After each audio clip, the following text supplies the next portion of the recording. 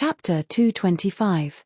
Sword Chi 9 Astronomy. Complete text. Every word is below. Now that they had obtained another important auction item, they would be able to attract even more Chi warriors to the auction. Fellow Daoist, it's best if you save some spirit stones. I'll prepare a VIP seat for you during the auction. There will be many rare treasures.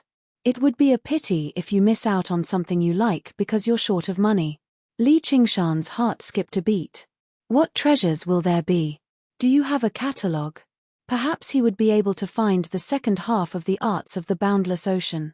Although he knew the chances were slim, he still kept it in mind. Shi Peipei said, "It's not convenient for us to reveal the specifics, but we've advertised some of the extremely rare items. We'll be adding this Yarrow core soon. You can ask Rupiying about these. Fellow Daoist, feel free to ask me." Liu Rupiying smiled faintly, gentle and elegant. Her gaze towards Li Qingshan was even more affectionate. If Li Qingshan hadn't seen her change her expression before, he really would have been fooled by her. Shi Peipei handed a jade lot to Li Qingshan. Fellow Daoist, remember, this item cannot be lost. We only recognize the lot, not the person. If someone else brings this lot, we'll also give them the spirit stones.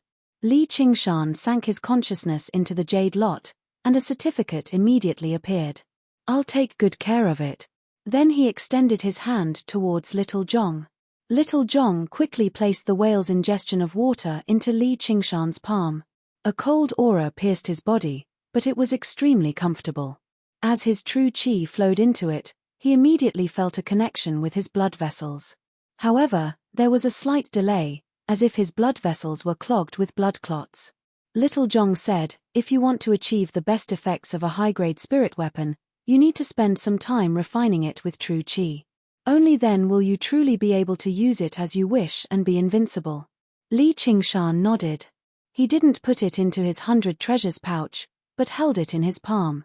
He played with it casually, sending his true chi into it bit by bit. This sparkling and translucent ice whale was as exquisite as a work of art.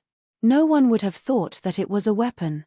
Shi Peipei took her leave, and Liu Rupiying said gently, "Daoist friend, if there is anything else you need, just let me know." Li Qingshan asked casually, "What if I say I want you?" Liu Rupiying blushed.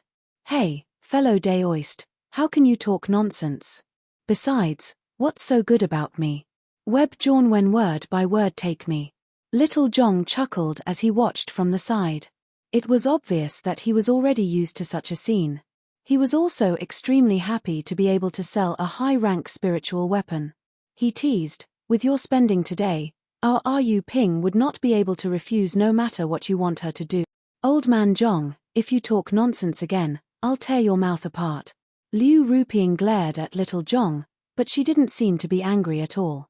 When Li Qingshan and Liu Rupiying went downstairs, the few women in palace attire who were greeting the guests all heard what happened upstairs and raised their heads at the same time. Liu Rupiying held her head high and puffed out her chest. Her expression was very different from her cold attitude when she went upstairs. She intentionally walked very close to Li Qingshan, wishing that she could stick her body to him. The fragrance of her cosmetics made Li Qingshan's nose itch. Although Li Qingshan had heard plenty about women finding sugar daddies throughout his 2 lives, he still could not help but be surprised when he became a sugar daddy like this. A woman could actually achieve something like this. Just how different were they from prostitutes in brothels? The eyes of the women in palace attire were full of envy and jealousy. How could Ru Ping be caught up in such a good thing? If they had gone up to greet him just now, when they looked at Li Qingshan, their gazes were very different. There was reverence in them that could intoxicate any man. Li Qingshan suddenly understood that this was the treatment of the strong. No matter what era, or what world, the strong showed their might and the weak relied on them. The strong gained, and the weak lost.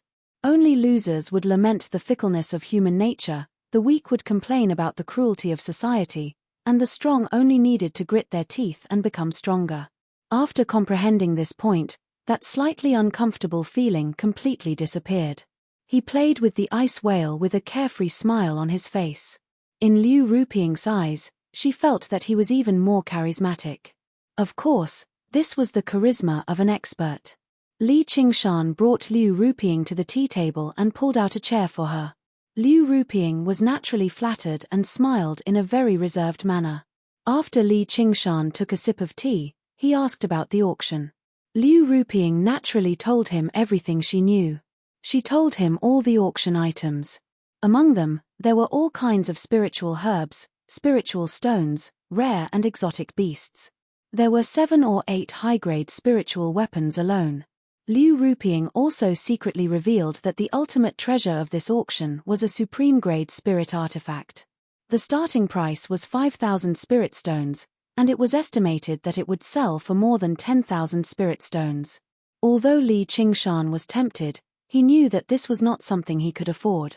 Even if he could afford it, he would not dare to buy it. Those who could take out so many spirit stones were at least Foundation establishment cultivators at the level of the 3 mountain sect leaders. Snatching food from the tiger's mouth was purely seeking death. He would probably be killed the moment he stepped out of the market. Are there no cultivation methods to be auctioned? Liu Ruping shook her head. Li Qingshan lowered his head and sipped his tea, muttering to himself in silence. It made sense. How could he come across such things so easily? Otherwise, wouldn't all of Sun Fubai's years of effort have been fed to the dogs? However, he was not discouraged. The heavens did not disappoint those who persevered. His footsteps would definitely be much broader than Sun Fubai's. Liu Ruping saw that Li Qingshan was disappointed and hurriedly said, "There are no cultivation methods, but there is a piece of calligraphy." Li Qingshan asked casually, "What calligraphy?" Liu Ruping said, "It's called the sword chi calligraphy or something. Apparently, it was left behind by some ancient sword immortal, but in my opinion, it's just a middle-grade spiritual artifact. It's all over the place, so it must be an excuse for the auction. Only an idiot would be tricked into buying it. If you want to use it, of course a high-grade spiritual artifact is the best." Li Qingshan looked at the rippling green water in the cup and saw his expression change slightly. Without raising his head, he said, "Indeed, only an idiot would buy it. But since the sword chi calligraphy is a middle-grade spiritual artifact, what use does it have?" Liu Ruping said disdainfully, "It's just like its name. It can emit a few flashes of sword chi." The tea rippled. Li Qingshan held back his excitement and chatted with Liu Ruping a little more. However, he learnt that Liu Ruping's background was very similar to Qian Rongji's. They both came from a small clan that could not be regarded as a clan. Their talent was limited, and they could not use much resources either, so he could not help but sigh and grumble. Li Qingshan said, "It's said that the Hawkwolf Guard doesn't care about identity. Any Qi practitioner can join. Why don't you try it?" Liu Ruping said in surprise, "The Hawkwolf Guard? That's a place where people die every day. And, I'm not trying to boast, but I can earn much more than regular Hawkwolf Guards in a single month in this store of miscellaneous goods." Fair enough. Li Qingshan understood that she was completely different from Qian Rongji. She was nowhere near as discerning and vicious as that woman. However, if the world was filled with women like that, then men would no longer need to live. Liu Ruping could not help but say, "What else do you want to buy? Why don't you cut out a set of good clothes? My eye for clothes is very good. I'll pick out a few for you." Li Qingshan interrupted with a smile, "No, I want to sell a few more things." Liu Ruping was stunned. In the end, Li Qingshan sold all of the several hundred talismans on him aside from the high-grade and supreme-grade talismans to the store of miscellaneous goods. He earned another several hundred spiritual stones. It was close to the herb-gathering ceremony of the 3 mountains, so the value of talismans was very high. He had sold them all without any qualms. Originally, Li Qingshan wanted to buy a pill cauldron, but he gave up on that for now. He was in no hurry to refine pills right now anyway. If the sword chi diagram really was a part of the cursive sword calligraphy like he had expected, then he had to obtain it. He could not allow it to end up in the hands of others. The cursive sword calligraphy in his possession basically hovered between high grade and supreme grade. If he could find another piece and complete it, then he would be able to obtain a supreme grade spiritual artifact worth over 10,000 spiritual stones. As for the cursive sword calligraphy, Its actual value was probably far greater than that. Even oxen had praised it a little. In the past, he might not have understood what that meant, but he understood very well just how great oxen's standards were now. Normally, a mid-grade spiritual artifact would not be worth more than 100 spiritual stones. However, he could not treat everyone else as idiots. He could not guarantee that no one would be able to tell what was going on, so he had to ensure that nothing went wrong. He had to gather as many spiritual stones as he could to ensure that he could obtain it. With that, Li Qingshan ignored Liu Ruping's disappointed gaze. He made his way out of the store of miscellaneous goods and was about to leave the town. As he made his way through the bustling streets, he glanced back at the verdant green vine mountain again. He had no idea whether Yu Zijian would be able to wait for Hua Chenglu or not. Not everyone was worth waiting for, so he chose not to wait for anyone.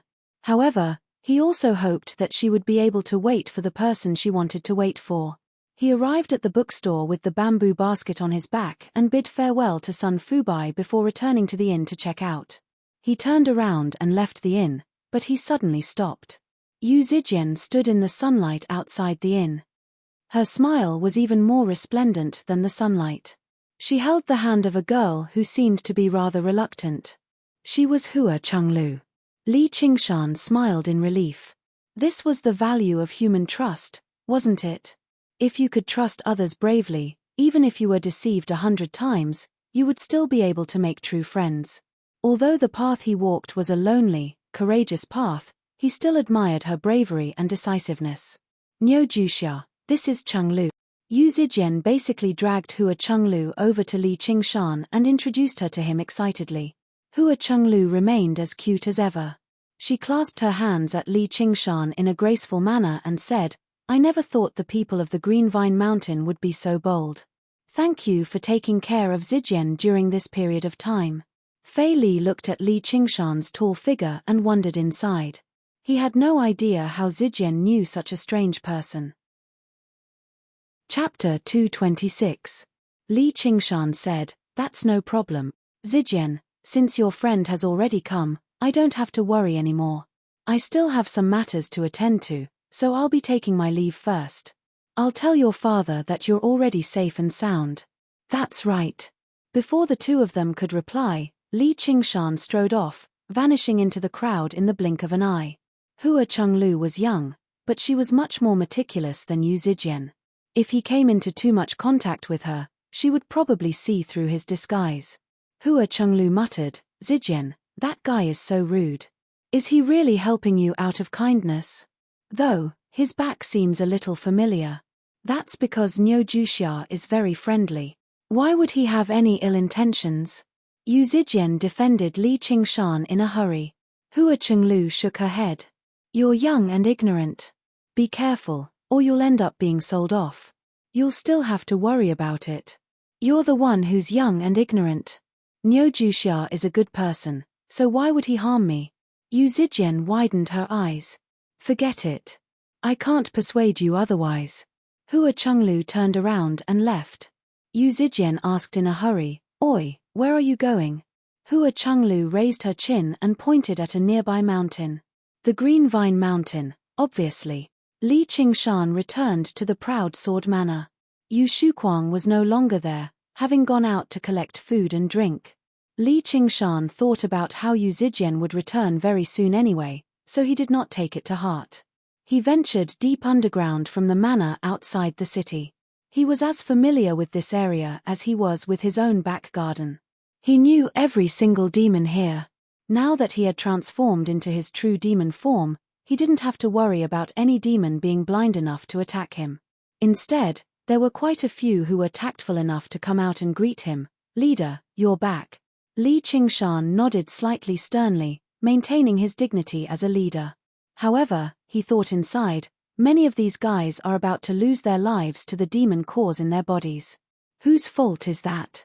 If he was still a human, he probably wouldn't even consider such a problem. He would kill demons and hunt for demon cause as a matter of course. But when his body turned into a demon, he received the demon's help, and became the demon's friend and leader. His thoughts also gradually changed. Passing through the deep and serene cave, They walked for an unknown period of time. A blue light flickered in the endless darkness, like the only bright star in the pitch-black night sky. Li Qingshan was like a wanderer who had finally returned home. A look of relief appeared on his face as he quickened his pace. Before he even entered the cave, he heard a heaven-shaking snoring sound. Li Qingshan shook his head. "You bastard, I've really seen through you. There was no need to hibernate, just like there was no need to be a vegetarian." However, he still maintained his primitive instincts. Probably because he didn't sense any danger, Milopt turned over on the stone platform and didn't get up. "Sleep a little longer if you can." Li Qingshan didn't wake him up. He sat on the edge of the stone platform, his back pressed against the cold stone. Feeling the ripples of spiritual light, he slowly entered a meditative state. Little and took out the Book of All and read it carefully. No matter how rich the information in the book was, it still couldn't compare to the reaction of the human mind. The Book of All, in the darkness, the blue butterfly flapped its wings 1,000,000 times, and a month quietly slipped away. Suddenly, a howling gust of wind swept through the quiet cave. The butterfly fluttered, and the sea of flowers swayed. At the end of the gust, Li Qingshan took a deep breath and stood up. Looking inwardly at his body, he revealed a satisfied smile. He had already converted all the true qi in his body into gooey water true qi. At the same time, he had opened a meridian and reached the 4th layer of qi refining. His true qi was unprecedentedly strong. He took out the cursive sword calligraphy and infused it with true qi. Sword qi shot out, silently piercing the stone wall. A blue butterfly fluttered in the air for a moment, then suddenly split into two. This kind of power would be able to instantly kill a 6th or 7th layer qi practitioner. Even a 9th layer qi practitioner would be in great danger. If he could really restore the cursive sword calligraphy to its original state, he looked forward to seeing just how strong it would be. Calculating the time, it was about time to attend the auction. Little and had already taken the initiative to stand in the bamboo basket. Li Qingshan said, "You stay here this time. It's quite troublesome for me to carry a big bamboo basket all the time, mainly because it's too eye-catching." Which qi practitioner didn't have 100 treasures pouch? He just had to carry a big bamboo basket. Whether it was in the bookstore or Liu Rupiing, he had asked about it indirectly. Although it was mostly out of curiosity, it was hard to guarantee that someone with observant eyes would notice anything. He promised, "If there's anything good to eat or drink, I'll definitely bring it back for you." "You think I'm annoying?" Little and pouted. "That's not what I meant." "You are. Be good." "No." Li Qingshan glared, then let out a breath. Calm down, communicate, communicate." He crouched down. "Then why don't you want it?" "I don't want to be separated from you." Little and lowered her eyes. Li Qingshan said, "Just for a little while." "Not even for a little while." "Then I don't care." Li Qingshan strode out of the cave, startling a flock of butterflies. After a few steps, he turned back and saw that she was still standing in the bamboo basket, not crying or making a fuss. She only looked straight at him, as if waiting for him to take her. He hardened his heart. "I really don't care." When he reached the cave entrance, he couldn't help but turn back. However, her expression and posture hadn't changed in the slightest. If he really left like this, she could keep waiting for him like this. He sighed helplessly. "Come with me." Together with the bamboo basket, they flew up and landed in Li Qingshan's hands. Little and had a triumphant smile on her face. Li Qingshan pinched her soft cheeks. "I knew I couldn't be polite to you." Little and said, "If I'm not by your side, I can't protect you."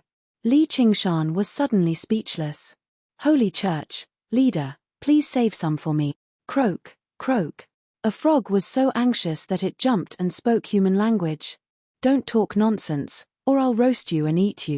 Li Qingshan held the whale's ingestion of water and put it into the mouth of the ice-condensed water spring. He swallowed to his heart's content. Now he had already absorbed 3 large vats of water, but it still didn't feel full. Although the frog was very anxious, it couldn't do anything. Only when the whale was full of water did Li Qingshan take it out with satisfaction. He took out a pearl dew pill and threw it to the frog. "Here, this is for you." He wouldn't really look down on it. This frog was one of the strongest demon soldiers under him. If other Qi practitioners dared to take the spring water, even if they didn't die in its hands, they wouldn't be able to bring back even a drop of spring water. The frog coiled up like a snake and swallowed the pearl dew pill. Croak, thank you, leader. Although the spirit water was full of spirituality, it still couldn't compare to the high-quality medicinal pills made by humans. You stay here and don't forget the gathering, Li Qingshan said again and walked back into the cave. Croak, croak, I won't forget. The frog croaked and jumped into the ice-condensed water. Li Qingshan strode through the cave. He shook the crystal whale in his hand, and with a clang, it spat out a huge blade. It even condensed a beautiful crystal handguard. It was the perfect weapon that could unleash Li Qingshan's advantage in strength. It was suitable for the length and size of his swing, and it was extremely heavy as well. It weighed over 500 kilograms. Even Li Qingshan could not use it with a single hand. Recently, he had constantly poured gooey water true qi into the whale's ingestion of water. His aura had already completely linked up, without any sluggishness anymore. It was like it had truly become an extension of his body. When he condensed the blade, he no longer needed to spit out water first and then condense it slowly. Instead, he could condense it instantly. However, the fourth layer gooey water true qi was still slightly insufficient to unleash the power of a high-grade spiritual artifact. Li Qingshan arrived in the proud sword manner. Yu Shuquang had already returned, handing a full 100 treasures pouch to Li Qingshan. He wanted to say something, but he hesitated. Li Qingshan checked the 100 treasures pouch and smiled in satisfaction. Then he asked, "Why don't I see your daughter?" Yu Shuquang said in surprise, "Didn't she go to the Green Vine Mountain? How did she return?" Li Qingshan frowned. In other words, she still hasn't returned. Was the Green Vine Elder really not going to give face to the Hua family? Yu Shuquang said, "It's not like she hasn't returned. Have you seen her?" As a result, Li Qingshan told him about his meeting with Yu Zijian below the Green Vine Mountain. Yu Shuquang sighed. "Thank you for your efforts. As long as she hasn't been bullied, I don't have to worry as a father. As for whether she goes to the 100 schools of thought or the Green Vine Mountain, that's probably not something we can control anymore." Li Qingshan said, "I'll be going to the Green Vine Mountain again very soon to see what has happened. Just wait here for my news." He passed another empty 100 treasures pouch to Yu Shuquang. "We still need to gather food, but there's no need to be in such a hurry. Just keep an eye out and be careful not to alarm too many people." The underground diamonds had an endless demand for food on the surface. It was also a great method for him to control his subordinates as the leader of the demon soldiers. He obviously needed someone to help him with this. Yu Shuquang said, "That's easy. The Proud Sword Manor has already bought over a dozen large restaurants and controlled a few large grain merchants. It'll be much easier for us to do this in the future." Li Qingshan smiled. "How thoughtful of you." He had not spent so much effort on Yu Shuquang for nothing. He just happened to be in need of a subordinate who could draw inferences. He did not have the time or energy to establish his own network in the human world, but Yu Shuquang did. Otherwise, he would never have been able to establish such a large Proud Sword Manor. He passed all the silver notes on him to him. "Go ahead with this. You don't have to worry about the silver. In the future, you definitely won't just be leading people of the Jianghu." Yu Shuquang's heart skipped a beat. He smiled. "If I'm not a person of the Jianghu, am I supposed to be a Qi practitioner? With my talent, how am I supposed to be able to do that? I've reached the innate realm quite late too. It'll be impressive if I can reach the second layer." Li Qingshan's face sank. "If you're satisfied with the second layer, then ignore what I said." Second layer Qi practitioners were existences at the very bottom among Qi practitioners. Not only would a subordinate like that not be able to help him out much, but he would probably have to constantly deal with problems for him. It would be pointless then. Yu Shuquang looked into Li Qingshan's eyes. His pitch-black eyes seemed to burn with flames. The ambition and confidence hidden within them made Yu Shuquang's heart shiver slightly. Before this person, there was no need for him to feign modesty. It was the exact opposite. He needed to demonstrate sufficient ambition and confidence. Only then could he catch his eye, and this just happened to be what he was good at. I've heard that if you practice chi, and practice chi again, you can break through a certain barrier and step into the world of immortals. I want to try. Only then did Li Qingshan smile. He placed a pill of spring breeze and rain into Yu Shuquang's hand. That realm is called Foundation Establishment. It means that everything has just begun. There was a hubbub of voices in the town. Streams of people mingled and brushed past one another. Qi practitioners that regular people would rarely see were everywhere. Everyone's faces were filled with anticipation and nervousness. The herb-gathering ceremony of the 3 mountains that happened once every 10 years was about to begin. It was set to be in 3 days' time. The great adventure of the underground world was about to begin. It was filled with opportunity and danger. Some people would strike it rich overnight, while others would die nameless.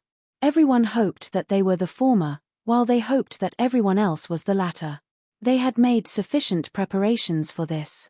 Their gazes towards one another had already become extremely cold. The tranquil tea house that was usually extremely quiet was actually filled with guests. Lu Ziyu, who brewed tea, was basically so busy that he could barely move. Qi practitioners of the 6th layer and above had already become a common sight. Only they could afford to drink such a luxurious item. The situation was basically the same for the other stores.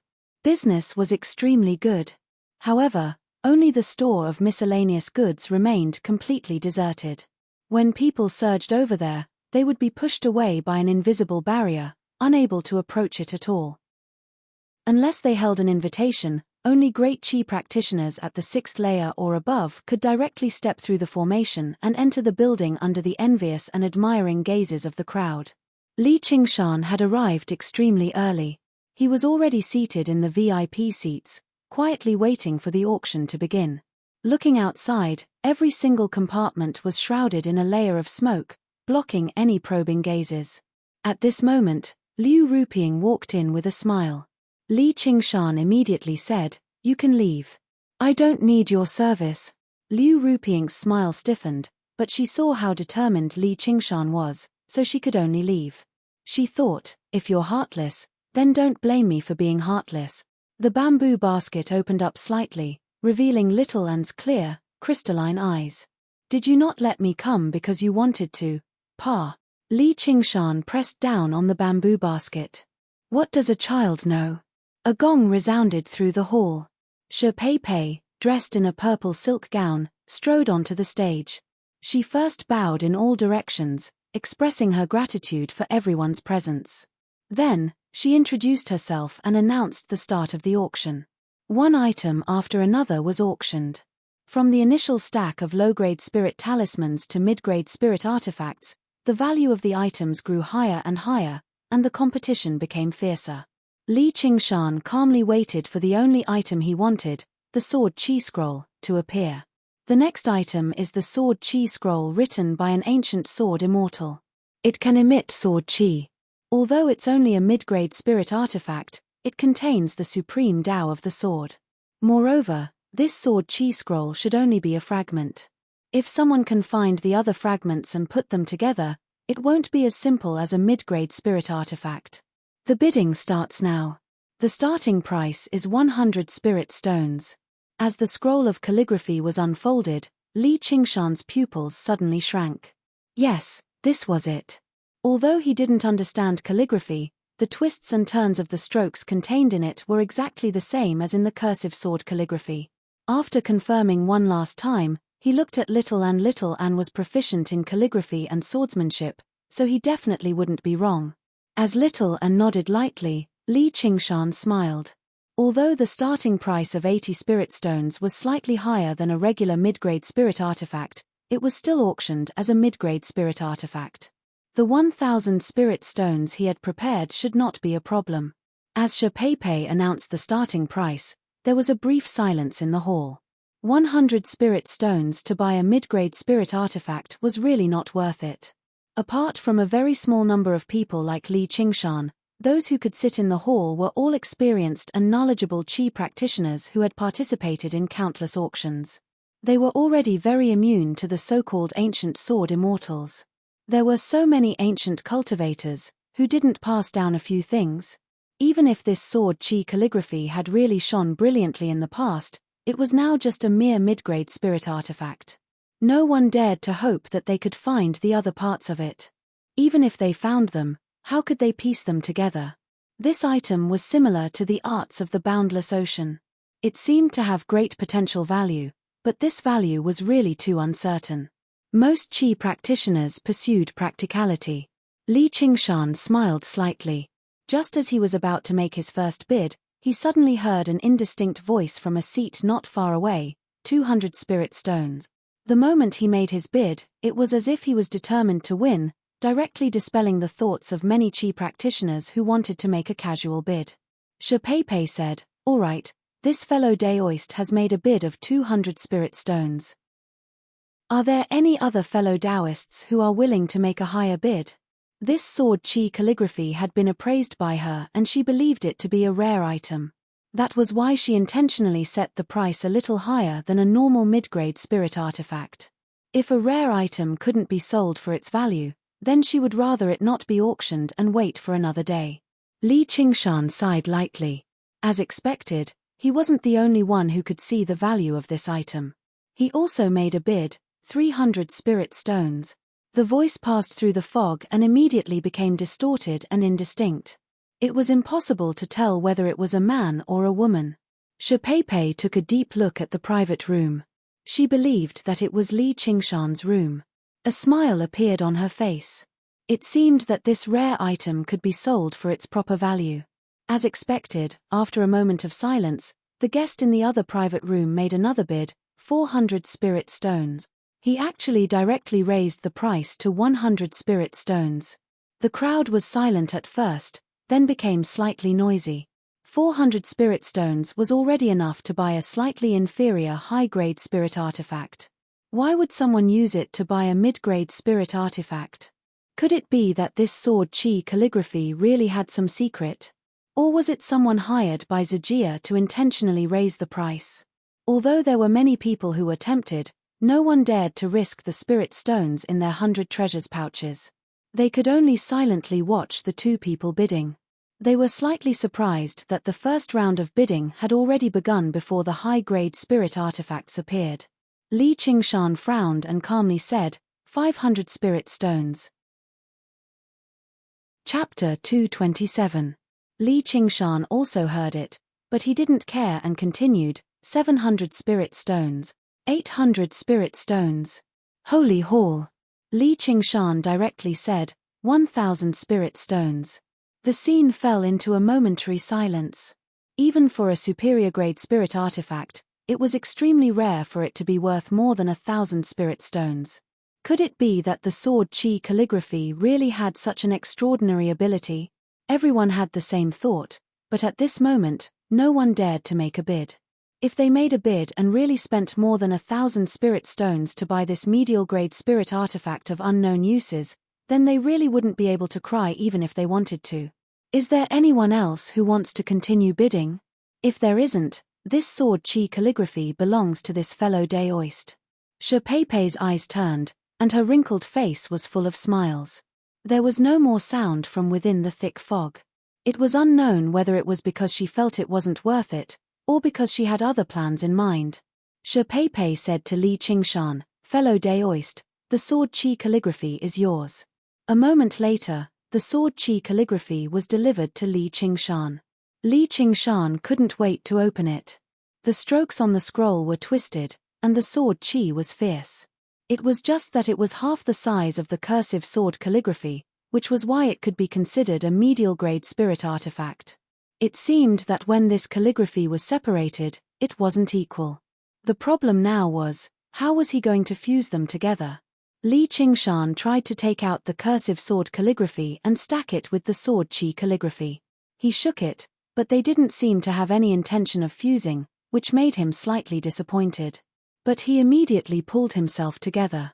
His current cultivation was too low, and it was very difficult for him to control a superior-grade spirit artifact. He couldn't refine a supreme-grade spirit artifact at all. Otherwise, The cursive sword calligraphy wouldn't be as simple as just releasing sword chi. Only when his cultivation increased and he refined both spirit artifacts at the same time would he be able to try again. Little and watched eagerly. Li Qingshan casually passed the sword chi book to Little, and Li Qingshan glanced at the room shrouded in mist and muttered to himself, "Why does this person want to buy this sword chi book?" Little and immediately began to study the sword chi book. He lay on the floor covered with a thick silk carpet, his left hand supporting his chin, and the fingers of his right hand forming a sword. Within an extremely small area, he moved quickly, leaving behind a series of stagnant after images. It looked like he was performing a sword dance, but it also looked like he was writing, but it was extremely rhythmic and beautiful. Her comprehension of the cursive sword calligraphy's sword intent had increased by another level. When he heard Li Qingshan's words, Little and tilted his head and said, "Perhaps he's the same as me." He suddenly stabbed out with his finger sword dozens of times, tearing through the air and stirring up a fierce wind. The wind immediately howled in the room, causing Li Qingshan's clothes to flap in the wind. Li Qingshan suddenly understood. Yes, this was the most likely reason. If they didn't obtain a part of it, no chi practitioner would be willing to risk a few hundred spirit stones. At this time, there were a few soft knocks on the door. Li Qingshan opened the door, and Liu Ruping said, "Just now, the fellow Daoist who was bidding against you wants to see you." Li Qingshan said, "All right, I also want to see him." He became more and more certain of his speculation. If he put together a piece of the sword chi book, then the cursive sword calligraphy would definitely be a supreme-grade spirit artifact. If he could obtain another fragment, then what would it be? A legendary spirit artifact? Liu Ruping backed out obediently. She actually had no intentions of pestering him anymore. After leaving the room, she smiled disdainfully, but she was in no hurry to pass on the message. Instead, she turned in the direction of another room and knocked on the door. A young man opened the door. To no surprise, it was Mu Jitsong. When he saw her enter, he directly asked, "What took you so long?" Liu Ruping said coquettishly, "The customer who was bidding earlier wants to see this guy surnamed Nyo, so he's a little late." "Senior brother Mu, please don't take offense." Mu Jitsong did not take this matter to heart. He turned around and said, "Senior brother Song, I never thought this bastard would actually be so rich.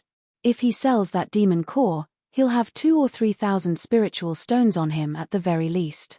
Senior brother, you can say that this is a blessing in disguise." The sacred hall.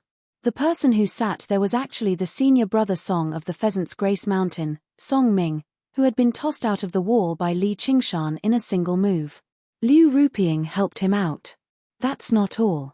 He just spent 800 spiritual stones to buy a high-grade spiritual artifact, and he used a talisman to exchange for a few hundred spiritual stones. Originally, in the School of Miscellany, the transactions of customers were all kept a secret, or they would be severely punished. However, she had failed to curry favor with Li Qingshan, so she became resentful. Mu Jitsong just happened to come at this time to ask about Li Qingshan, so he told her to report to him immediately as soon as she saw Li Qingshan. He promised her some benefits. When Liu Ruping saw Li Qingshan step into the store of miscellaneous goods, she immediately turned around and told this to Mu Jitsong, who was in another compartment. As for Mu Jitsong, he had other plans. Song Ming sat there without moving. He glanced at Mu Jitsong and said, "You purposefully told me this information. Just what are you planning?" Mu Jitsong walked over and patted Song Ming's shoulder. "The disciples of the Three Mountains are like birds of a feather. Senior brother, how can I just stand by and watch you be humiliated? I just happened to come across this thief a while ago, so I wanted to kill him and get him out of here. Unfortunately, I don't think you're this bastard's opponent, so it's even more impossible for me to defeat him with my cultivation. Now that the people of your esteemed sect are nearby, there's really no better opportunity for revenge." Although he was smiling, killing intent flickered inside. "Niu Juxia, oh Niu Juxia. Originally, we wouldn't have had to go this far, but since you're still bold enough to take Zijian away, don't blame me for being merciless. You're just a mere independent cultivator, yet you're so arrogant. Even if you don't die to my hands, you'll die somewhere else. I'll just treat it as sending you off in advance." Song Ming clenched his fists as his face paled. After the battle, he had become renowned in the Three Mountains. He was often mocked by others, which was basically the greatest humiliation he had ever experienced in his life. He could not swallow this no matter what. Now that he thought about how his enemy was nearby, his eyes reddened even more. And, the 3,000 spiritual stones were enough to interest any Qi practitioner. No matter what Mu Jitsung's scheme was, he had to try it. In the end, he asked carefully, "Doesn't your Green Vine Mountain want a piece of the pie for something so good?" Mu Jitsung said, "Our Green Vine Mountain is the host. If we work together to kill an independent cultivator before the herb gathering ceremony, it'll probably make everyone panic and affect the progress of the ceremony. I wouldn't dare to do that even if I were bolder. However, if it's a personal grievance, then there's nothing to say. Not to mention, will senior brother Song not give me a piece of the pie?" Song Ming's expression changed. Suddenly, he snorted coldly and left the room. "Help me keep an eye on him," Mu Jitsung said, "Rupeeing, keep watching him. Once it's done, you'll get plenty of benefit." Liu Rupeeing stuck close to him and fawned over him. She said softly, "I knew that brute wouldn't be able to escape from your schemes." Mu Jitsung became impatient. He pushed her aside and made his way out. Liu Rupeeing stamped her foot viciously. None of these men were good. Li Qingshan had no idea about the schemes outside. The auction had broadened his horizons. He gained a rough estimate of the value of spiritual artifacts and spiritual herbs. However, his item had yet to be auctioned. He wanted to see just how much the demon core was worth. A while later, an earthen yellow demon core was placed on the stage. A 7th grade earth element demon core. It can be used to make earth element pills. The starting price is 1,000 spiritual stones. Shi Pei gave a series of introductions to the functions of the demon core. In the end, she announced the starting price just now. Just the starting price was even higher than regular high-grade spiritual artifacts. Not only was it rarer, but it could be used in a wider range as well. Shi Pei looked at the few viewing boxes with the best seats at the very top. It had been extremely quiet the entire time, as if there was nothing there that could interest the people inside. Li Qingshan pursed his lips. He considered whether he should make a few bids and add fuel to the fire. However, he discovered very soon that there was no need for that. Finally, the first bid was heard from the few viewing boxes at the very top. 1,200 spiritual stones. 1,500. 1,600. The price of the demon core rose rapidly. The smile on Li Qingshan's face grew wider. He hugged Little and rubbed her radiant face. "Haha, we're rich." The noisy and lively venue quietened down once again. The auction had ended, and the lights on the stage dimmed. However, Li Qingshan could still clearly see the remaining aura in the air. The enthusiastic atmosphere seemed to have not dissipated. Li Qingshan was still sitting in the viewing box. He didn't leave. He was reminiscing about the bidding war just now. Of course, it didn't have much to do with the demon core. It was a supreme-grade spirit artifact in the shape of a small bottle. The base price was 3,500 spirit stones, and the base price of each bid was 500 spirit stones. Every time the price was raised, the Qi practitioners below the stage would blush and their hearts would race. However, the Foundation establishment cultivators were calm and collected, bidding in a relaxed and composed manner. From the beginning to the end, whether they won or lost, there was not a trace of anger in them. There was absolutely no Qi practitioner who dared to participate in such a dull bidding war. In the end, the supreme-grade spirit artifact was sold to the guest in the western room at the price of 9,500 spiritual stones. The one who won in the end even calmly said, "You let me win." Li Qingshan admitted that he didn't have this kind of demeanor. It had nothing to do with breadth of mind and bearing. It was purely due to the difference in strength. He increasingly felt that whether it was a human or a demon, only after they had passed the first heavenly tribulation could they be considered to have truly stepped onto the path of cultivation. It was like a child learning how to walk and talk.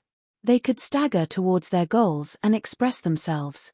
Previously, Qi practitioners and demon beasts were just learning how to crawl on the ground. Of course, the demon core finally met Li Qingshan's expectations. Just as Shi Pei had expected, the Earth Attribute Demon Core was sold for more than 2,000 spiritual stones. In the end, it was sold for 2,600 spiritual stones. Chapter 228. Adding on the spirit stones he had prepared from selling the spirit talismans, Li Qingshan's spirit stones had once again reached 2,000. He was even richer than before he had bought the whale's ingestion of water. Sacred Hall. The reason why he was still sitting here was because he was waiting for the Qi practitioner who wanted to buy the sword Qi calligraphy. If he really did have another copy of the cursive sword calligraphy, then he would use these spirit stones to buy it from him. Footsteps came from outside the door. Li Qingshan opened the door and found Liu Ruping standing there.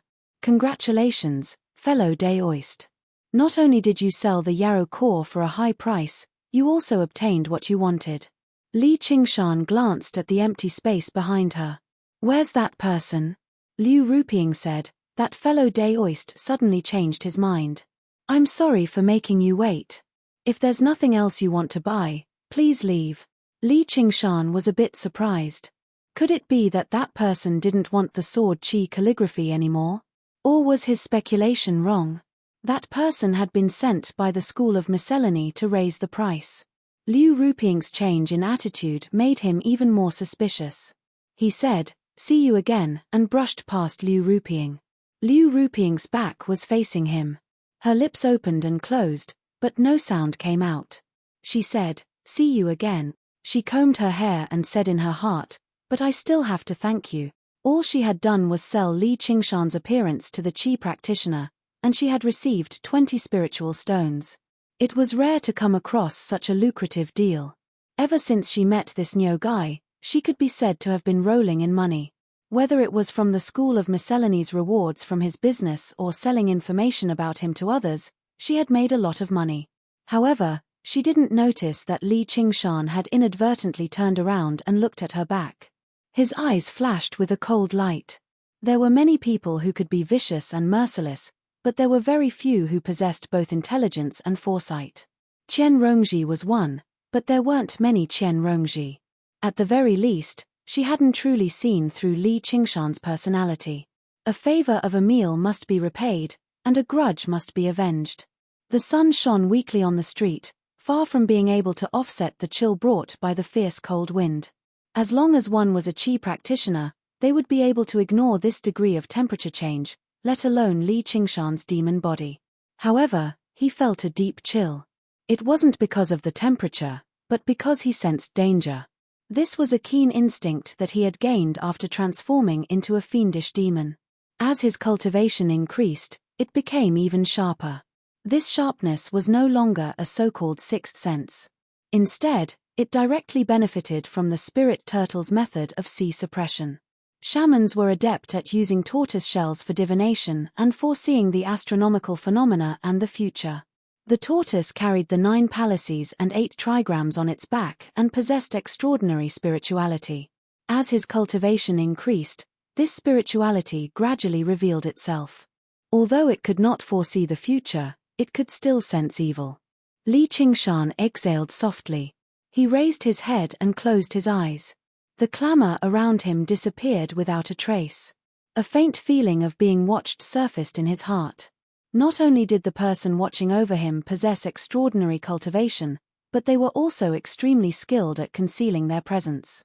Even if he did not pay close attention, he would struggle to discover them. Li Qingshan opened his eyes. He did not hide in the safe town. Instead, he made his way out of the town. Danger would not disappear with time. He could only face it bravely. He stepped out of the town, and the ground sank slightly, forming a circular pit. It was like he had stepped on a trampoline. Li Qingshan shot over 100 paces away. His large figure charged towards the pure white snowy mountains with unbelievable speed.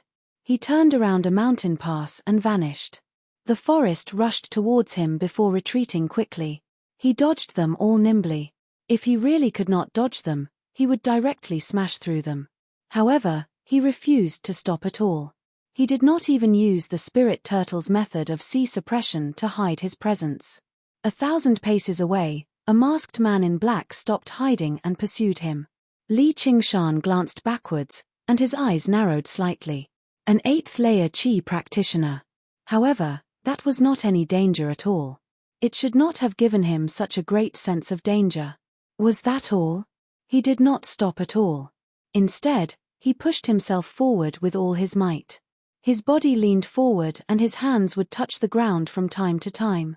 He was like a vicious, black tiger, running through the mountains and forests, assuming the form of the tiger demon. The sacred hall the masked man cursed inside. He was determined to obtain the sword Qi calligraphy, but he never thought someone would interfere.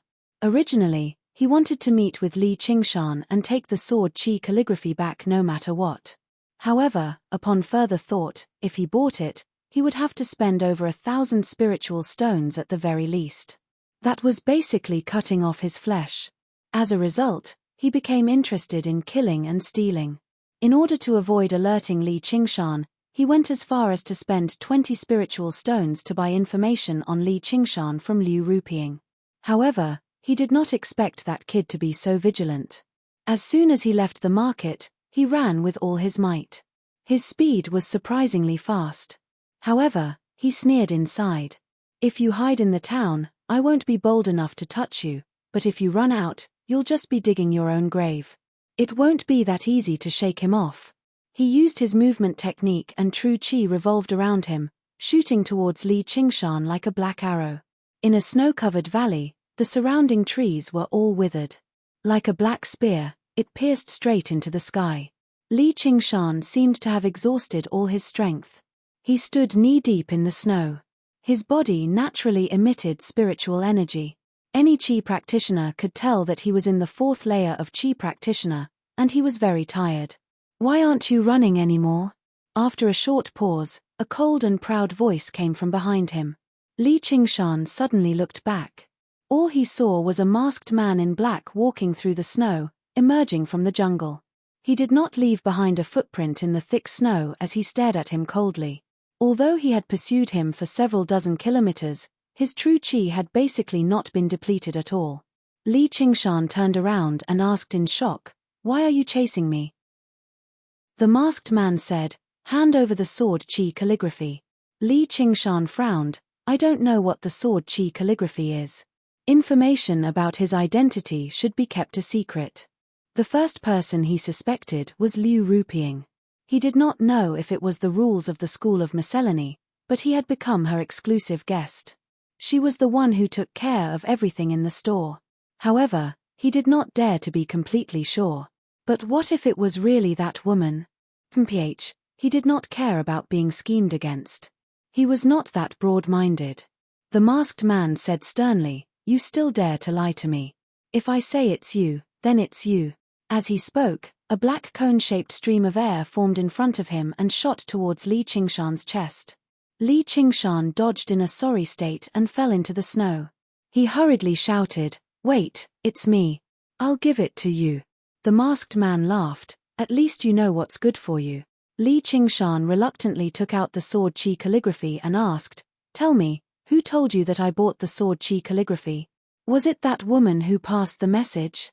The masked man casually grunted and looked at the sword Qi calligraphy with excitement. He did not know if he had thought of the same thing as Li Qingshan when he obtained the sword Qi calligraphy. Li Qingshan said hatefully, "I won't let her go." The masked man thought to himself, "Why would I let you go?" He changed the topic, "Also, hand over your 100 treasures pouch." Li Qingshan shouted, "Don't even think about it." The masked man said, "Then I'll take it myself." He patted his waist and a shining small sword flew out, heading straight for Li Qingshan's head. He was a bit careless.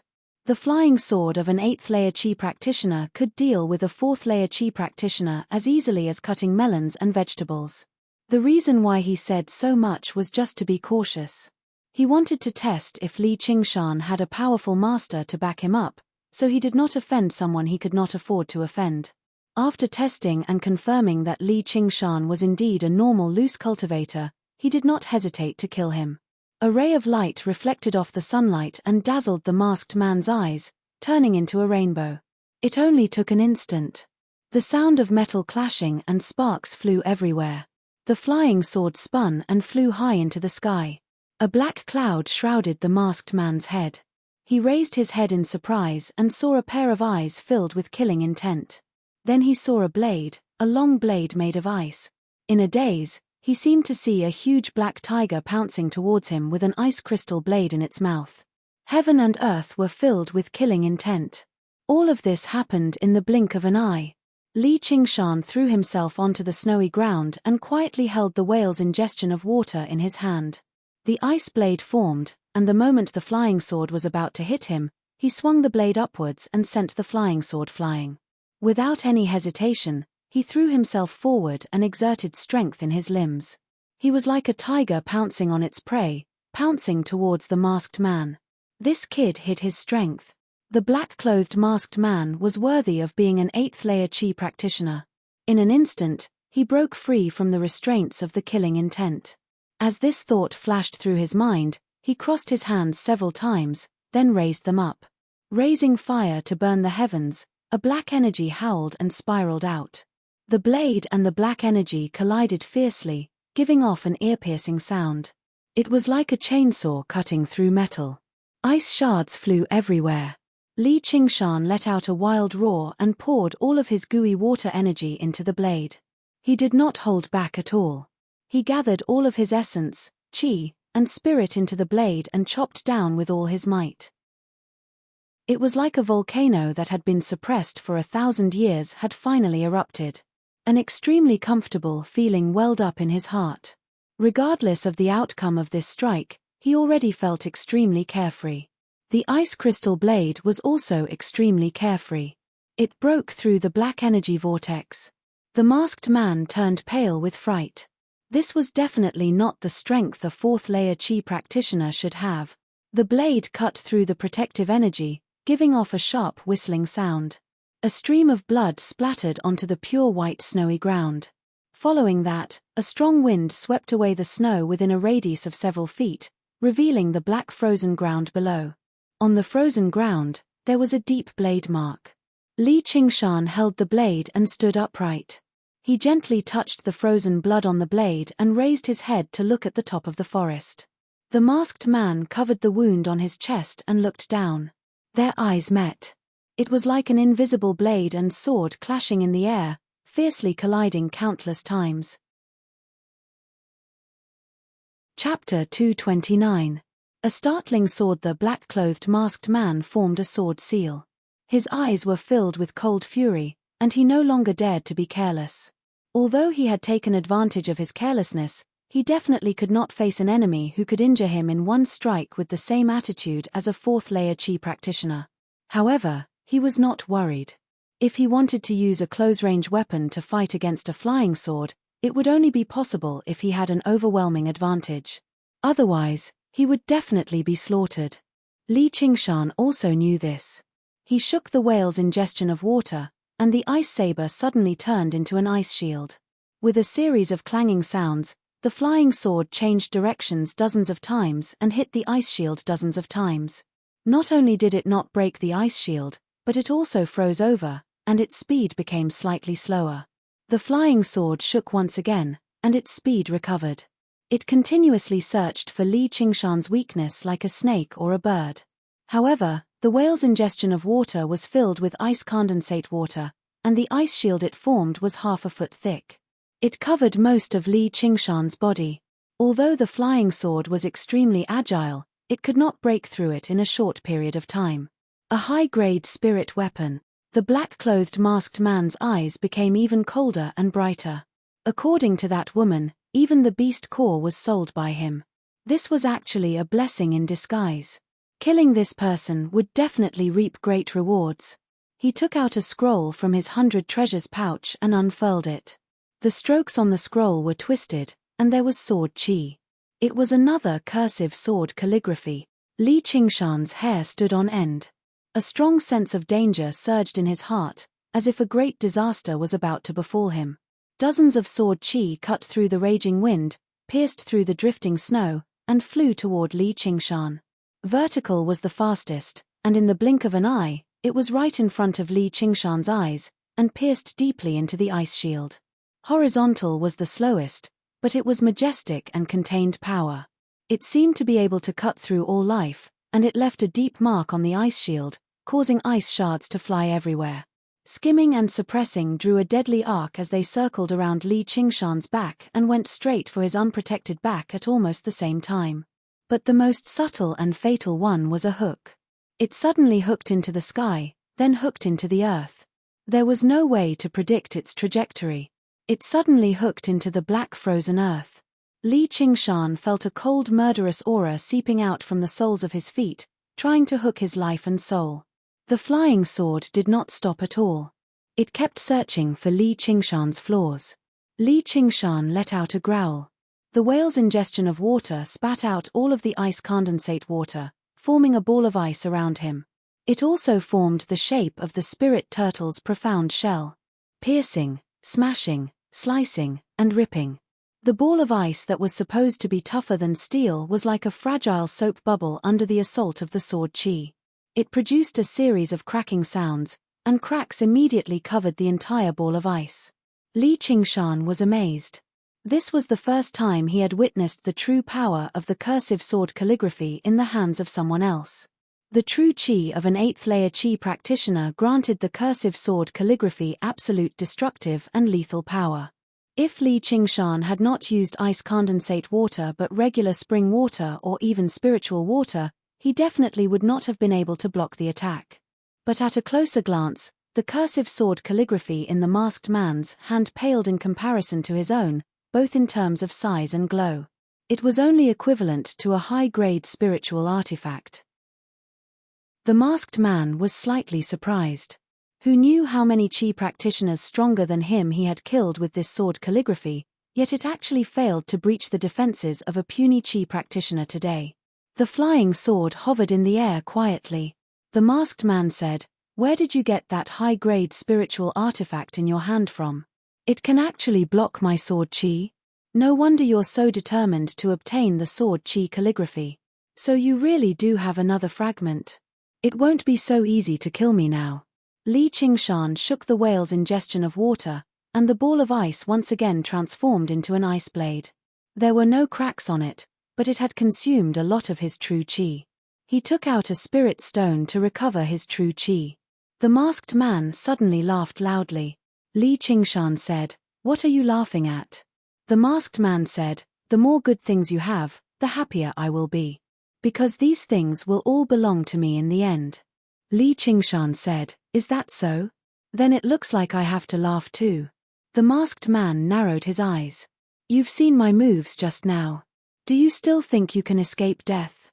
Your arrogance is indeed not bad. Even I was almost fooled by you. But little tricks are useless in the face of absolute strength." He touched the terrible wound on his chest. Under the effect of his true chi, it had already begun to heal. It wouldn't be long before it would be as good as new. The reason why he had stopped to talk to Li Qingshan was largely because he wanted to use this opportunity to recover from his injuries. He wanted to use his zhenqi to expel the cold air from his body. His injuries were basically healed, so he didn't waste any more words. He pointed at Li Qingshan. "Go."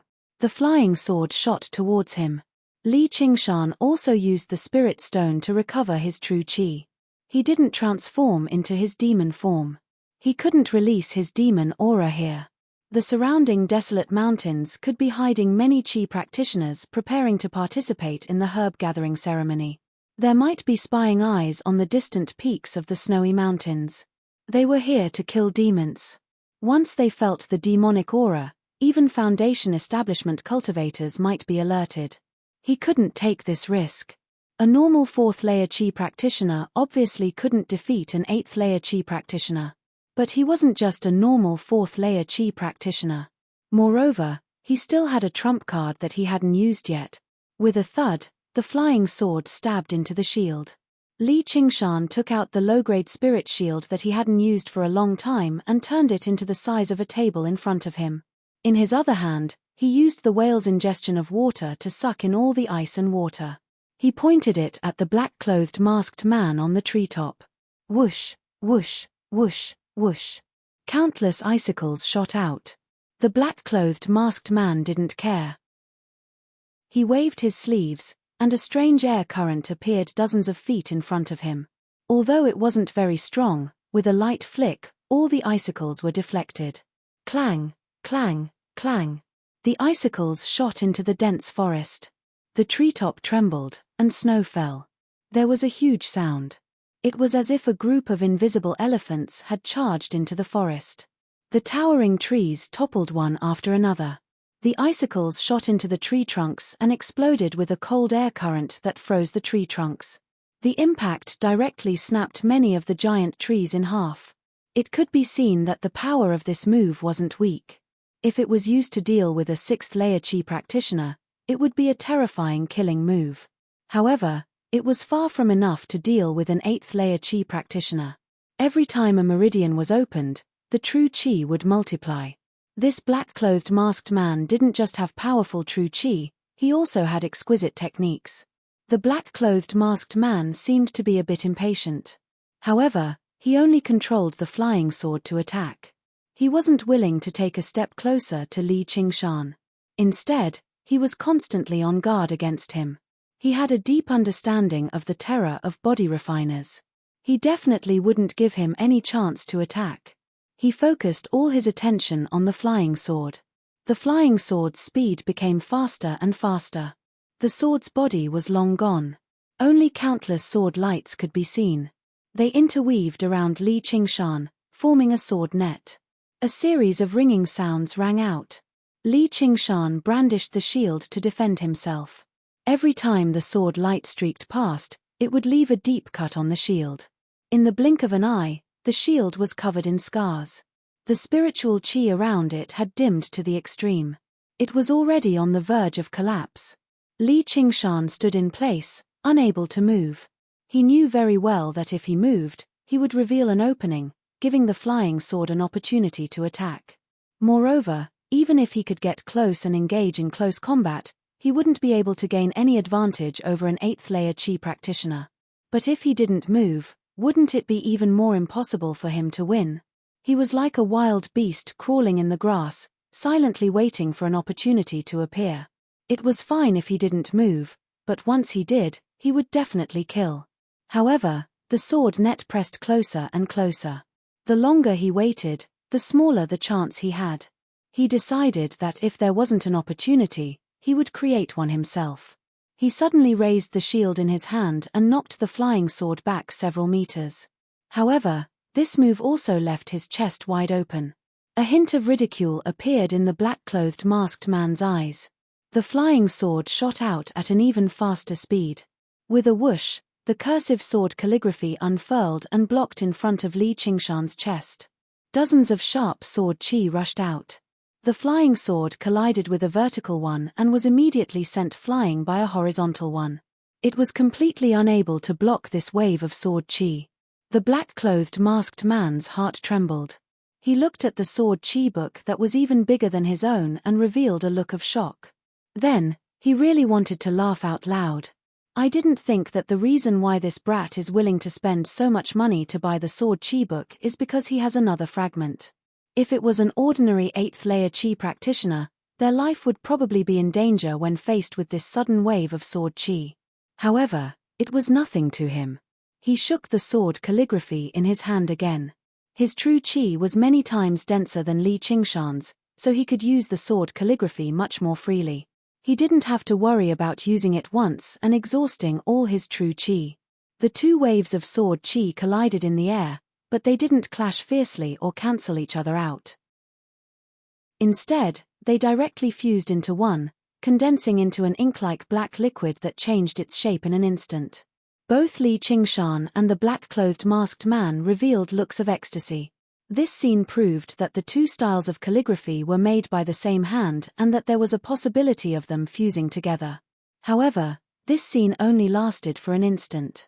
The black liquid stretched to its limit, as if the pressure inside it had gone out of control. It exploded once again and turned into an indiscriminate wave of sword chi that spread out in all directions. Both of their expressions changed. They didn't dare to be the slightest bit careless. Before the sword chi had even been released, The momentum of the sword was already like an avalanche and a tsunami, covering the sky and earth. This kind of power had already surpassed a supreme-grade spiritual artifact. The black-clothed masked man shot into the sky like a black arrow. Li Qingshan didn't have time to dodge, so he knelt down on one knee and held the shield in his left hand and the whale's ingestion of water in his right hand. In front of him, they formed an extremely narrow and 7-foot-thick ice block.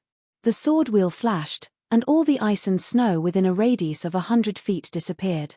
The black-clothed masked man looked down from the sky and saw a black circle on the white ground. He couldn't help but swallow a mouthful of saliva. He was inexplicably excited. If he could control this kind of power, which Qi practitioner would be able to oppose him? With a bang, only half of the round shield in Li Qingshan's hand remained. The spiritual Qi on it had completely disappeared, and it was completely destroyed. As for the ice block in front of him, it was as easy as cutting a piece of paper. Li Qingshan was also shocked. If this sword Qi hadn't scattered in all directions at will, but had been slightly controlled by someone, he would be a dead man now. Even if he transformed into a demon, he would still be severely injured. Even so, it was equivalent to him destroying an upper-grade spiritual artifact and a lower-grade spiritual artifact to barely block this sword Qi. Fortunately, the whale's ingestion of water was made of water and could repair itself. Otherwise, it would have been a great loss. He raised his head and looked at the black-clothed masked man in the sky. His eyes were cold, and the bamboo basket behind him had already disappeared. The black-clothed masked man looked at the bamboo basket that was flying towards him. He was shocked and didn't know what kind of move this was, but he didn't dare to be careless. He separated his hands, and a black force soared into the sky, tearing the bamboo basket into pieces. A cold light flashed, like a meteor falling from the sky, tearing the force. Before the sword arrived, the sword Qi seemed to have already passed through his body. The black-clothed masked man's eyes widened, and his body slightly stiffened. Not only was he shocked by the sword will, but he was also shocked and terrified. This sword will was clearly the same as the one in the sword writings. Could it be that there was really someone talented enough to understand the sword will? What was even more unbelievable was that the person holding the sword was actually a child who wasn't even 10 years old. Li Qingshan was shocked. When did this girl's swordsmanship reach such a level? Even from such a distance, he could feel the horror of the sword will. He couldn't help but think, if this sword was aimed at him, how would he deal with it? However, he couldn't come up with a suitable answer. Of course, he was originally a combat type. In a real life and death battle, he could only stimulate his full potential. And the huge crisis of life and death made the black-clothed masked man instantly come to his senses. He wanted to dodge, but found that it was impossible to do so. This didn't mean that it was impossible to borrow strength from the air. An 8th-layer Qi practitioner could casually release a wave of true Qi and fly over 30 meters. Little and held the sword in her hand, the tip pointing straight at the black-clothed masked man. The tip of the sword was not straight, and it constantly trembled slightly. Li Qingshan felt that it was extremely familiar. He suddenly remembered that in the box of the sundry goods store, Little and had been lying on the ground, and her small hand had been constantly drawing in the air. It turned out that after obtaining the sword Qi writings, Little and had already completed a portion of the cursive sword writings sword will. And when Li Qingshan had been fighting with the black-clothed masked man, although she had been hiding in the bamboo basket, it hadn't affected her observation of the outside world at all. With a single glance, she could clearly see the strokes on the cursive sword writings in the black-clothed masked man's hands, and she could even feel the sword Qi it released up close. For ordinary people, this was just something that happened in the blink of an eye, and they wouldn't care at all. But for her, this brief glimpse was enough. In the world of geniuses, one only needed to comprehend. The 3 cursive sword writings overlapped in her mind, forming this sword. She had already obtained a trace of that ancient sword Immortal's sword will. Like a comet striking the moon, in the time it took for a spark to fly off a flint, there was no time for the flying sword to save him, and there was no time for the talisman to be taken out. The black-clothed masked man frantically stretched out his hand, releasing all the true Qi in his body. A black energy swirled out like a tornado. Just like in the box, The tip of the sword suddenly stopped trembling, and all the strokes converged into a single point. Little and the black-clothed masked man brushed past each other, and both of them fell from the sky. Li Qingshan hurriedly rushed forward and caught Little and in his arms. She was sweating profusely, and the smell of sandalwood was growing stronger. Her eyes were dim, but they were still clear. She was just exhausted. The black-clothed masked man did a somersault and landed steadily on the ground. He pointed at Li Qingshan and then at Little and Yu. Just as he said one word, an arrow of blood spurted out of his throat, and he flew to Li Qingshan. He trembled a few times, and then collapsed. With a loud rumble, hundreds of giant trees slowly tilted and fell to the ground. The sound echoed through the valley like thunder. At the same time, the hidden blade in Little An's hand turned to dust, and was blown away by the wind. The power of that one sword strike was not something a low-grade spiritual artifact could endure. At the same time, it had exhausted all of her energy. The effect was to instantly kill an 8th-layer Qi practitioner. Little An stared at Li Qingshan and raised her chin. "I'll keep my word." Li Qingshan rubbed her nose. "All right then, I guess you're right." The flying sword fell from the sky like a dead snake. It was swept up by true energy, and fell into Li Qingshan's hand. At the same time, he picked up the 100 treasures pouch and the remnant of the cursive sword calligraphy. Little An released a wisp of fire from her fingertip, and it drilled into the corpse, destroying all traces of it. Her body instantly recovered. Li Qingshan said, "Someone will be here soon. We can't stay here for long. Let's go." He had killed a powerful enemy without transforming and obtained the spirit artifact that he had yearned for even in his dreams. However, for some reason, that sense of danger did not dissipate. It was still hanging over his head like a dark cloud, so he chose to leave immediately. The two of them vanished into the messy valley. A while later, a group of Qi practitioners arrived. They stared at the surroundings in shock and looked at one another. Just now, were there Foundation establishment cultivators fighting here? Only the leading Qi practitioner frowned slightly. He was young, and his face was as smooth as jade. He was a 9th-layer Qi practitioner. Although practicing Qi could slow down aging, it was clear that he was not old. He could be regarded as a genius no matter where he was at an age like that. He asked indifferently, "Song Ming, are you sure it's this direction?" He wore the same uniform of the Pheasant's Grace Mountain as Song Ming, except there were 3 multicolored plumes embroidered on his chest, one more than Song Ming. All the other Qi practitioners gathered around him. Not a single one of them was not a disciple of the Pheasant's Grace Mountain. Song Ming went up in a hurry and said politely, "Yes, first senior brother. Many people have personally witnessed it. It can't be wrong." The first senior brother said, "Then where is he right now?" His voice was still as calm as ever, but it originated from his absolute confidence in his strength. Song Ming hesitated. "T is definitely nearby." Before the first senior brother could say anything, another Qi practitioner beside him said, "Junior brother Song, the herb gathering ceremony is about to begin. How do we have the time to look for him with you? If you want us to avenge you, you better be a little smarter." Song Ming became furious, but he did not dare to lose his temper, as the person who spoke was also a core disciple of the Pheasant's Grace Mountain, and he was at the 7th layer. The first senior brother raised his hand, and all the voices quietened down. "Bullying Song Ming is bullying all the disciples of our Pheasant's Grace Mountain. As the first senior brother, I can't just stand up for you. I can't not get my revenge. P.S. For the sake of me not forgetting about my work when I'm entertaining, give me a few monthly tickets, brothers. When other people come back to rest, sleep, or watch TV, I'm working hard to write." Chapter 230. The Truth-Seeking Society First Senior Brother is benevolent and righteous. No wonder he's been selected as the future sect master of the Pheasant's Grace Mountain. Our Pheasant's Grace Mountain will definitely become the leader of the 3 mountains. What leader of the 3 mountains?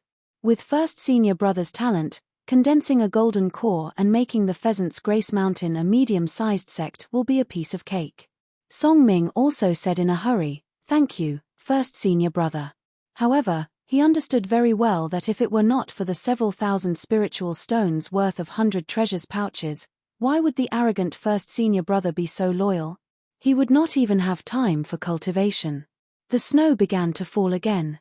The spring water gurgled, gurgling under the frozen snow, which was why it was known as a quiet spring.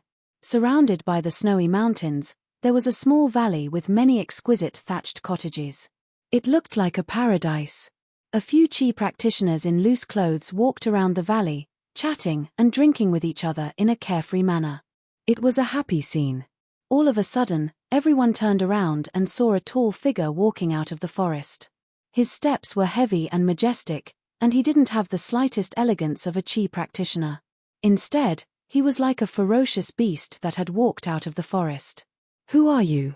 "This is the base of the Truth-Seeking Society," Li Qingshan said loudly. "I've come to find Han Xiong." His voice boomed through the entire valley. Han Xiong emerged from a hut. As soon as he saw Li Qingshan, he beamed with joy. "Fellow Niu, you've finally come." Li Qingshan nodded. "I've come to take a look." Han Xiong introduced him to the Qi practitioners in a hurry.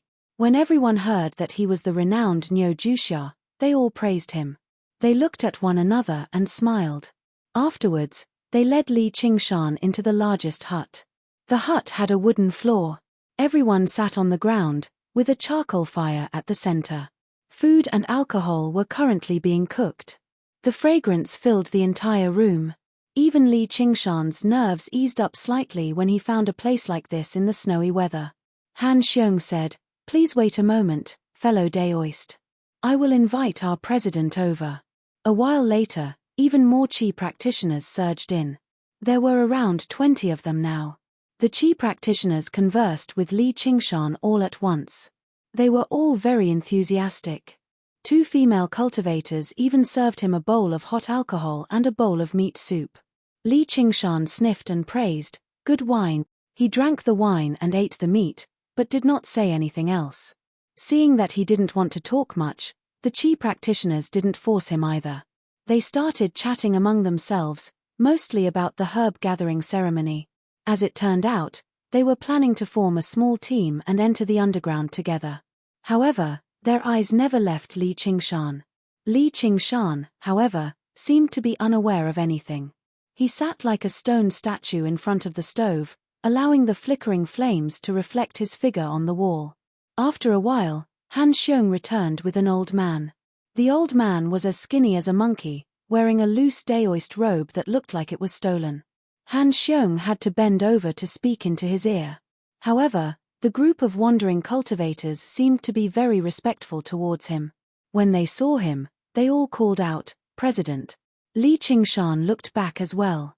A 7th-layer Qi practitioner. Among this group of independent cultivators, he could be regarded as a rare expert. Apart from the old man, there were 2 6th-layer Qi practitioners as well. The 3 of them seemed to be the leaders of the group. Han Xiong hurriedly said, "Fellow Daoist Niu, this is the president of our Truth-Seeking Society, Priest Chiu." Seeing that Li Qingshan had no intention of coming over to greet him, Han Xiong's expression became slightly awkward. Gulp, gulp. Li Qingshan lowered his head and drank his wine. No one knew what he was thinking. Priest Chiu turned his hand and closed the door. The howling wind and snow outside the hut instantly quieted down. The hut became a closed world. Then, he chuckled and said, "This must be fellow Daoist Niu. This humble Daoist greets you." He was not angry at Li Qingshan's rudeness at all. Li Qingshan nodded slightly. "Hello, Priest Chiu." Priest Chiu said, "It's our honor to have fellow Daoist visit our Truth-Seeking Society. Today, our Truth-Seeking Society is also full of virtuous people. I don't think we'll disappoint fellow Daoist." Li Qingshan said, "I'm just taking a look." Priest Chiu also sat down by the stove. "Hehe, it's fine to take a look. I'll tell you about the Truth-Seeking Society's purpose, the so-called seeking truth." He spoke eloquently and gave an impassioned speech. He talked about how they were all brothers and sisters, how evil the sects were and how they wanted to bully their brothers and sisters, and how they should unite and so on. When this wretched-looking old man started speaking, he seemed to be shrouded in a halo. He was extraordinarily charming, and his words were filled with provocation. The wandering cultivators all raised their heads and listened excitedly. Li Qingshan was a person with a heart of steel. He would not be moved so easily. He just felt that this scene was a little familiar. Priest Qiu suddenly stopped speaking and said to Li Qingshan, "Fellow Daoist Niu, don't you think this makes sense?" Instantly, more than 20 pairs of eyes stared at Li Qingshan's face. Li Qingshan said, "Is this the reason?" Everyone looked delighted. Priest Qiu continued, "I've cultivated for 100 years and observed the path of cultivation. The biggest problem is that people are selfish. They cherish their techniques and only impart them to their disciples. As a result, many talented people are unknown in the wilderness, and many good techniques are lost." The wandering cultivators nodded.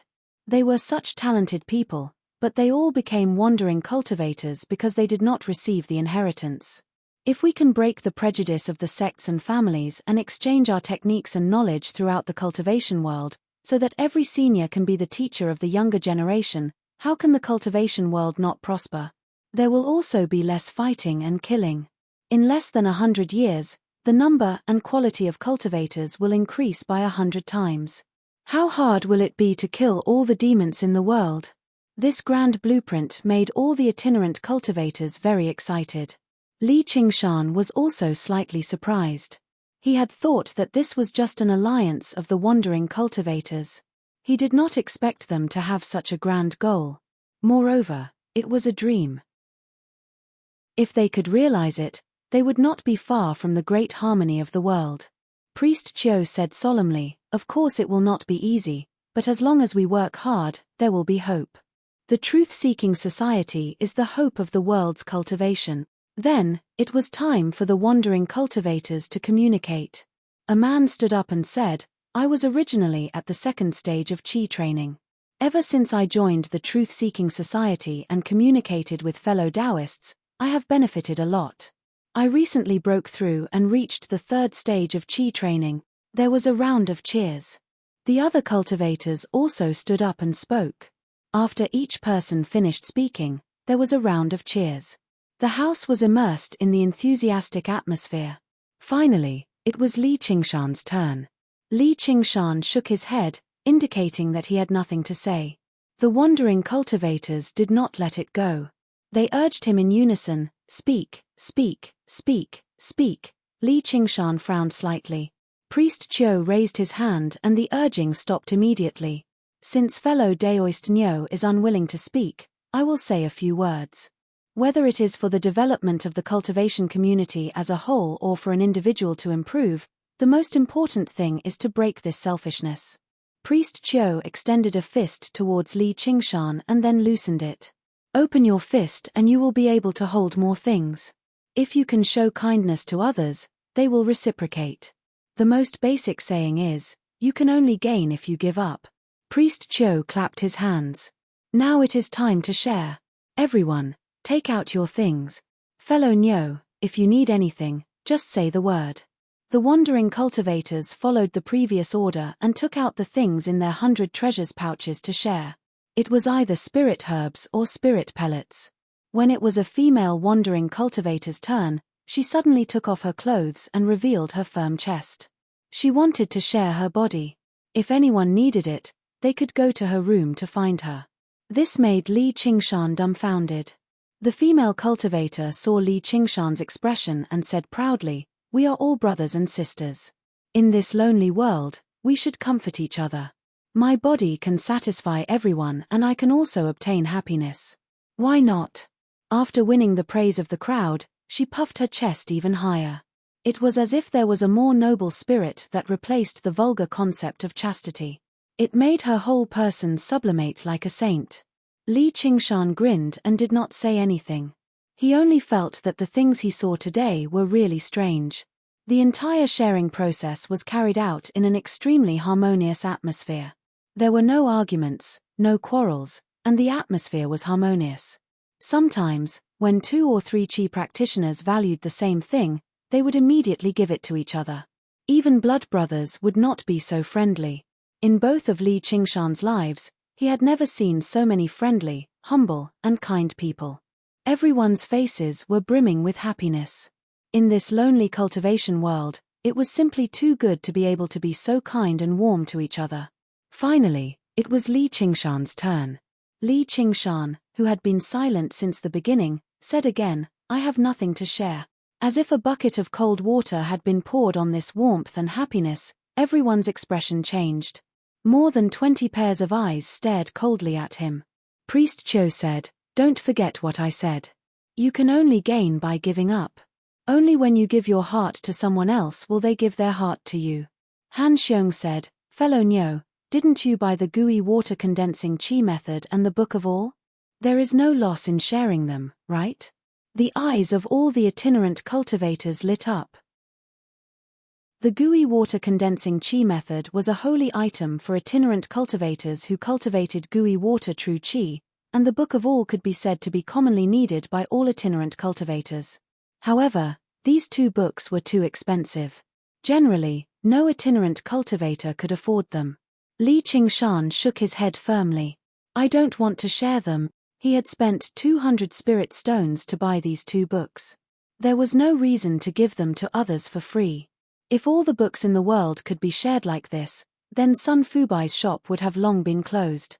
He did not mind exchanging them, but the things that the itinerant cultivators took out were not very valuable. None of them caught his eye. At most, they were worth a few spirit stones. This was probably not because they were deliberately hiding things, but because they were poor to begin with. Chapter 231. It was understandable that the weak wanted to team up, but the strong would never want to be on equal footing with the weak. At least, Li Qingshan did not want to be on equal footing with the weak. His lonely and arrogant heart did not need too much warmth from strangers. Little and alone was enough for his family. The expressions of the wandering cultivators all changed. Just now, the female cultivator who wanted to share her body cursed in a low voice, "Selfish."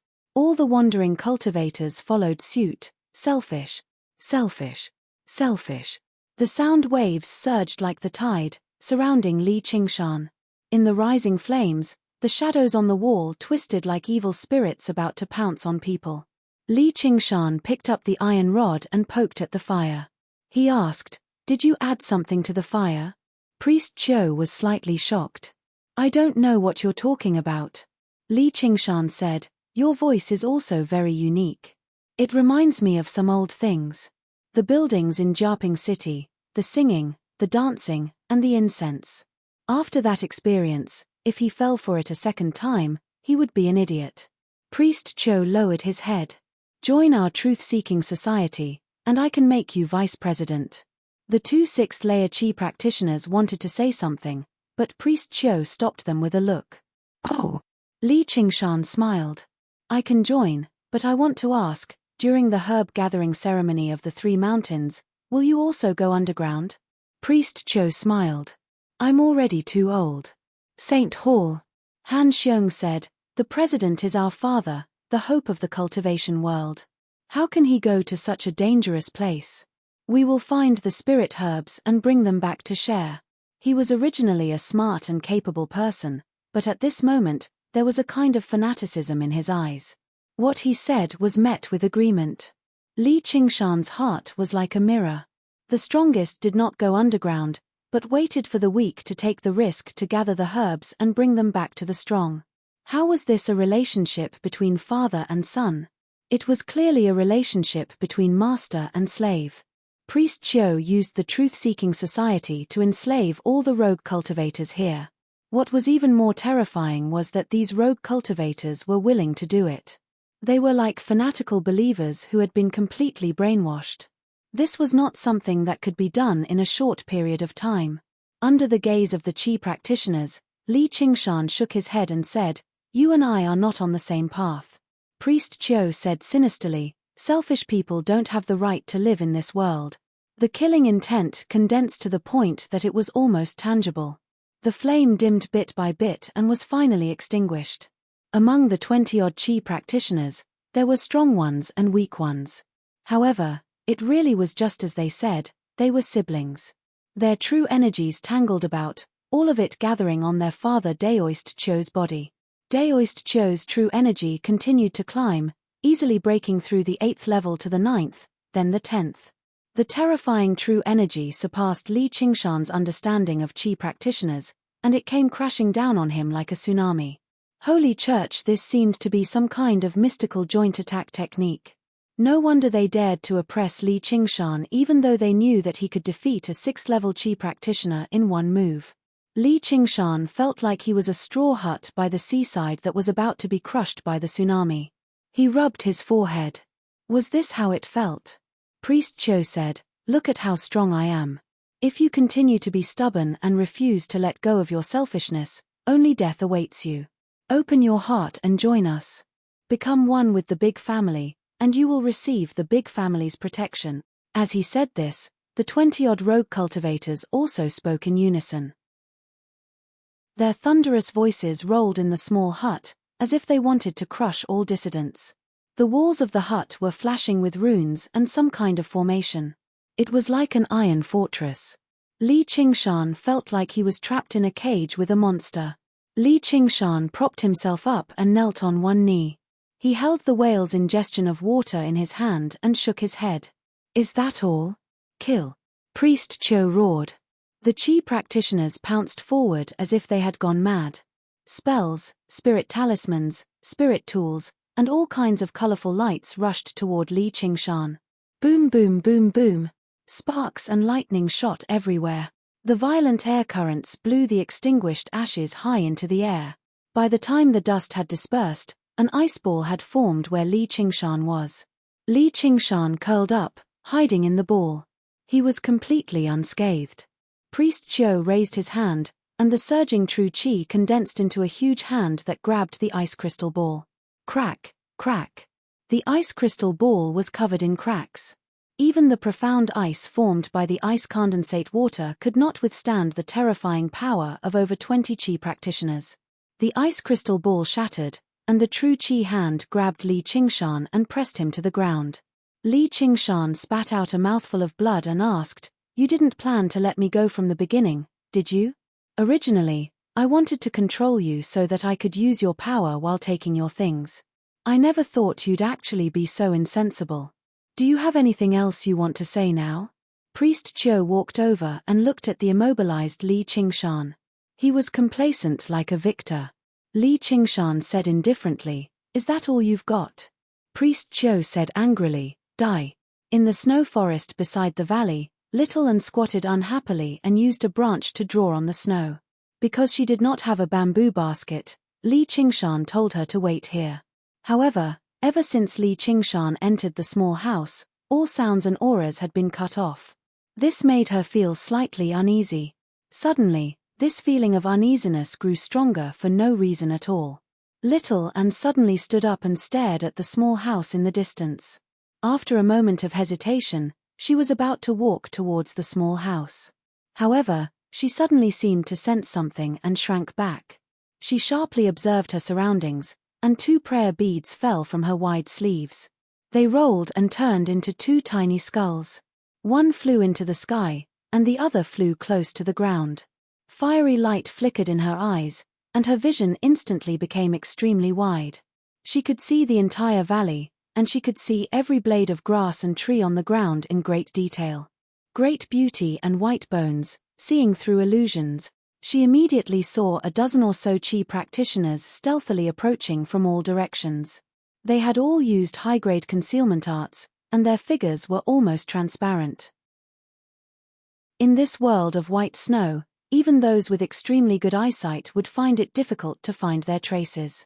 However, Little Ann could see them extremely clearly with her divine abilities. She couldn't help but panic, but she did not know how to inform Li Qingshan. The smug expression on Priest Chiu's face froze. He stared in disbelief at the horrifying wound on his chest. Li Qingshan was still lying there, staring coldly at him. Beside Li Qingshan's hand was an unfurled cursive sword calligraphy. The instant Daoist Chiu made his move, the crisscrossing sword qi cut through his protective zhenqi like a knife cutting through butter. Priest Chiu said in disbelief, This is a supreme-grade spirit artifact. How could a little qi practitioner have such a treasure?" Chapter 232. Daoist Chio crashed to the ground, fresh blood flowing from his body. His eyes were wide open, and he died with everlasting regret. The surrounding wandering cultivators were all dumbfounded. Li Qingshan shook his head. This was indeed a terrifying technique, but locking himself up in this small room was their greatest mistake. If he had used this bit of true qi to cast spells from afar, even Li Qingshan would find it very troublesome. But at such a close distance, there was no way he could dodge the terrifying sword qi released by the cursive sword calligraphy. He didn't even have the chance to cast spells.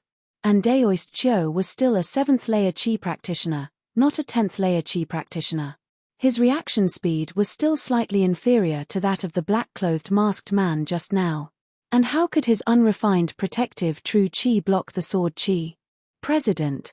Han Xiong roared and pounced at Li Qingshan. The ice blade stabbed into Han Xiong's body, and the blade came out through his back. Han Xiong's eyes were bloodshot, and he continued to madly charge forward, wanting to grab Li Qingshan's shoulder. But under Li Qingshan's cold gaze, his body quickly froze into an ice sculpture. His face was pale, and he looked as sinister as a ghost.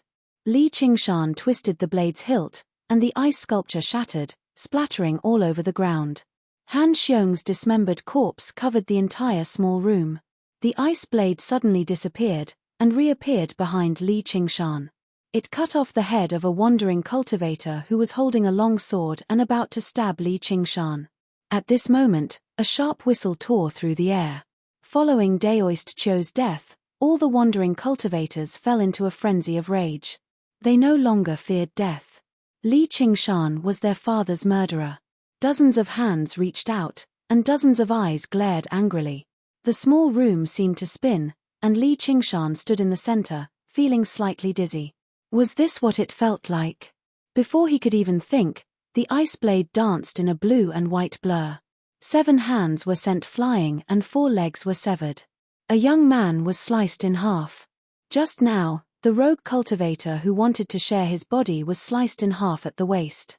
Fortunately, they did not feel any pain. The cold penetrated deep into their bodies and froze all of their corpses. They fell to the ground and shattered. It sounded like someone had thrown a bunch of glassware on the ground.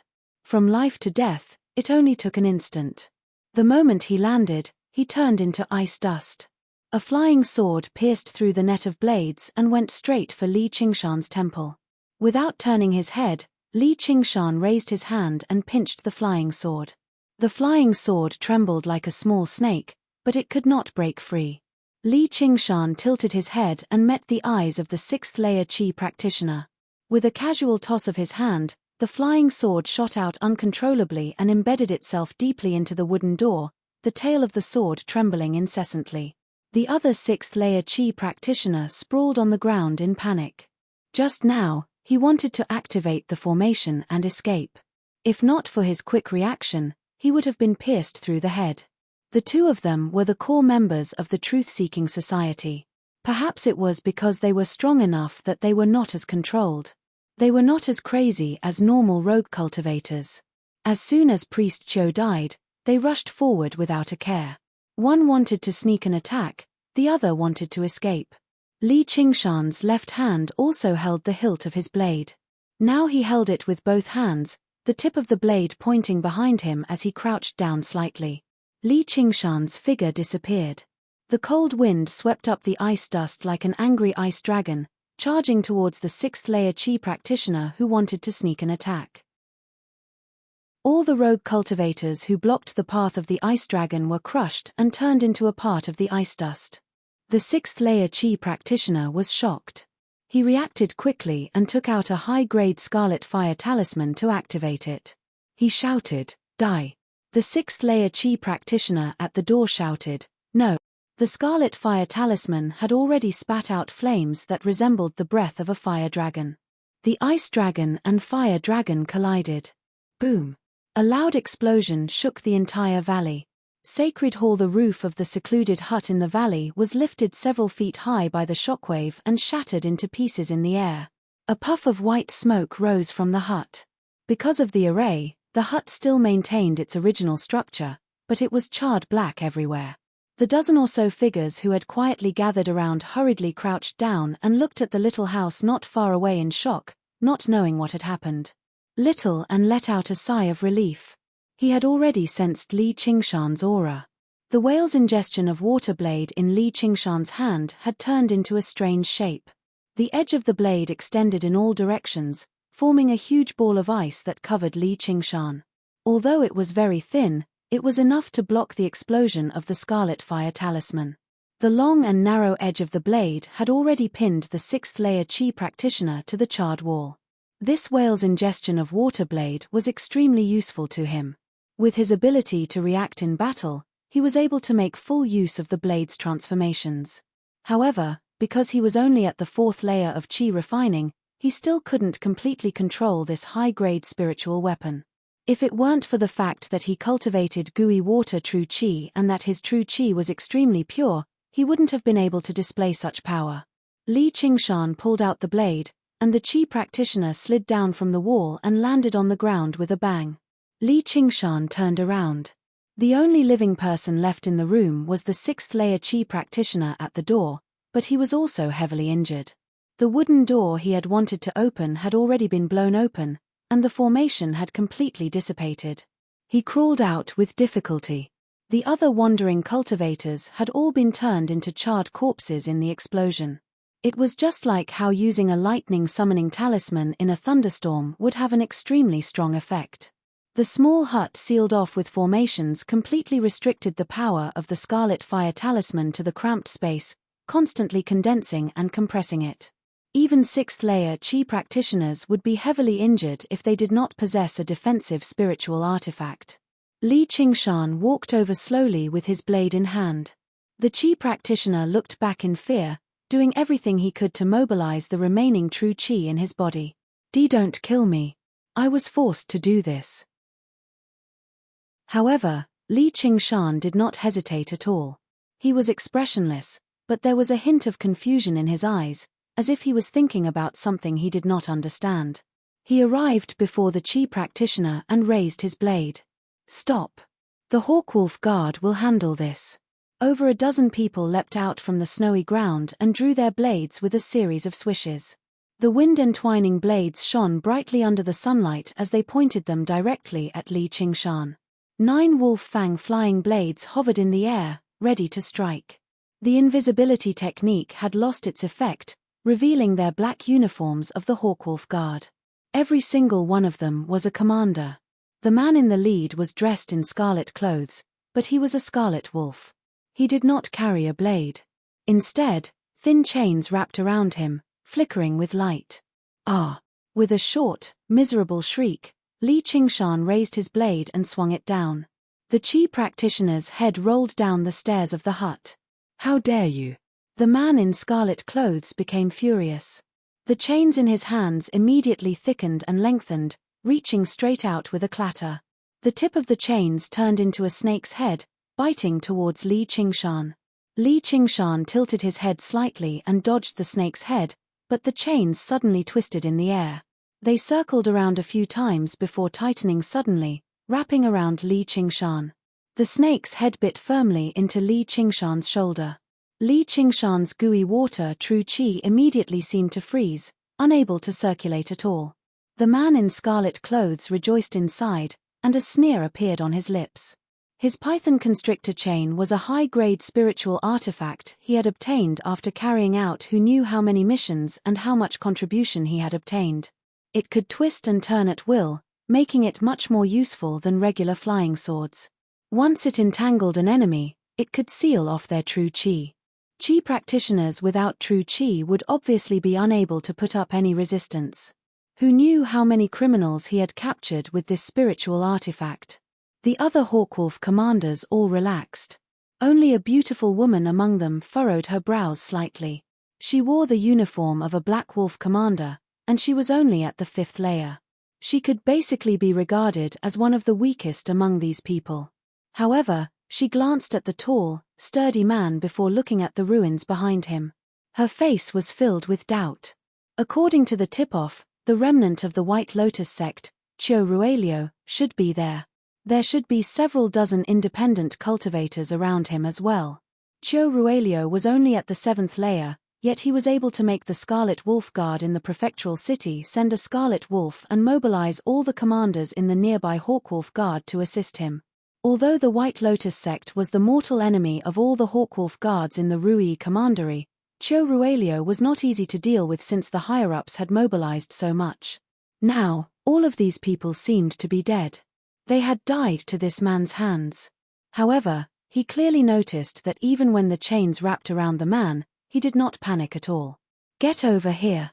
The man in scarlet clothes tugged on the python constrictor chain. The chain became taut, but he was immediately stunned. Li Qingshan did not budge at all. "Get over here." Li Qingshan grabbed the chain and tugged hard. The man in scarlet clothes felt an irresistible force pass through the chain. Caught off guard, he was pulled into the air. He was filled with disbelief. All of the power of Qi practitioners originated from the true Qi in their bodies. How could he still possess such terrifying power when his true Qi was locked up? Li Qingshan thought, "I've never lost to anyone in terms of strength. Though, why are there Hawkwolf Guards here? Have they discovered my identity and want to take me back?" His gaze swept past the dozen or so Hawkwolf Guards before suddenly stopping on the beautiful woman. He thought, Qian Rongji. He had never expected her to come as well, but she did not seem to recognize him. That meant they had not come to capture him, so he eased up slightly. Apart from Qian Rongji, the other commanders were all stunned. Wu Zhen was only a Scarlet Wolf Guard and not a commander, but he was still half a level higher than them, who were all Black Iron commanders. He was much stronger too, having reached the 8th layer. The high-grade spiritual artifact in his hand, the Python Constrictor Chain, made them envious too. They never thought they would fail to restrain this unknown independent cultivator in a single stroke. Now, they went to his aid in a hurry. Flying blades shot over. Even if they could not control flying blades, they still rushed over with them. Qian Rongji said, "Be careful. This person is born with tremendous strength. He might even be a body practitioner." Chapter 233. His mind was in a mess. Li Qingshan immediately felt his body tighten. He struggled, but the chains did not budge at all. He knew that with his current strength, he definitely could not break free from a high-grade spiritual artifact unless he demonified. In the blink of an eye, 9 flying knives crisscrossed and attacked him. Time seemed to slow down. The flying knives revolved slowly, producing an ear-piercing tremor. It was stretched out into a long note. His clear eyes reflected the edge of the knife. It was only half a foot away. Li Qingshan collapsed on his back, and the flying knife brushed past his face. Swish, swish, swish. The flying knives dragged with them, weaving into a flash above his head. If they were hidden weapons, then Li Qingshan would have survived, but this was a spiritual artifact wielded by a 6th-layer Qi practitioner. The flying knives stopped above Li Qingshan's head at the same time. They turned around and plunged down. Li Qingshan rolled on the ground. Thump, thump, thump, thump. The flying knives stabbed into the ground he had just rolled over, plunging him into even more danger. His expression was still very calm, but the bewilderment in his eyes seemed to have deepened. Was this the danger he sensed? Just why was he here? And why was he surrounded by these people? He had been betrayed, hunted, forced, and surrounded. Everything that was originally very clear seemed to have become complicated, a mess. His mind raced, but he did not stop at all. He had already aimed the whale's ingestion of water at the chains and sprayed out ice condensate water. With the last bit of gooey water true Qi, he froze a thick layer of ice over it. Li Qingshan shrank back. By the time the chains had crushed the ice, he had already escaped. His true Qi immediately began to circulate again. He forcefully twisted his body and dodged the flying knives by a hair's breadth again, retreating into the hut with a flash. The hut was not made of regular wood. Although the formations had been destroyed, it was still as tough as metal, so he could temporarily hide. The whale's ingestion of water spat out the crystal blade. Li Qingshan frowned and barked, "Can the Hawkwolf Guard treat human lives like grass?" Wu Zhen was shocked. He didn't think that someone would be able to escape his python constrictor chains. Seeing the spirit tool in Li Qingshan's hand, his eyes flashed. He raised his hand and said, "Stop attacking and surround him." The Hawkwolf guards immediately obeyed the order and flew over, surrounding the hut. Wu Zhen then said, "We are here to arrest the remaining evil of the White Lotus sect, Qiu Ruelio. I see that you are one of the remaining evil of the White Lotus sect, and you still dare to resist arrest. You really don't know life from death." Li Qingshan did not expect Priest Qiu to have such a background. Now that he thought about it, the way he spoke did seem like he was from a cult. "Qiu Ruelio? Are you talking about a skinny little daoist? He has already been killed by me. You say that I am a remnant of the White Lotus sect, but what proof do you have?" The Hawkwolf guards were shocked. Their target this time was actually dead already. Was this true? You think you can kill a member of the White Lotus sect alone? I don't believe you. Whether you have proof or not, we'll know once we investigate. If you surrender right now, you can still keep your life. Our Hawkwolf guard will never wrongly accuse an innocent person. We'll investigate this thoroughly, and we'll obviously let you go.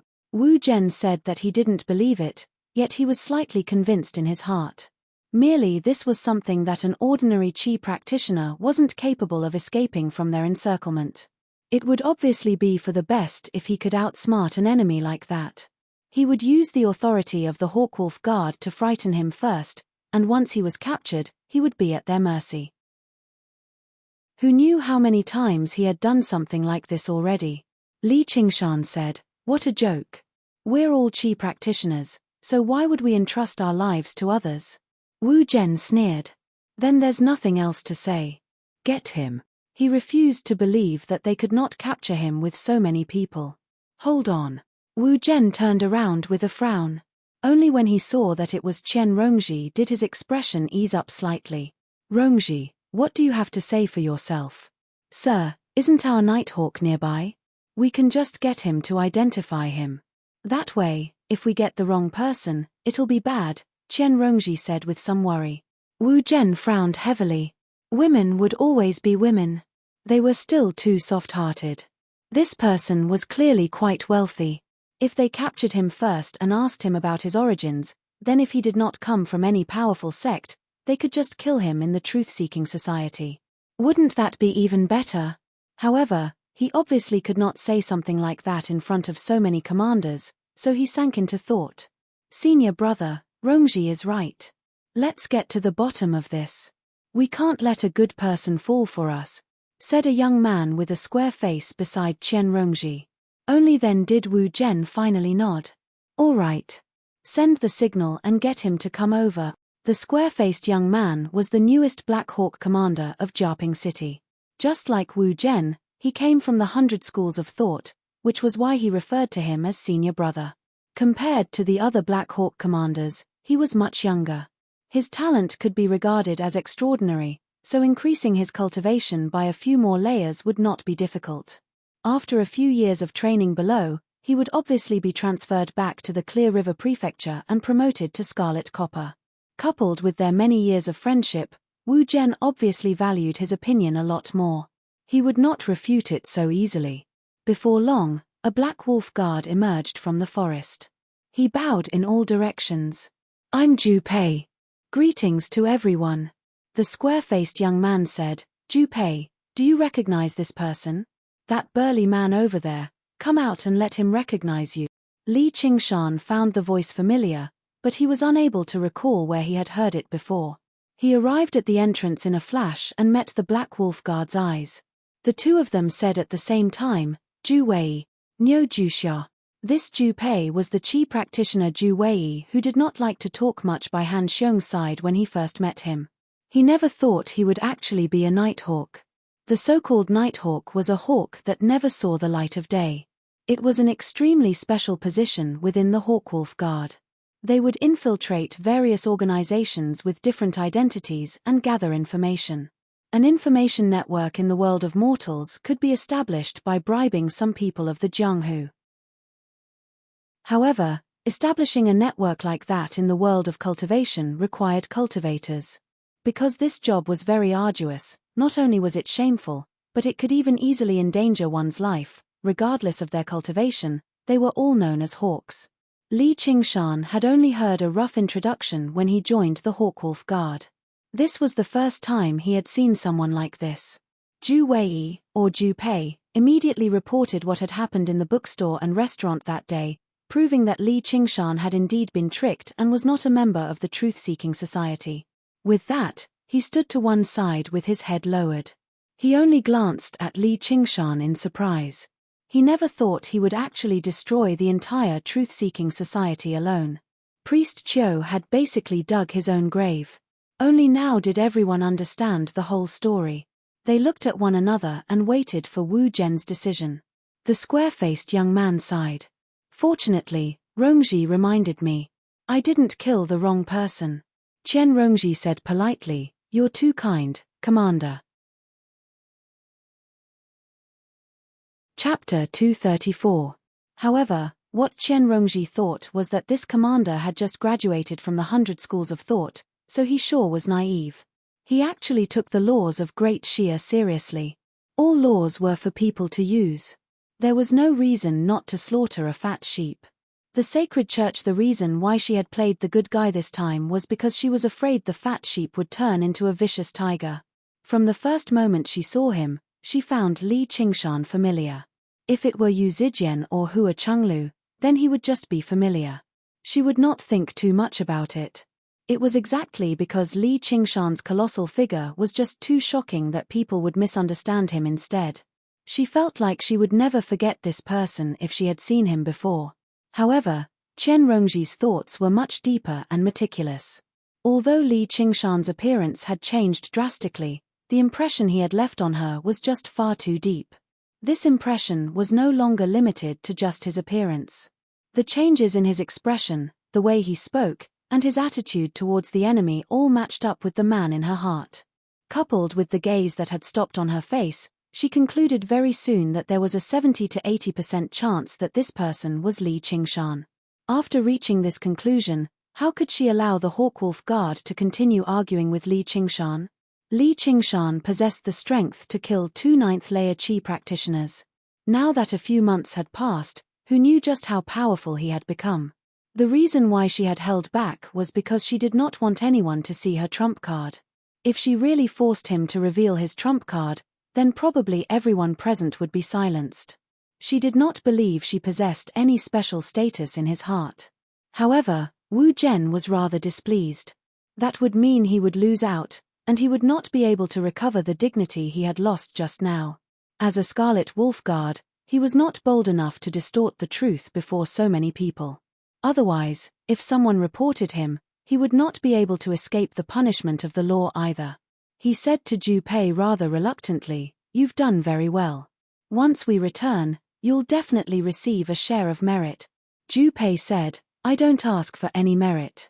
I only ask that you let me leave my position as a Nighthawk and return to being a regular Black Wolf Guard." The Great Wall.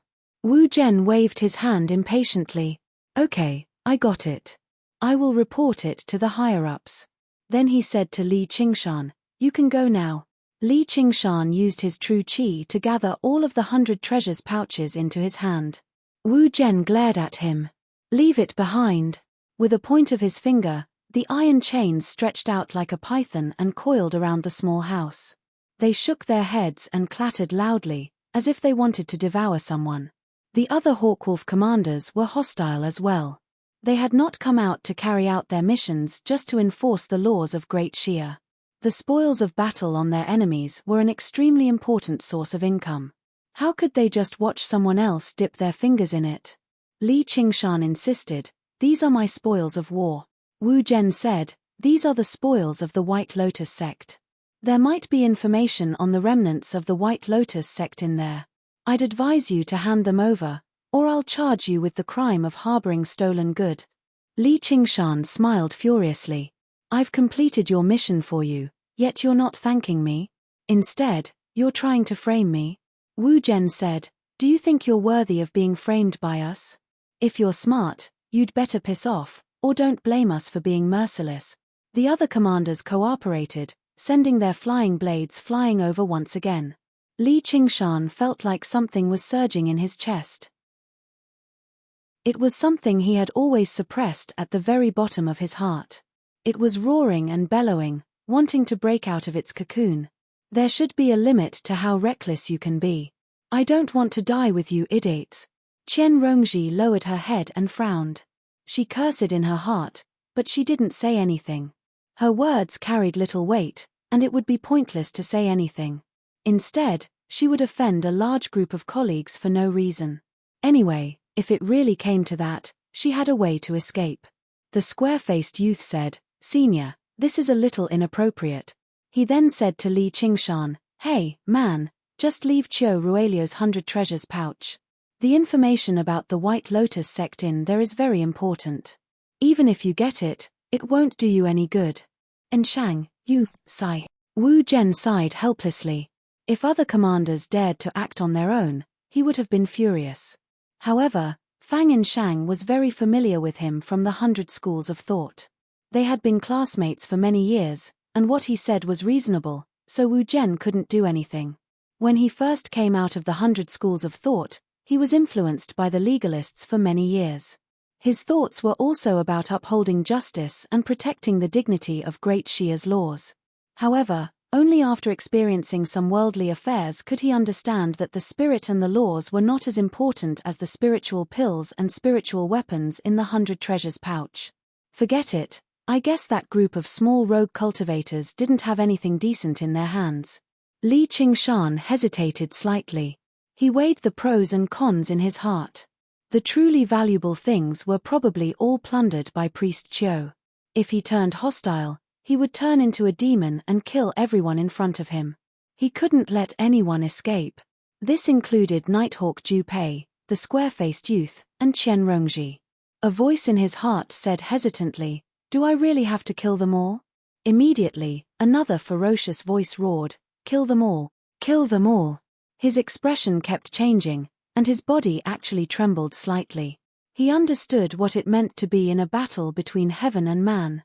Wu Zhen said impatiently, "Don't refuse a toast only to be forced to drink a forfeit." Li Qingshan suddenly raised his head, "Qiu Ruelio's 100 treasures pouch is not with me." Wu Zhen said angrily, "You dare to trick me?" The python constrictor chain wrapped around the wooden house, and the wooden house was completely destroyed. Wood splinters flew everywhere. Li Qingshan said plainly, "I'm telling the truth." Just now, when he was checking the 100 treasures pouch, he suddenly realized that one was missing. He knew how many enemies there were in the battle just now. The one missing was Priest Qiu's. Priest Qiu's corpse was already gone. He originally thought that it was completely destroyed in the explosion. Now that he thought about it, even if it was blown into pieces, it was impossible to not leave a trace. However, there was nothing on the ground. Li Qingshan frowned and came to the place where Priest Qiu's corpse just now was lying on the ground. He took a few steps left and right, and with a swing of his knife, he split open the floor and revealed a dark hole. He didn't know where the hole led to. The spirit formation in the wooden house was an impenetrable iron wall to others, but this spirit formation was set up by Priest Qiu, so he naturally knew the exit. It turned out that he had already prepared a way out. Although he was hit by the cursive sword calligraphy's sword chi at close range, he still had the true chi of more than 20 people protecting him. Although he was heavily injured, he didn't die on the spot. He knew that he wasn't Li Qingshan's opponent, so he just lay on the ground, sealed his breathing, and pretended to be dead. The risk of this gamble was quite great. If Li Qingshan had sensed it and casually followed up with a stab, he wouldn't even have the opportunity to put up a fight. But back then, the wooden house was in a mess. Under the encirclement of so many Qi practitioners, Li Qingshan was not afraid, but his mind was still affected. In the end, during the explosion, when Li Qingshan's sense of hearing, smell, and vision were all affected, Priest Qiu used this opportunity to open a secret passage and flee. Li Qingshan could not help but be surprised by the craftiness and caution of the White Lotus sect. It was no wonder that they were a powerful organization that could contend against Jiyu Yangying and even the entire Hawkwolf Guard of the Rui Commandery. He turned around and wielded his ice blade, ignoring the chains around him. "If you don't believe me, then come at me." Qian Rongji made her way towards Li Qingshan quickly. Fang Yinshang extended his hand. Don't go. He wanted to stop Qian Rongji, but he was afraid that he would alarm Li Qingshan if he acted rashly. The Hawkwolf guards all broke into a sweat for Qian Rongji. This vicious, huge man was extremely powerful. If he really attacked someone, Qian Rongji would probably die on the spot. Under everyone's gazes, Qian Rongji brushed past Li Qingshan and checked the hole in the center of the house. Li Qingshan frowned. This woman was not someone who would take such great risks for the sake of official business. Had she discovered something? Qian Rongji did not even glance at him. After a close inspection, she raised her head and said, "He's right. There are very fresh footprints down there. Qiu Ruelio has already fled. He should be injured. Sir, let's hurry up and track him down. If we delay any longer, he'll be able to escape." The Hawkwolf guards all let out a sigh of relief. This conclusion matched up with their expectations. Qiu Ruelio was extremely crafty. He had failed several times in encirclement, so how could an independent cultivator kill him so easily? They even admired Qian Rongji a little. This woman's cultivation was not particularly high, but her courage was extraordinary. At the very least, none of them were bold enough to approach her like that. Even Wu Zhen nodded in praise. With the support of a person like that, it would be easy for Yinshang to become a Black Hawk commander. He would not remain so naive. Little did he know that Fang Yinshang's naivety had saved him from death, while Qian Rongji's so-called courage was built on meticulous planning. Wu Zhen understood the severity of the situation. He stowed away the python constrictor chains and flew into the hole first, brushing past Li Qingshan. He snorted coldly. "Consider yourself lucky." Over a dozen Hawkwolf guards entered the hole one by one. Qian Rongji was the last one. She glanced at Li Qingshan and smiled before vanishing into the hole as well. A while later, the quiet spring valley recovered its tranquility once more. Li Qingshan made his way down the steps and sat down on them. He leaned on his hand and sank into his thoughts. The final outcome of the battle between man and nature this time was to leave it at that. However, the even greater battle between man and nature was in the depths of his mind. That was the boundary between man, immortal, Buddha, and demon. The true conflict did not originate from the outside world, but from within. It was a series of questions that he could not answer, an answer that he could not choose. However, there had to be an answer. Not all questions could be avoided. He could not avoid them, nor did he want to avoid them. Even though none of the answers were what he wanted, he still had to make a choice. Life was not about doing what you wanted. It was not about doing what you liked. It was exactly through these difficult, or even painful, choices that people could grow, going from an ignorant child to the type of person they wanted to become. Are you ready? Hehe, I've finally found you. Chapter 235. Li Qingshan sighed gently and stood up with his hands on his knees. He was like a boxer who had yet to recover from the previous match before being forced into a different ring. However, there was no fear in his eyes at all. This must be it. Before he knew it, it had begun to snow again. Flickering figures passed through the curtains of snow. Their luxurious silk robes fluttered in the wind, but they did not leave behind a single mark on the snow. They were like ghosts in the snow. The ghosts looked at Li Qingshan like hunters who had found their prey. They were at ease. If they were slightly cautious, that would be because they were worried that their prey would escape. The first senior brother pointed at Li Qingshan and asked, "Junior brother Song, is this the person you're looking for?" Song Ming said resentfully, "First senior brother, that's him. Fourth layer Qi practitioner?"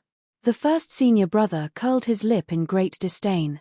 "Song Ming, aren't you a little too useless? You're a sixth layer Qi practitioner, yet you've actually been defeated by someone weaker than you. And I had originally thought it was some powerful person." The disciples of the Pheasant's Grace Mountain roared with laughter. They only felt even more relaxed and happy. They did not take Li Qingshan seriously at all. Song Ming's face reddened. "First senior brother, his cultivation as a Qi practitioner isn't great, but he's a master of the body practitioner. He took a palm strike from me and came out unscathed. You can't be careless. Li Qingshan closed his eyes and sensed. A 9th layer Qi practitioner, 2 8th layer Qi practitioners, 5 7th layer Qi practitioners, and 10 6th layer Qi practitioners. Was this the strength of a sect? Only by demonifying could he fight them, but it was very likely for him to draw over their seniors if he fought here. Look, this guy's closed his eyes.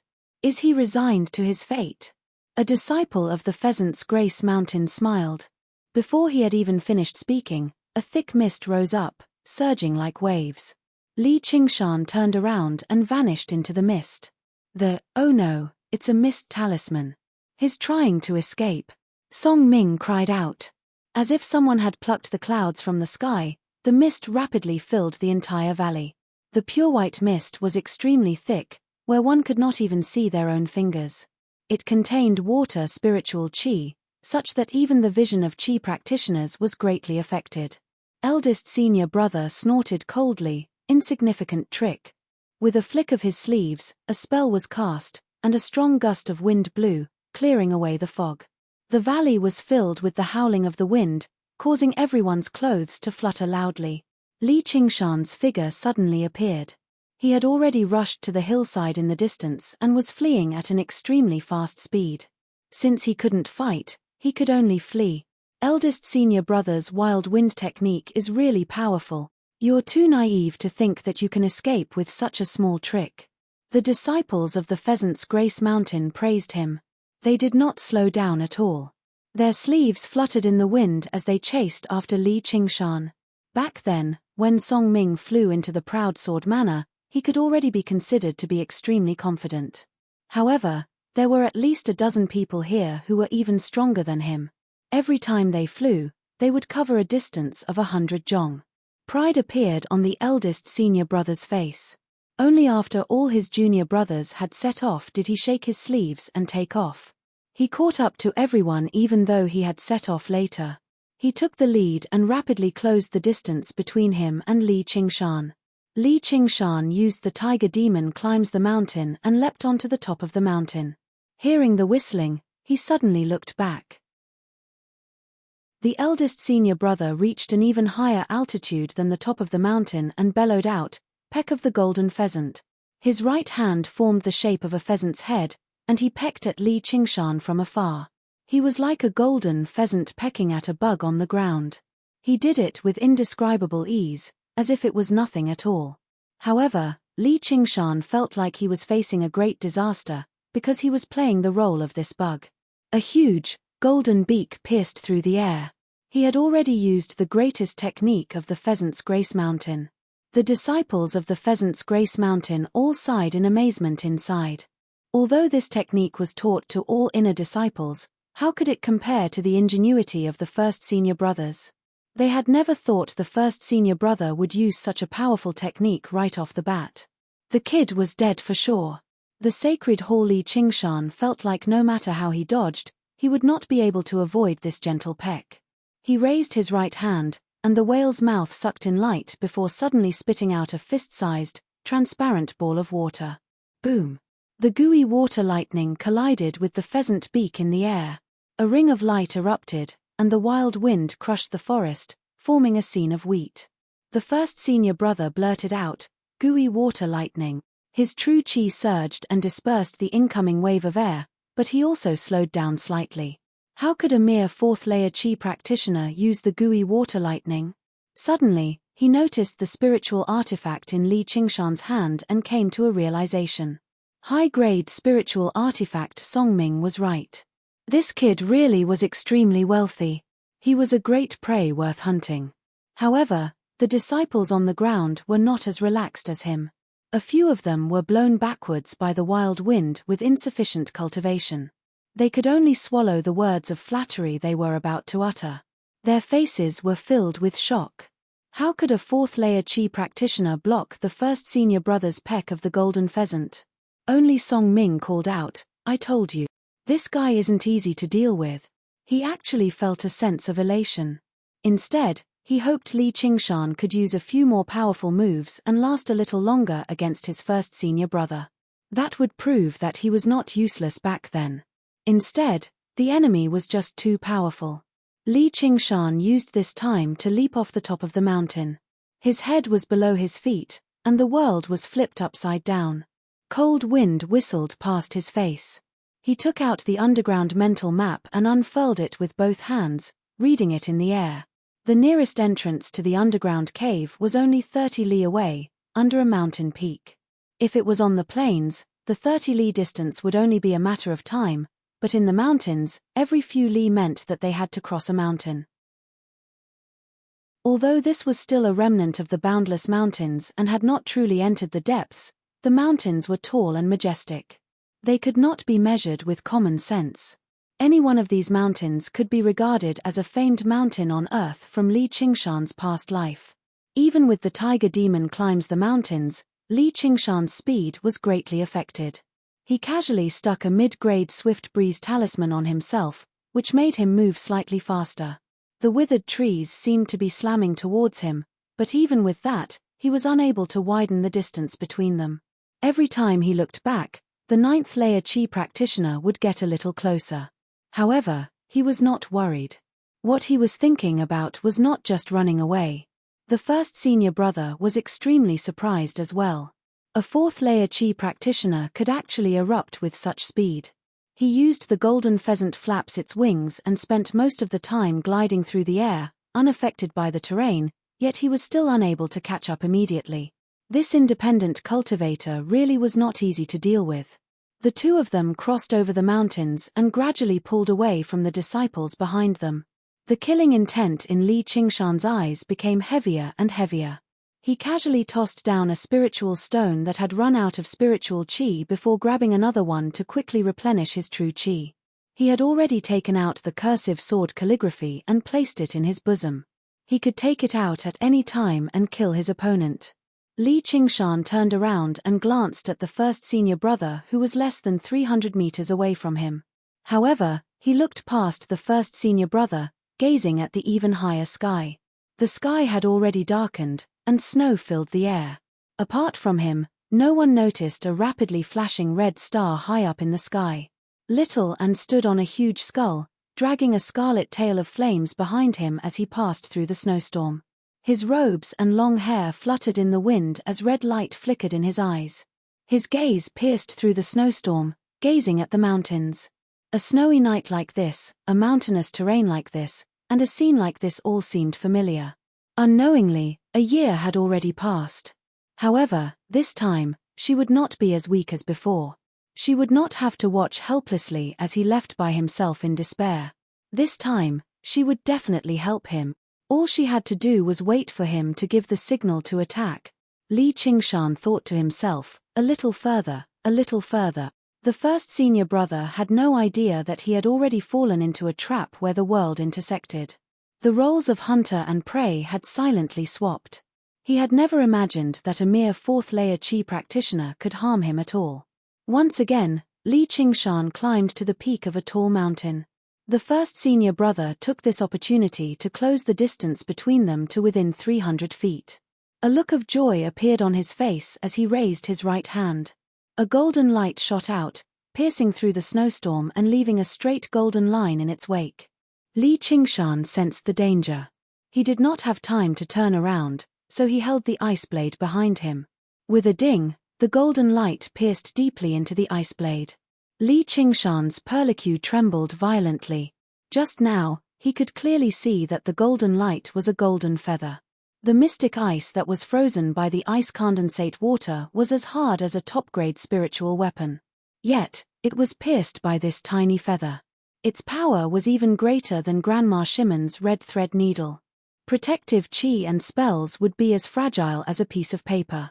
Even if it was a defensive spiritual weapon, if it was not a top-grade one, it would probably be pierced through in one blow. The first senior brother became even more surprised. He saw how the peck of the golden pheasant could not kill Li Qingshan, so he definitely would not use it a second time. He switched to using his life-bound spiritual artifact, the golden pheasant's plume. However, he never thought it would be blocked by the ice blade. The golden pheasant's plume was not a regular high-grade spiritual artifact. Instead, it was a spiritual artifact that the disciples of the Pheasant's Grace Mountain had begun nurturing ever since they began practicing qi. They constantly poured their true qi into it, and whenever their cultivation increased, they would add in essence gold to forge it. Only then did they manage to forge a single golden pheasant's plume. The amount of effort they had put into it was uncountable. However, its power was terrifyingly great, and it could only be used by the user of the sect. Li Qingshan did not leap into the pitch-black valley. Instead, he stopped and turned around. The ice blade in his hand rapidly changed shape, wrapping around the golden pheasant's plume and turning it into a huge lump of ice. The first senior brother stood at the top of a lone pine tree, which swayed in the wind and snow. He sneered. "You're not running anymore?" He looked around. "This really is a nice place to be buried." He did not care about what Li Qingshan was doing at all. Li Qingshan said, "I'll give you back exactly what you said." He had already sprayed out all of the ice condensate water, wrapping the golden pheasant's plume into a ball. He stepped on it. The first senior brother snorted coldly. "Stubborn and stubborn. You're still using these puny tricks. I'll show you the power of the Pheasant's Grace Mountain." The golden pheasant's radiance. The golden pheasant's plume erupted with dazzling light, illuminating the ball of ice completely and turning it golden. It was a beautiful sight. However, Li Qingshan could sense that the ice was rapidly melting, as if it was suppressed by the power of the golden pheasant's plume. It was unable to trap the golden pheasant's plume. The first senior brother dove down. "Be smarter in your next life. Don't offend the disciples of the Pheasant's Grace Mountain." Chapter 236. The cursive sword calligraphy unfurled with a whoosh, and first senior brother could clearly see the complicated and profound handwriting on it. It was clearly ink on paper, but it was so sharp that it seemed like it had been carved on a cliff with a sword. Holy Hall, great sense of danger filled his heart. The sound of the blizzard seemed to have stopped. Compared to the speed of the sword qi, the speed of the dancing snowflakes was like a still image. First senior brother's pupils constricted. He waved his hand, and the golden pheasant's plume enlarged 100 times, protecting his body like an iron wall. Clang, clang, clang, clang. The sound of metal clashing rang out, and the surging sword qi sent first senior brother flying into the sky. First senior brother floated in the air on the golden pheasant's plume, like a small boat on a turbulent ocean, in danger of capsizing at any moment. However, he drifted with the current and actually formed a wondrous balance. He floated and swayed without being affected by any force.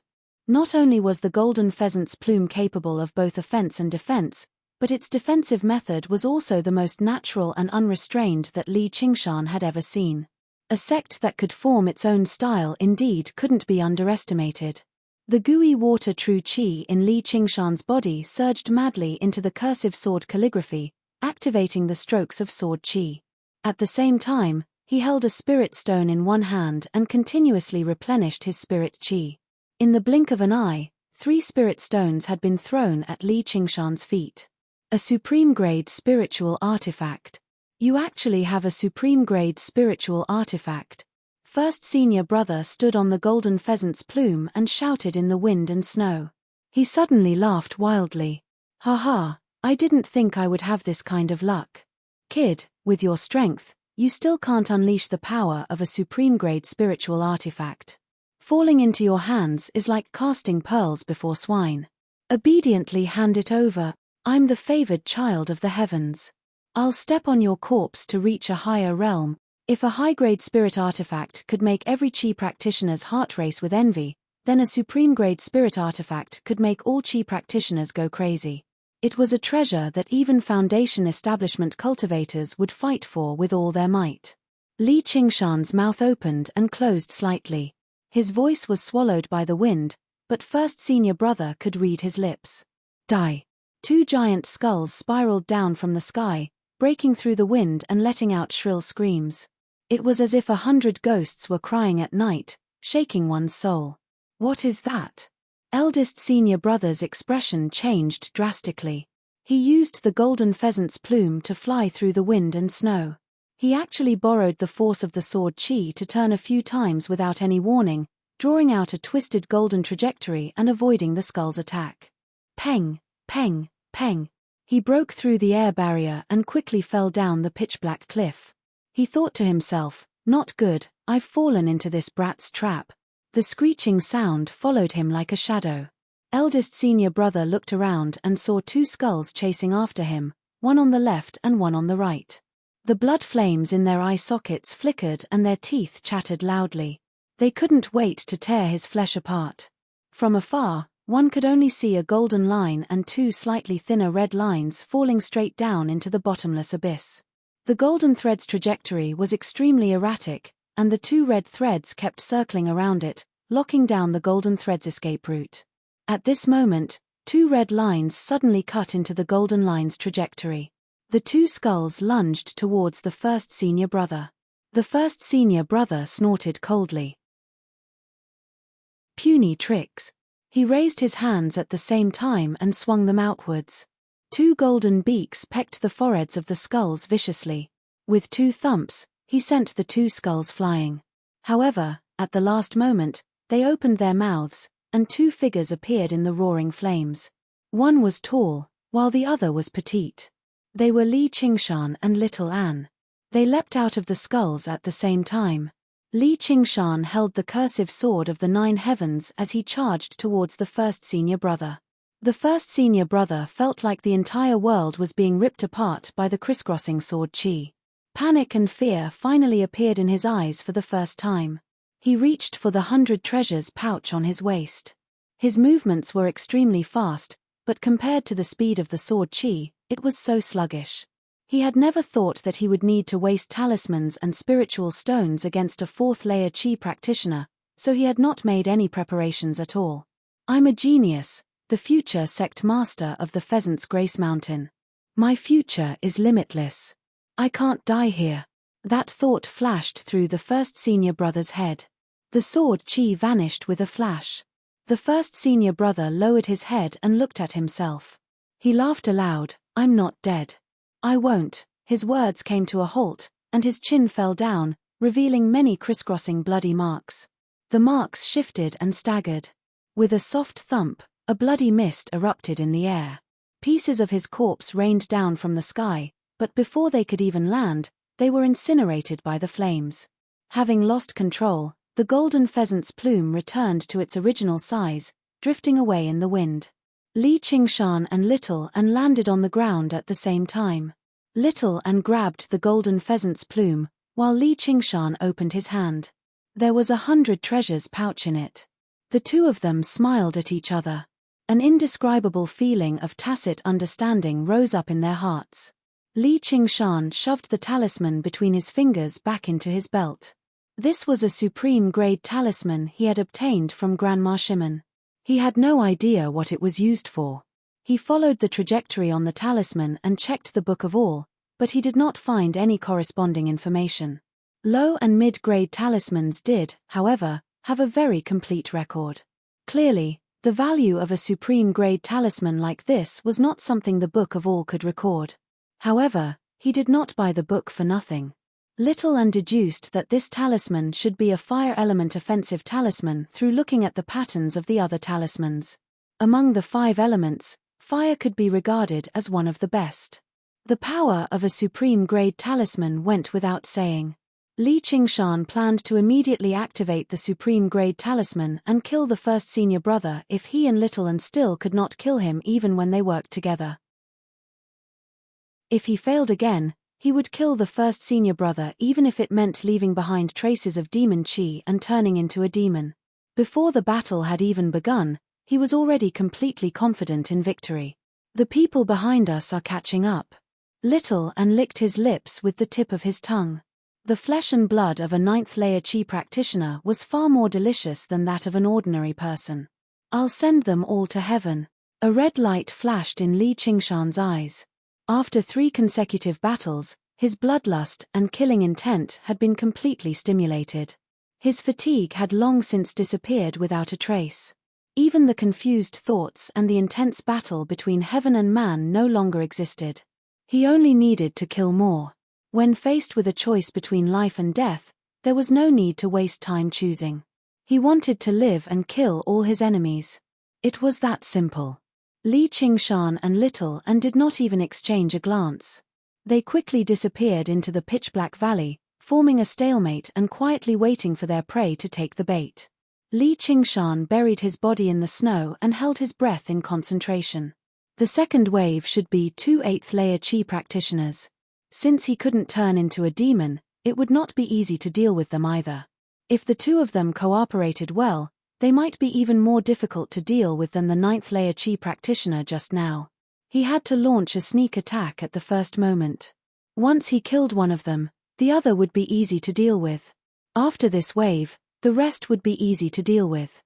The cursive sword calligraphy could instantly kill 6th or 7th-layer Qi practitioners. Little An, with the help of the 2 skull prayer beads and the sword techniques recorded in the cursive sword calligraphy, would not be able to last a single round. When the difference in strength reached a certain level, numbers became meaningless.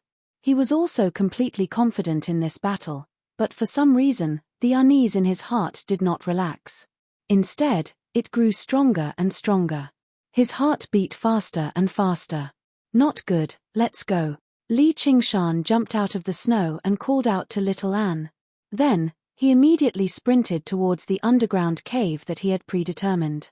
Little An flew to Li Qingshan's side and asked in confusion, "What's wrong?" Li Qingshan said, "I don't know, but it's very dangerous." Little An thought for a while before suddenly raising his head. "I understand now. It's the sect master of the Pheasant's Grace Mountain, a Foundation establishment cultivator." Li Qingshan frowned. A Foundation establishment cultivator? Yes, probably only Foundation establishment cultivators could give him such a great sense of danger and pressure. If it were a Qi practitioner, even if they were only at the 10th layer, he was confident he could slaughter his way out even at the risk of exposing himself and transforming into a demon. He might even have the chance to turn the tables. However, Foundation establishment cultivators were experts on an order of magnitude higher. The spells they cast were all the power of supreme-grade spirit talismans, not to mention the effects of spirit artifacts. Even if Li Qingshan transformed, he definitely could not contend against them. However, he had only just killed the Qi practitioner of the Pheasant's Grace Mountain in a snowy mountain like this.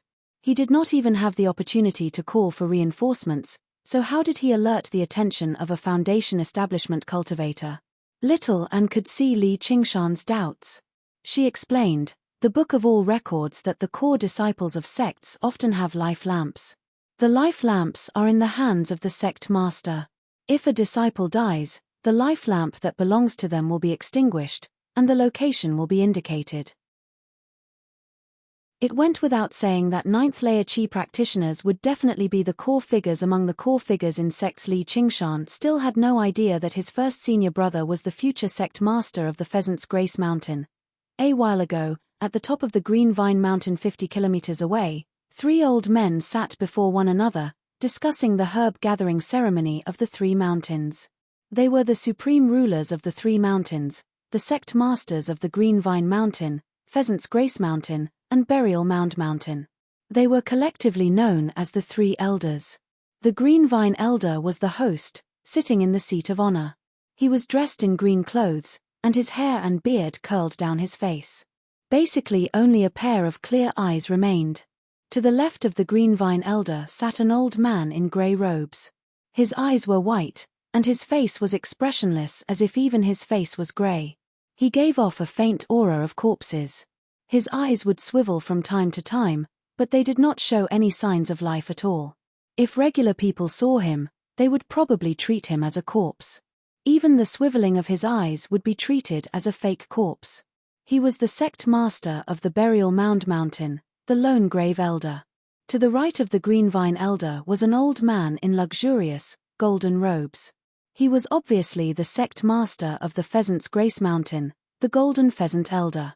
His clothes were no longer embroidered with feathers, but a golden pheasant's head. The pheasant's comb was like fire, while the beak was like a blade. Chapter 237.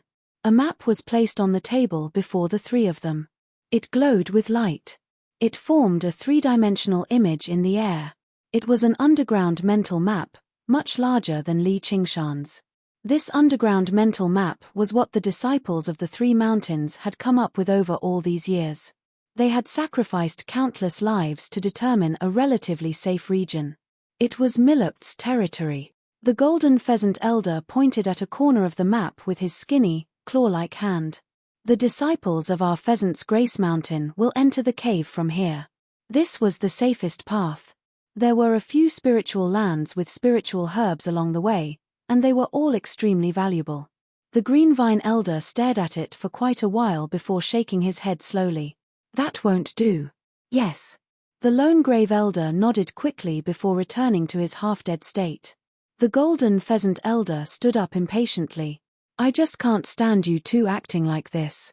Can't you be a little faster? Whether you agree or not, hurry up and come up with a plan. You just waste so much time every time, the green vine elder said. Fellow golden pheasant, you're already so old, yet you're still so impatient. Yes. The lone grave elder spat out another word. The golden pheasant elder glared at him. Just when he was about to say something, his heart suddenly skipped a beat, and his face changed drastically. He abandoned the two elders and rushed out the window. In the town below the Green Vine Mountain, everyone raised their heads at the same time. All they saw was a speck of golden light rise up from the top of the Green Vine Mountain, like the brightest star in the night. Qi practitioners with exceptional eyesight managed to make out the origin of the golden light. It was a golden pheasant, dragging its long, golden tail feathers as it shot through the night sky with unbelievable speed. It was like a golden comet. All the Qi practitioners could not help but sigh inside. So this was the power of a foundation establishment cultivator. The town fell silent for a while before returning to its hubbub. It was even louder than just now. All the Qi practitioners seemed to have reignited their fighting spirit and ambition.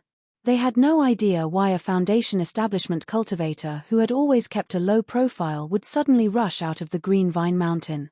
They wondered if something had happened to the alliance of the Three Mountains. Li Qingshan suddenly looked at the sky. His gaze pierced through the wind and snow, and a golden star appeared on the distant horizon. It shot straight towards his direction. Holy Church, because the distance was too far, the speed did not seem very fast, but Li Qingshan felt an unprecedented sense of crisis, as if a disaster was imminent and his life was at stake. This golden star was not something he could fight against right now. He restrained his aura and changed his direction to go deeper into the mountains. However, the golden star immediately changed its direction as well. He knew that his aura-concealing skill couldn't fool the senses of a foundation-building cultivator.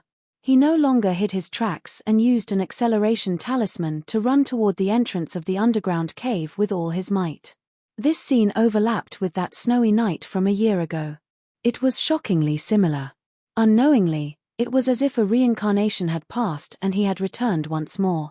However, Brother Ox would not save him this time. He needed to rely on himself and followed Li Qingshan's instructions and hid in the dark clouds in the sky. She was prepared to come down and provide support as soon as she received Li Qingshan's signal. If Li Qingshan suppressed and hid his aura, then she had no aura at all. She was a special existence that hovered between life and death, neither alive nor dead, neither alive nor dead. No matter how sharp the golden pheasant Daoist senses were, it was impossible for him to discover a hidden skeleton. The scenery before him changed rapidly. Li Qingshan constantly conquered the rise and fall of the ground, but the golden star in the sky grew closer and closer. Li Qingshan felt an indescribable pressure, no longer the vague sense of danger. The golden star grew larger and larger in his vision. Even from 5 kilometers away, Li Qingshan was shaken to the core by its glorious presence. The golden pheasant also discovered the fleeing Li Qingshan. It raised its head and unfurled its wings, letting out a cry and shining with golden light. Like the call of a golden pheasant, the sun that had sunk into the west rose into the sky once more. The golden light clearly revealed the form of the golden pheasant. The comb, beak, feathers were all there. It was lifelike, but it was like a fighting chicken, filled with fury.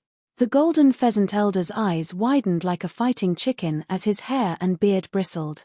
His beloved disciple had been killed, so he was filled with sorrow and fury. He swore revenge. From the moment he saw Li Qingshan, he knew Li Qingshan was the person he was looking for. This was not because Li Qingshan was fleeing. As the sect master, he obviously knew about the humiliation of the inner sect disciple Songming in Salt Mountain City. However, the Proud Sword Manor had been taken over by the Green Vine Mountain afterwards, so the matter was left unsettled just now. When the first senior brother went to seek revenge for Song Ming, he definitely had to report it to his master, which was why he was bold enough to take the disciples of the Pheasant's Grace Mountain with him. Never did he think he would actually die. The resounding call of the golden pheasant shook up the mountains, constantly echoing through them. For a moment, the snowy peaks were filled with the cry of a pheasant. Li Qingshan's ears ached as his mind shuddered. The true qi in his body began to churn uncontrollably. He could not help but be shocked. This was the power of a foundation establishment cultivator. The spirit turtle's demon core in his body revolved, suppressing all of the discomfort. The cave was not far away now. All he had to do was make it over the mountain, and the valley up ahead would be there. He could not let the golden pheasant approach him, or he would be in life-threatening danger with just a single strike. However, at such a distance, Li Qingshan finally sensed the startling speed of the golden pheasant. The first senior brother could be regarded as fast as he could be, but compared to the golden pheasant, he seemed as slow as crawling on the ground. And the golden pheasant was not gliding. It was actually flying in the sky.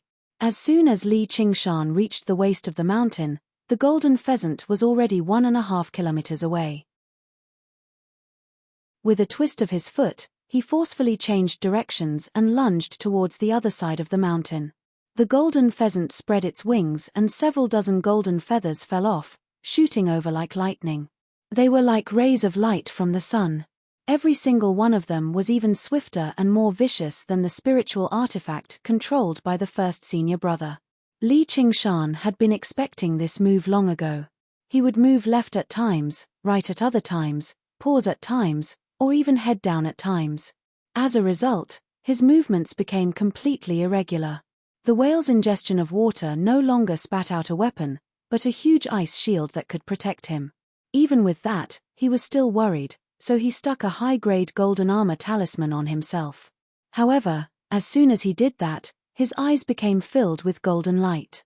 He did not even have the time to respond. The ice shield shattered and the golden armor shattered.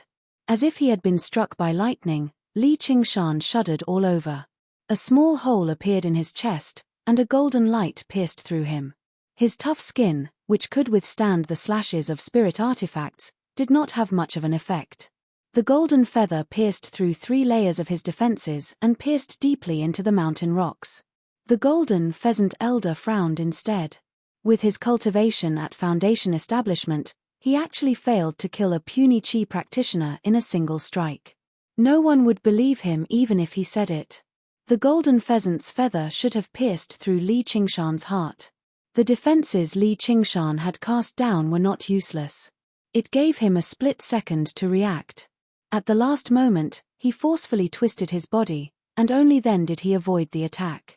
However, a sharp, scorching presence suddenly erupted from his body, as if it wanted to rip him to shreds and burn him to a crisp. The golden pheasant stopped in the air.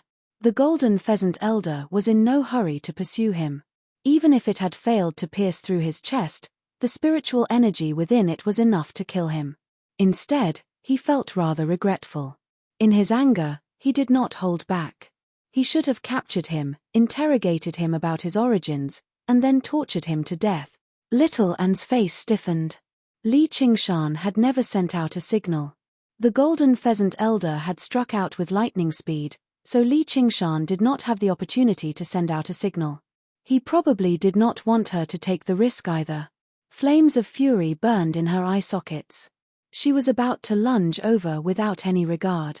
Li Qingshan suddenly leapt up from the ground, rolling and crawling around to the other side of the mountain and escaping from the golden pheasant elder's sight. The golden pheasant elder was slightly taken aback. A vicious smile appeared on his face as he bellowed, "You'll regret it just now. Why don't you just die? Li Qingshan ignored him. Who knew how many times he had heard bullshit like that? The spirit turtle's demon core came into play once again at a crucial moment, forcefully suppressing the foreign spiritual energy that had erupted in his body. Suddenly, he beamed with joy. The cave recorded on the mental map was right before him. Just when he was about to charge in, a golden light enveloped his head. With a flap of its wings, the golden pheasant flew over the top of the mountain and discovered Li Qingshan's tracks again. All it needed was a lunge and a claw, and it would be able to capture Li Qingshan in a single moment. Little Anne clenched her fists so hard that they cracked.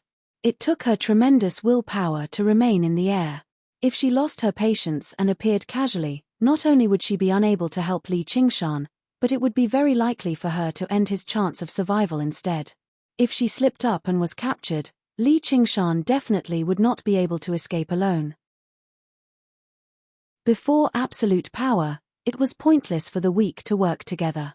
Instead, it would drag them down.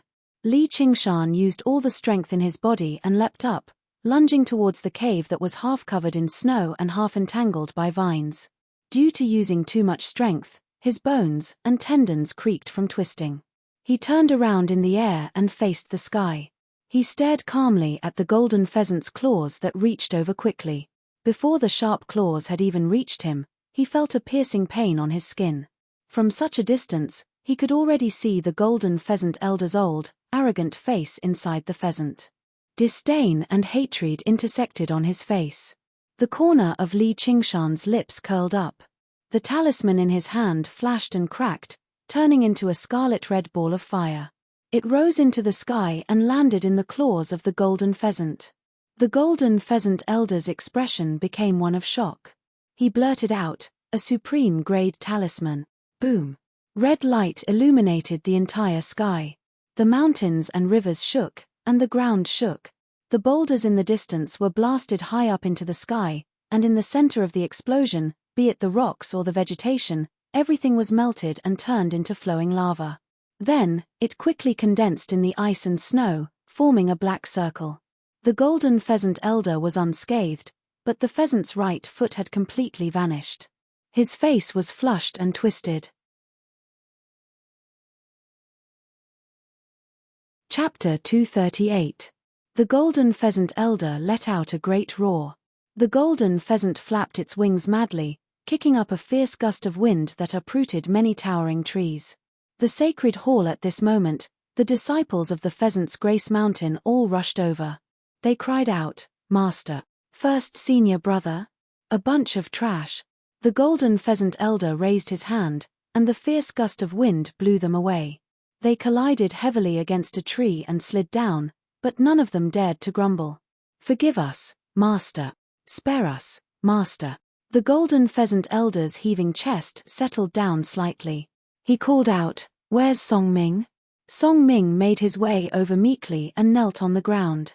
"Master!" Suddenly, he felt an invisible force press down on him, pushing him to the ground. The golden pheasant elder said, "This is all because of you. If it weren't for a piece of trash like you, your senior brother wouldn't have, fellow golden pheasant, no one expected something like this to happen. Why must you vent your anger on a junior?" A slow, leisurely voice rang out from the sky. Before anyone knew it, the green vine elder and the lone grave elder had appeared in the air. The one who spoke was obviously the green vine elder. The two of them exchanged glances, and they seemed to be smiling. The three mountains were both allies, but they also competed with one another. One was stronger than the other. The Pheasant's Grace Mountain had lost a genius disciple, which was great news to them. They were even happier than obtaining a demon core. The golden pheasant elder became furious again. His chest heaved up and down viciously again. "This is a matter of my Pheasant's Grace Mountain. It has nothing to do with you two old coots. Fellow golden pheasant, that's where you're wrong. Our three mountains are allies, so your enemy is obviously our enemy. Once you return, immediately issue a bounty for the three mountains. We have to bring the culprit to justice," said the green vine elder, who knew whether he was smiling or not from his mouth hidden under his beard. "Yes." The lone grave elder nodded. The golden pheasant elder was unable to turn him down. His desire to avenge his beloved disciple trumped his pride, but it had been a long time since he had been insulted like this. He ground his teeth and said, "If you find that kid, don't be in a hurry to kill him. Just contact me. I want to capture him alive and skin him alive to appease the hatred in my heart." Sacred Hall. Song Ming continued to lie on the ground. His face was ashen. Although he had survived, his future on the Pheasant's Grace Mountain could be regarded as gloomy once his master became disgusted with him. How did this happen?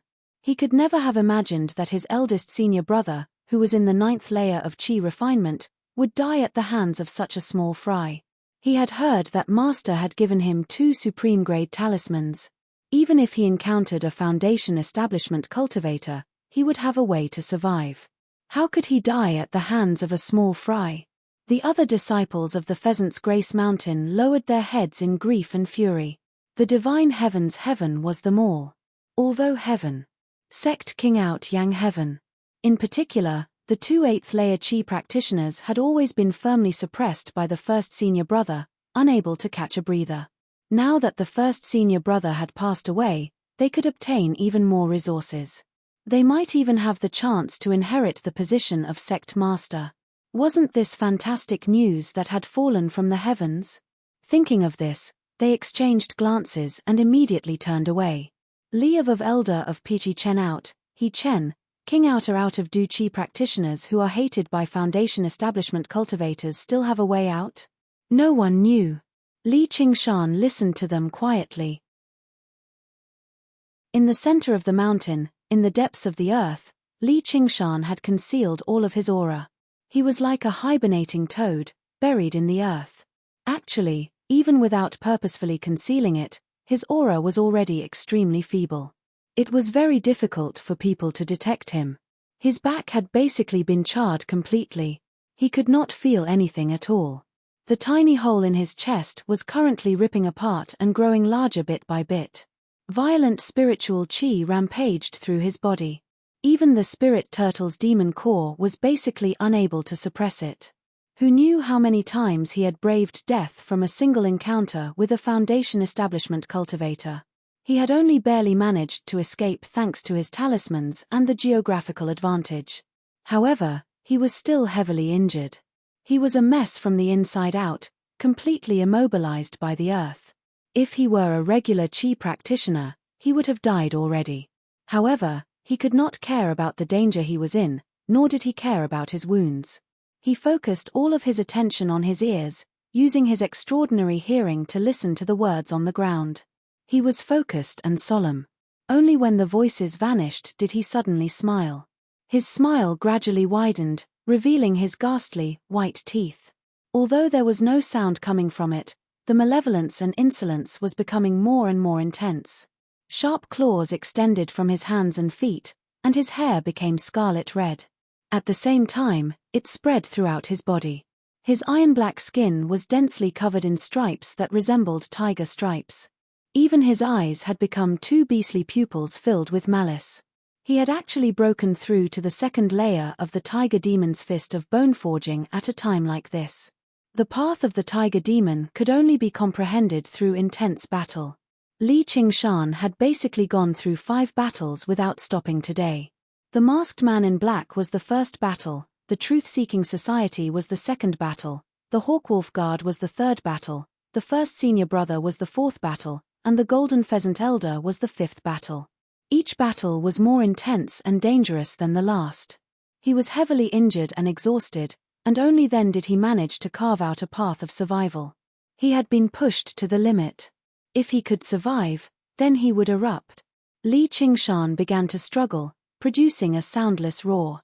His long canines were like sharp daggers as his body gradually grew larger, pushing aside the rock around him and turning into his demon form.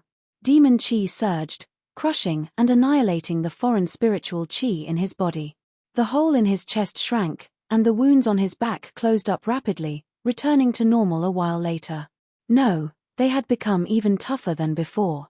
After the great damage, the ox demon forges its hide had actually strengthened. It was like black metal had undergone another round of forging. Its defenses had doubled at the very least. Even if he was directly struck by a mid-grade spiritual artifact, he would not be damaged at all. Li Qingshan smiled in a self-deprecating manner. As it seemed, he would have to suffer a little more injuries in the future. With the powerful life force and regeneration of his demon body, he had completely recovered in a while. Letting out a gentle sigh, Li Qingshan used the spirit turtle's method of sea suppression again and returned to human form. More accurately, he was half human, half beast. He did return to his original size, but he had a head of fiery hair, scarlet eyes, a mouthful of sharp teeth, and the pattern of a beast on his face. He did not seem human no matter how he looked at him. Li Qingshan could not be bothered with that. He found a direction and used his sharp claws to dig as hard as he could. An indescribable fire filled his heart, supporting his movements. The pitch-black soil seemed to become the faces of his enemies. He grabbed at them as hard as he could and ripped them apart. Only then could he ease the agitation in his heart. The tiger demon's main killer had the greatest influence on his mind. However, he no longer tried to control this influence and suppress this killing intent. Instead, he allowed it to blaze in his heart like a raging fire. Suddenly, his vision cleared up. He had finally dug out a cave that had not collapsed. He leapt down and turned around gracefully in the air, running towards the depths of the cave.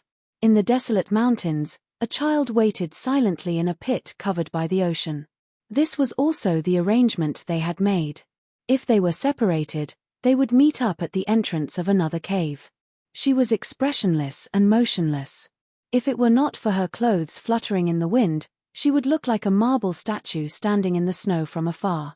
However, her heart had long been like the magma under the icy plains, boiling hot and anxious. A black who that looked like a bear but was 3 or 4 times bigger took heavy steps in search of food in the forest. It suddenly sniffed, and a thick sandalwood fragrance came along with the cold wind. It passed through the dense forest and came to the edge of the pit. Looking down, it saw the motionless child. Saliva naturally flowed down.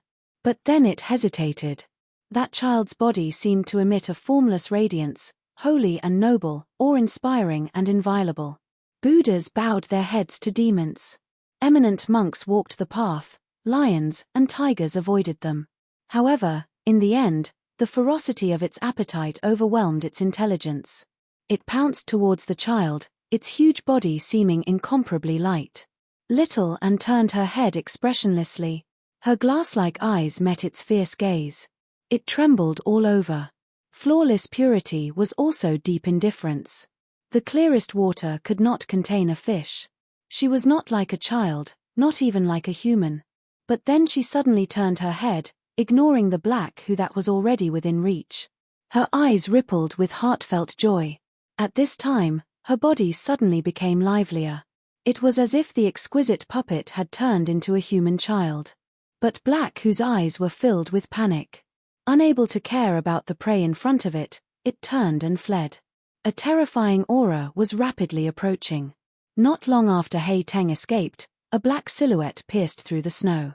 2 glowing scarlet eyes appeared above Hei Teng's head and casually swung its claws. Hei Teng's brain immediately burst open and he fell to the ground with a whimper. But the black shadow was still not satisfied. Its long arm stretched out and pulled out a scalding heart.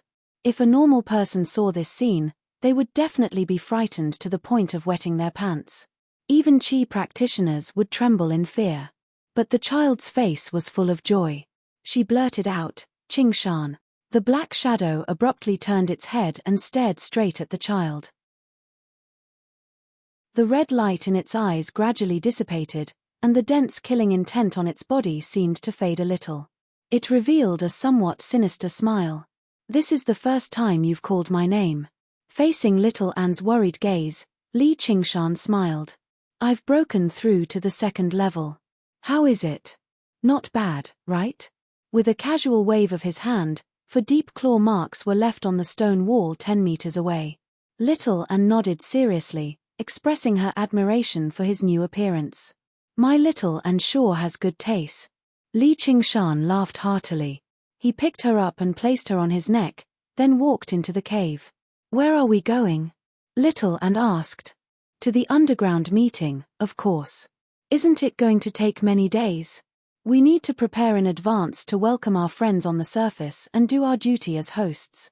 Can I kill them all? Of course.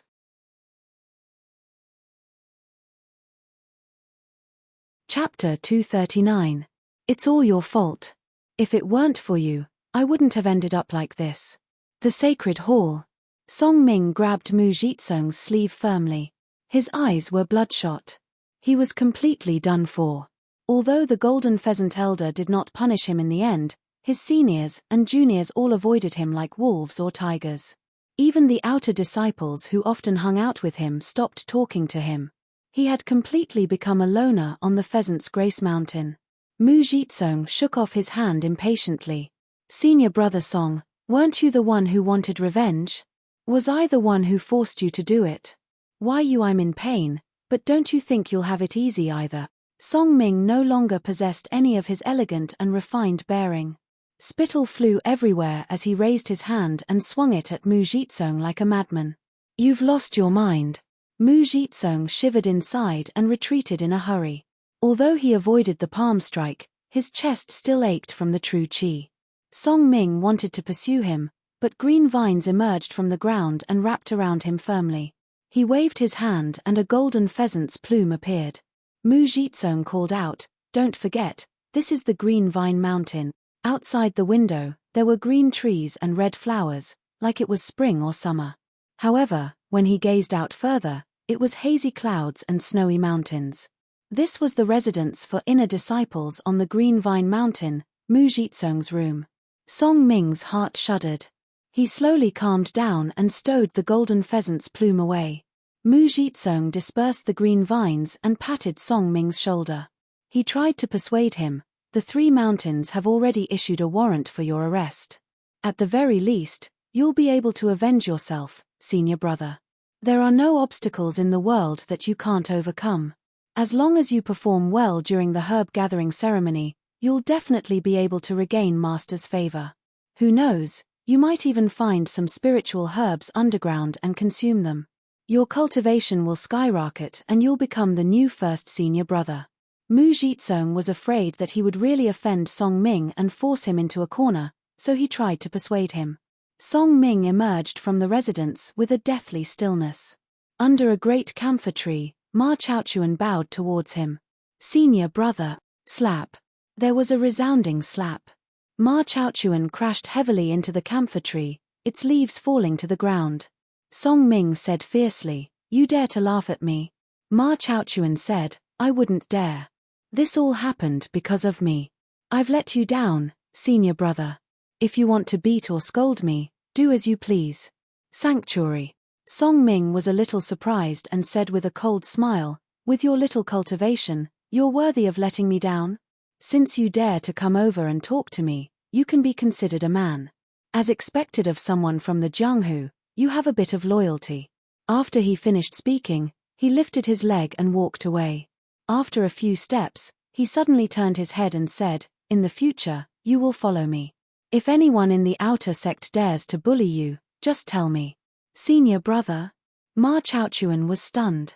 "You could endure for 20 years for revenge. Do you think I can't compare to you? I want to let them see that I, Song Ming, am not trash that can be bullied by anyone." Mu Jitsung watched the two of them disappear into the shadowy path. He murmured to himself, "I never thought this Song Ming would have some backbone." Then he murmured, "Niu Juxia." He had never thought this man could actually escape from the encirclement of the Pheasant's Grace Mountain, and he had even killed the first senior brother of the Pheasant's Grace Mountain. He basically doubted whether this was some scheme or not. He found it very unbelievable. Was this guy really that powerful? If he came for revenge, what was he supposed to do? In a daze, the tall figure appeared before him, casting a shadow that enveloped him. However, Mu Jitsung immediately shook his head. Even if that Niu Juxia guy racked his brains, he would never be able to imagine his role in all of this. And he was wanted by the three mountains. His life would be in danger, let alone revenge. Thinking up to there, Mu Jitsung stood up and made his way out, making his way towards the region where the outer sect disciples resided. Chenglu, Is what you said true? Is Nyo Juxia really wanted by the Three Mountains? Why didn't anyone tell me? Yu Zijian paced around in the room anxiously. You're under house arrest right now, so of course no one would tell you. I heard he killed the first senior brother of the Pheasant's Grace Mountain, and is being hunted down by the Golden Pheasant Elder. Stop pacing around. It's making me dizzy. Then what happened to him? Yu Zijian suddenly stopped. Her eyes widened in fright, and a layer of mist clouded her face. Her eyeballs had already begun to roll around. If it weren't for me, Nyo Juxia wouldn't have fallen out with the Pheasant's Grace Mountain, and he wouldn't have come to the Green Vine Mountain, and he wouldn't have. Idiot, of course he escaped. Otherwise, why would he be wanted? Compared to others, you better worry about yourself. Just now, Yu Zijian stopped worrying. She prayed silently, Nyo Juxia, please be fine. Miss Hua's words make sense. A voice rang out from outside. Mu Jitsong strode into the courtyard and stood with his hands behind his back. He seemed extraordinarily graceful under the mottled shade. Yu Zijian said, Senior Brother Mu. Mu Jitsong said, Zijian, the herb gathering ceremony is right around the corner. Although I'll take care of you when the time comes, you still need to make some preparations. Zijian isn't a disciple of the Green Vine Mountain. I won't be taking part in your shitty herb gathering ceremony. Hurry up and piss off. I hate the people of the Green Vine Mountain whenever I see them now. Hua Chenglu suddenly sat up from the chair and cursed. Hua Chenglu had come to the Green Vine Mountain to pay a visit to the Green Vine Mountain and wanted to take Yu Zijian away. The Green Vine Elder only managed to meet her once before directly turning down her request. Although she liked to act very mature, she was still a young girl at the end of the day. If the patriarch of the Hua family or Hua Sungzon had come, this would not have been difficult at all. However, if a single word from a young girl forced the Green Vine Mountain to release her obediently, it would seem like they were afraid of the Hua family. The Green Vine Elder could not afford to be humiliated like that. Hua Chenglu obviously refused to give up. She forcefully stayed on the mountain with Yu Zijian. After staying here for a while, she began to feel restless as well. She could no longer afford to act mature anymore. She unleashed her unruly and willful attitude of a young lady from a large clan. Miss Hua, don't think you can run your mouth like this just because you're a member of the Hua family. Do you really think I'm afraid of teaching you a lesson? Mu Jitsong's face reddened as he raised his hand. Hua Chenglu raised her head. Come on, teach me a lesson if you have the ability. You're a coward if you don't. Mu Jitsong was utterly furious, but his hand hovered in the air. He really was afraid to strike. Once he struck, it would lead to a conflict between the Green Vine Mountain and the Hua family. Even he could not afford to bear this responsibility. Yu Zijian stood between the two of them in a hurry. Stop arguing. Mu Jitsong used this as an excuse to back down. He lowered his hand viciously. If it weren't for Zijian's protection, I'd definitely teach a lesson to an ignorant girl like you. Who do you want to teach a lesson to? A voice rang out from outside. Brother. Hua Chenglu leapt up from the chair. Mu Jitsong turned around in a hurry and saw an extremely handsome man sitting on a slender, verdant branch, swaying in the wind. His long, ebony hair draped over his shoulders as he smiled like peach blossoms. If it were not for the distinct Adam's apple in his throat, he probably would have been mistaken for a supreme beauty. Hearing how Hua Chenglu referred to him, a name suddenly leapt out of Mu Jitsong's head, Hua Sungzon.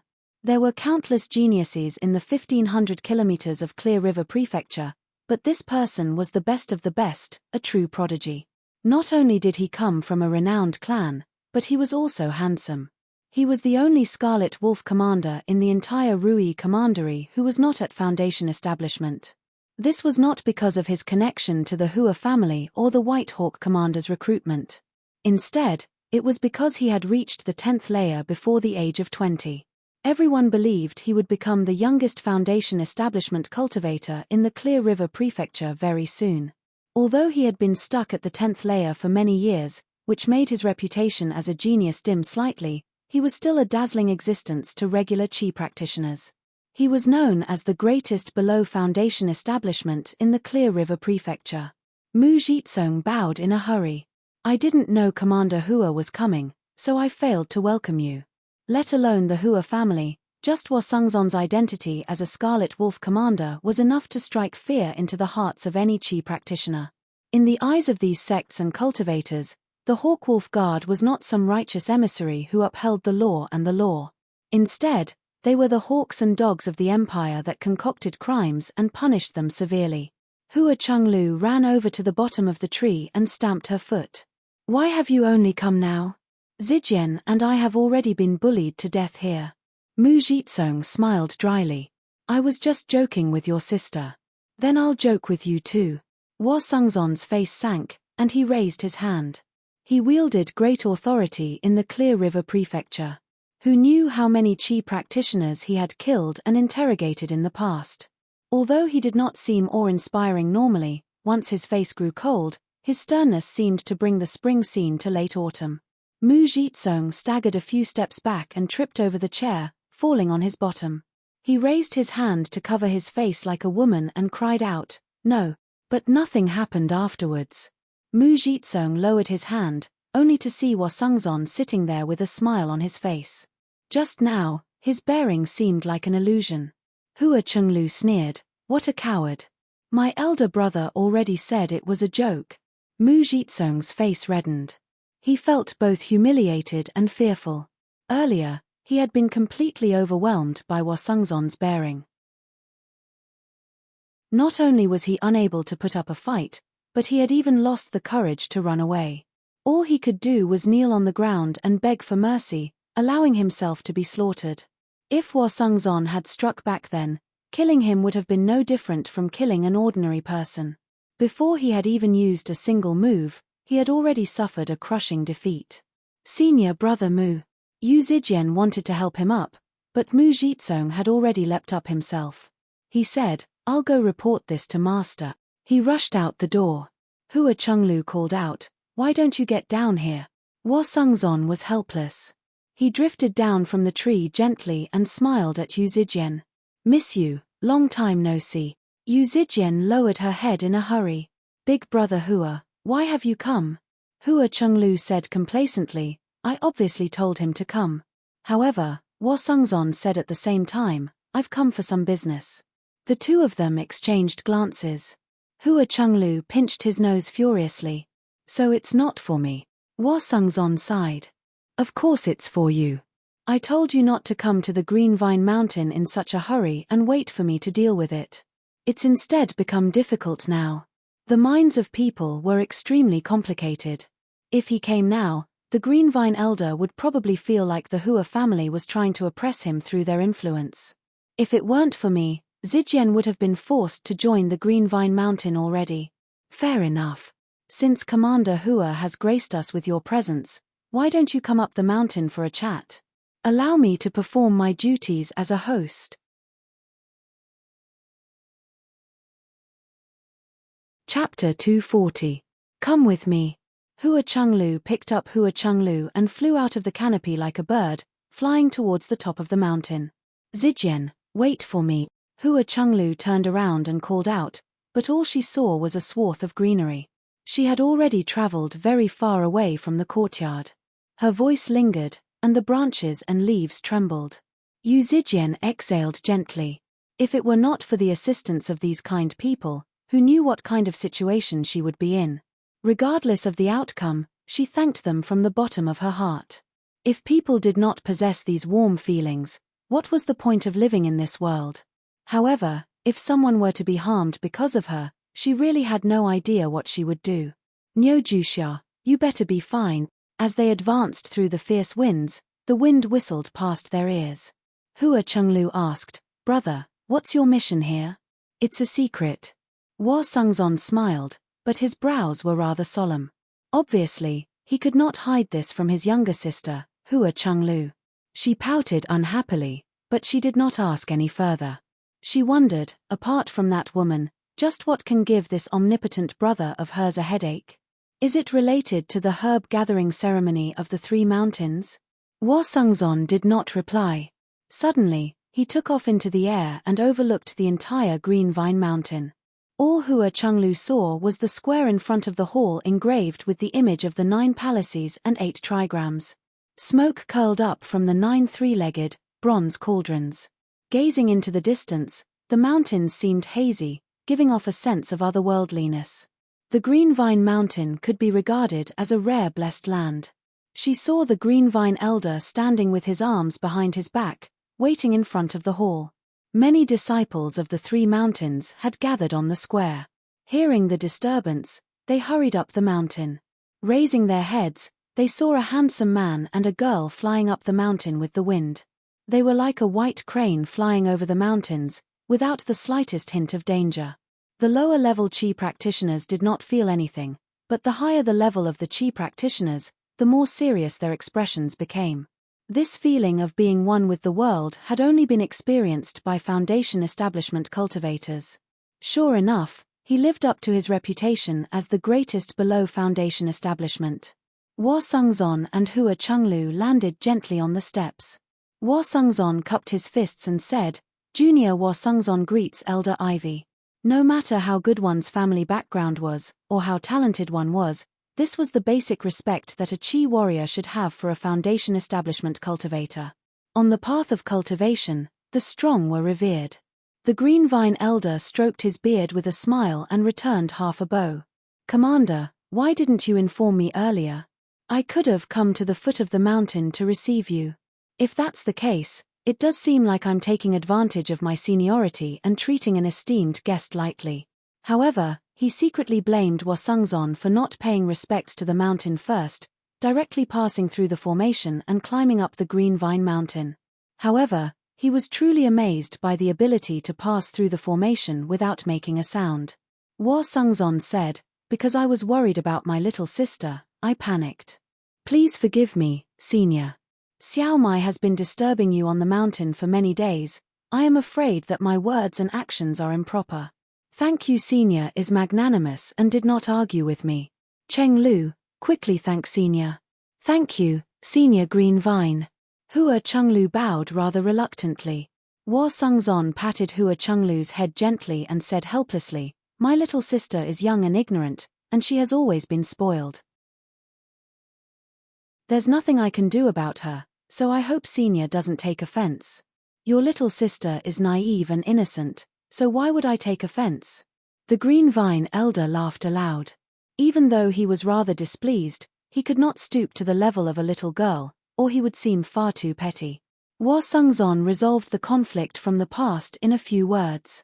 He smiled and clasped his hands. "I still have some official matters to attend to, so I want to meet with the sect masters of the 3 mountains. This isn't a place to talk, so let's go in." At this moment, he was no longer the elder brother who apologized for his little sister, nor was he a junior who respected his senior. Instead, he was the commander of the Hawkwolf Guard, representing the dignity of the law. He naturally treated him as an equal, even taking the upper hand and taking control of the situation.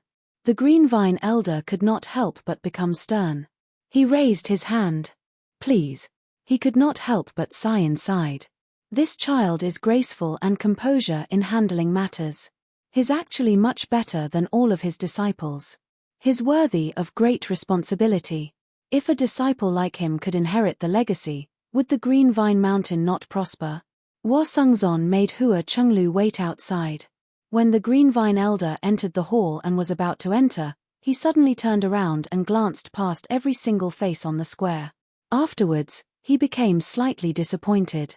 He mocked himself inside, if that person could appear here so easily, then I wouldn't have gone through so much trouble. As expected, the Golden Pheasant Elder and the Lone Grave Elder were already seated in the hall. When they saw Wo Sungzon walk in, they stood up slightly before sitting down again. Their eyes were filled with caution. They wanted to maintain their dignity as sect masters, but they also did not want to offend the Hawkwolf Guard. Wo Sungzon seemed to have already grown accustomed to this treatment. He only clasped his hands and did not act like a junior. "What orders do you have for us, Commander?" The Green Vine Elder dismissed all of his disciples. Only the 4 of them were left in the large hall. Their voices echoed through the hall, and the vermilion pillars seemed to extend into the darkness. It seemed extremely lonely. Wa Sungzon pondered as he paced around. He seemed to be organizing his words, but he also seemed to be thinking about something. Suddenly, he stopped and said, "I've come to warn the three of you. Someone is coming to take over the 3 mountains. The 3 of you need to be prepared." "What?" The Green Vine Elder was surprised. The Golden Pheasant Elder directly leapt to his feet. He had been in an extremely horrible mood these past few days, so vulgarities slipped out of his mouth. He only managed to stop himself halfway through. "Oh!" The Lone Grave Elder rolled his eyes. Many expressions immediately appeared on his corpse-like face. The Green Vine Elder lowered his eyes. "Don't be an alarmist, Commander. Our alliance of the 3 mountains has existed for several generations. It's a 1,000-year foundation, so how can it be taken over so easily?" The Golden Pheasant Elder waved his hands about violently. "With the 3 of us working together, who do we have to be afraid of? Don't tell me Commander Gu of the White Hawk has taken an interest in our foundation?" "That's right," said the Lone Grave Elder.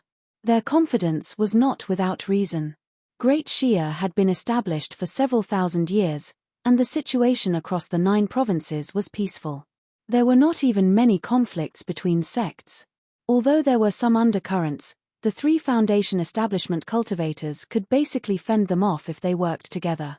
Golden Core cultivators were obviously not people they could fend off, but all Golden Core cultivators came from large clans and businesses, so why would they take an interest in the 3 mountains? And the Hawkwolf Guard had never interfered with the conflicts between sects. They would rather fan the flames, so why would they be so kind as to inform them? Wa Sungzon purposefully fell silent for a while, giving the 3 of them enough time to respond. Only then did he say, "This person comes from the Sword Collection Palace." The 3 agitated old men seemed to be choked by an invisible hand at the same time. They were rendered speechless, unable to say anything at all. The Sword Collection Palace was a great sect renowned across the entire Green Province. It was said that only those who had reached foundation establishment had the right to become inner disciples. To all the smaller and medium-sized sects of the Green Province, this was an undefeatable name. After quite a while, the Golden Pheasant Elder was the first to return to his senses. He bellowed, "You're lying. The Sword Collection Palace is a righteous sect, so why would they attack other sects so easily? What do we have that's worth their attention?" The Green Vine Elder smiled bitterly. "If you're not joking, Commander, we can go prepare to change our allegiance. How are we supposed to contend against the Sword Collection Palace?" The Lone Grave Elder's face darkened. His body had already tensed up, making him seem more and more like a corpse. Wa Sungzon said, "Not attack, but control and recruitment. Actually, there's no need for the 3 of you to worry too much. I've received accurate information that the person who has come is only an inner disciple of the Sword Collection Palace. He's only undergone the heavenly tribulation recently. This is the first time he has left the mountain for training. As long as the 3 of you defeat him, there'll obviously be nothing to worry about." The 3 old men looked at one another. A disciple of the Sword Collection Palace had actually come to deal with them. This was utterly humiliating, but they just could not get angry, as this was the Sword Collection Palace. As a matter of fact, they even felt slightly relieved. If he was just an early foundation establishment cultivator, would they still have to worry about not being able to deal with him with their cultivations? Wa Sungzon shook his head inside. The knowledge of people from sects was still limited to stories passed down by word of mouth at the end of the day. It was impossible for them to analyze things as clearly and in detail as the Hawkwolf Guard. Hua Chunglu sat in front of the hall, hugging her knees. No matter who tried to talk to her, she would say viciously, "Piss off." Just as she was bored from waiting, Wa Sungzon emerged from the hall. The sect masters of the 3 mountains personally came to see him off. This kind of courteous treatment surprised all the disciples in the square. The eyes of the female cultivators even lit up. If they wanted to choose a partner, they just happened to need a man like him. If it were in the past, perhaps Wa Sungzon would have smiled at them and spread his reputation as a promiscuous playboy. But right now, he was not in the mood to do that. He was still worried, so he said sternly, I'll be in the town below the mountain. If he appears, send someone to contact me. By then, the three of you will definitely have to work together against him, or the 3 mountains will be in danger. He was clearly saying that if they fought one by one, they would not be able to defeat a disciple of the Sword Collection Palace.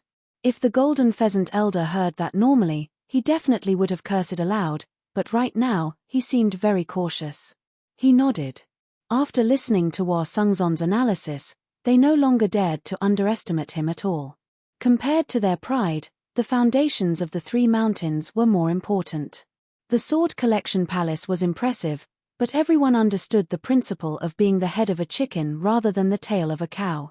Just, what does the Sword Collection Palace want? Who knew how many years it had been since the Lone Grave Elder had spoken so much? He stuttered as he spoke. This was also the question that the Green Vine Elder and Golden Pheasant Elder wanted to ask the most. Just what did they possess that could catch the attention of a large sect thousands of kilometers away? Hua Sungzon hesitated. As for what he wants, I can't say. However, no matter what request he has, you must not agree to it, or the world will be in danger. The 3 elders looked at one another. Although they each ruled over a region, they still had an extremely clear understanding of their own capabilities.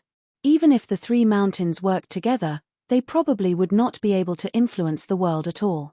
That was a little too alarmist, so they wanted to ask a few more questions. Hua Sungzon clasped his hands and made his way down the stairs, flying off with Hua Chenglu. They flew over the sea of trees and even flew over the residences of the outer disciples. Hua Chenglu asked in a hurry, "Where's Zijian?" "Where's Zijian?" Hua Sungzon said, "Don't fret. Once I'm done with my matters, I'll obviously take you back to Clear River City." He was in no hurry to ask the Green Vine Elder for her. He would only ask when he felt confident, and when he asked, they definitely would not turn him down.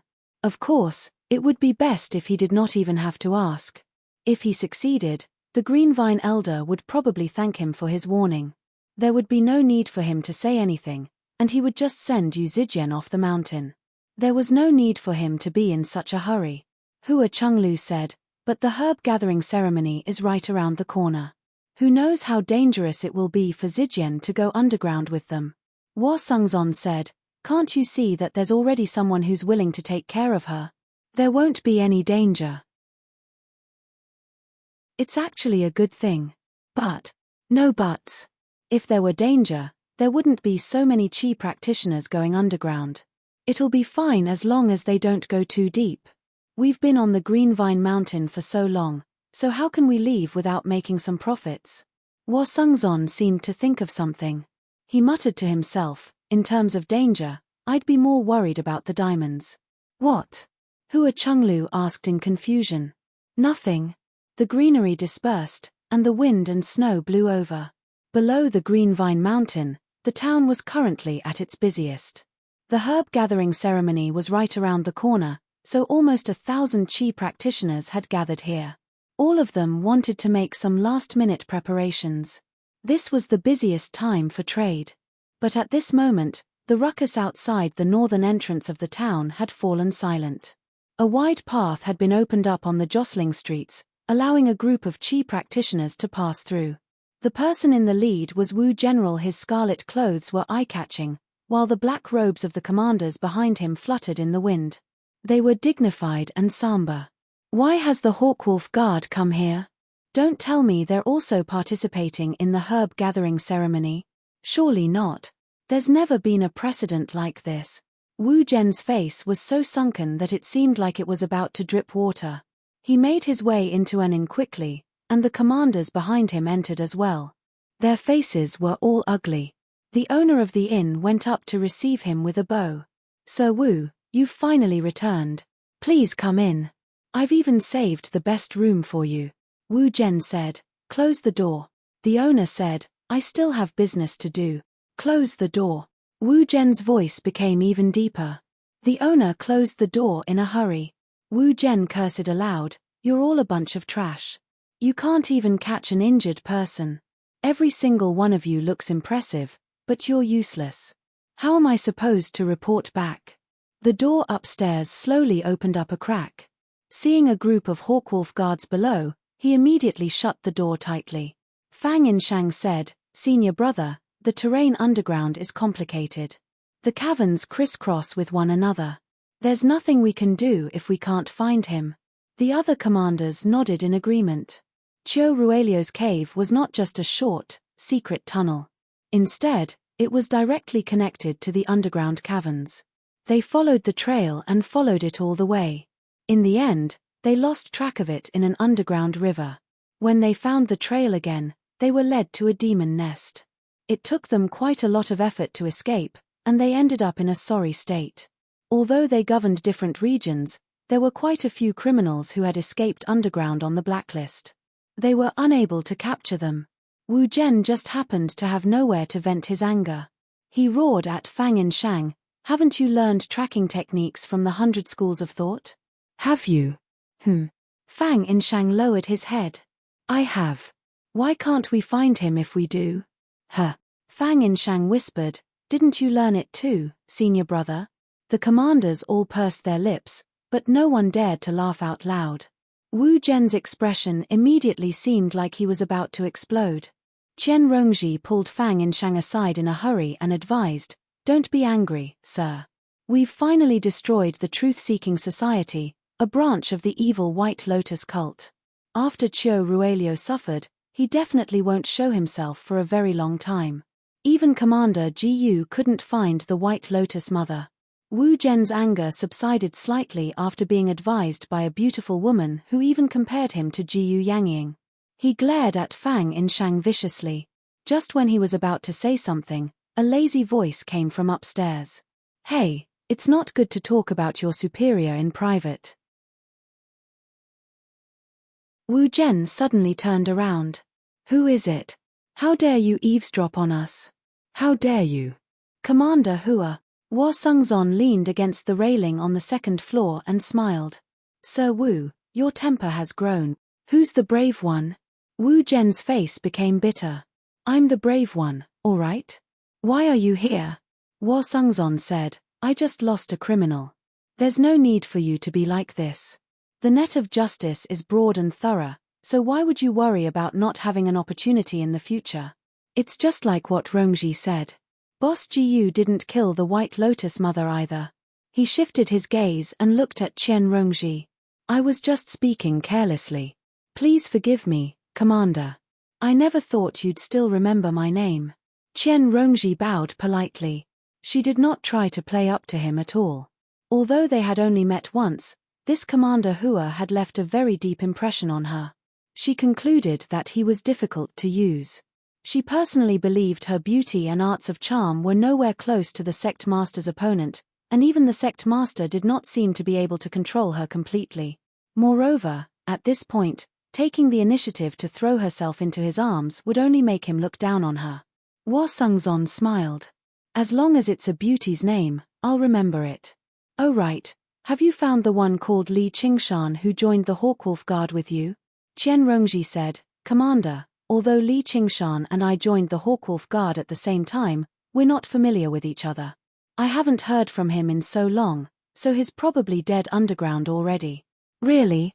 I feel like we might be able to see him again." Hua Sungzon waved his hand and casually tossed down a painting scroll.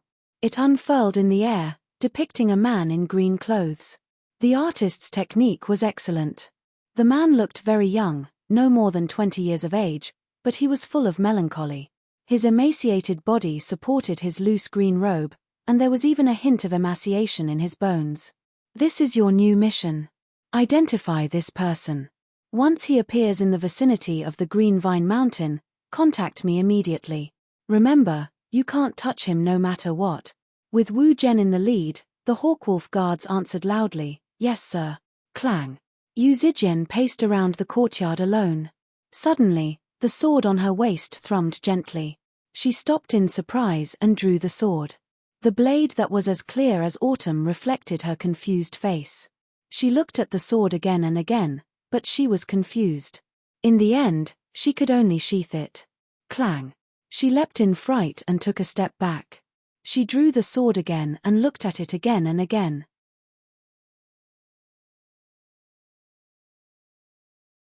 Chapter 241. Before the ceremony, too, the long sword was placed horizontally on the marble table in the small courtyard. The sun was leaning towards the west, burning the sea of clouds into a sea of red clouds, reflecting on the long and narrow blade. That ordinary long sword suddenly had a glorious luster.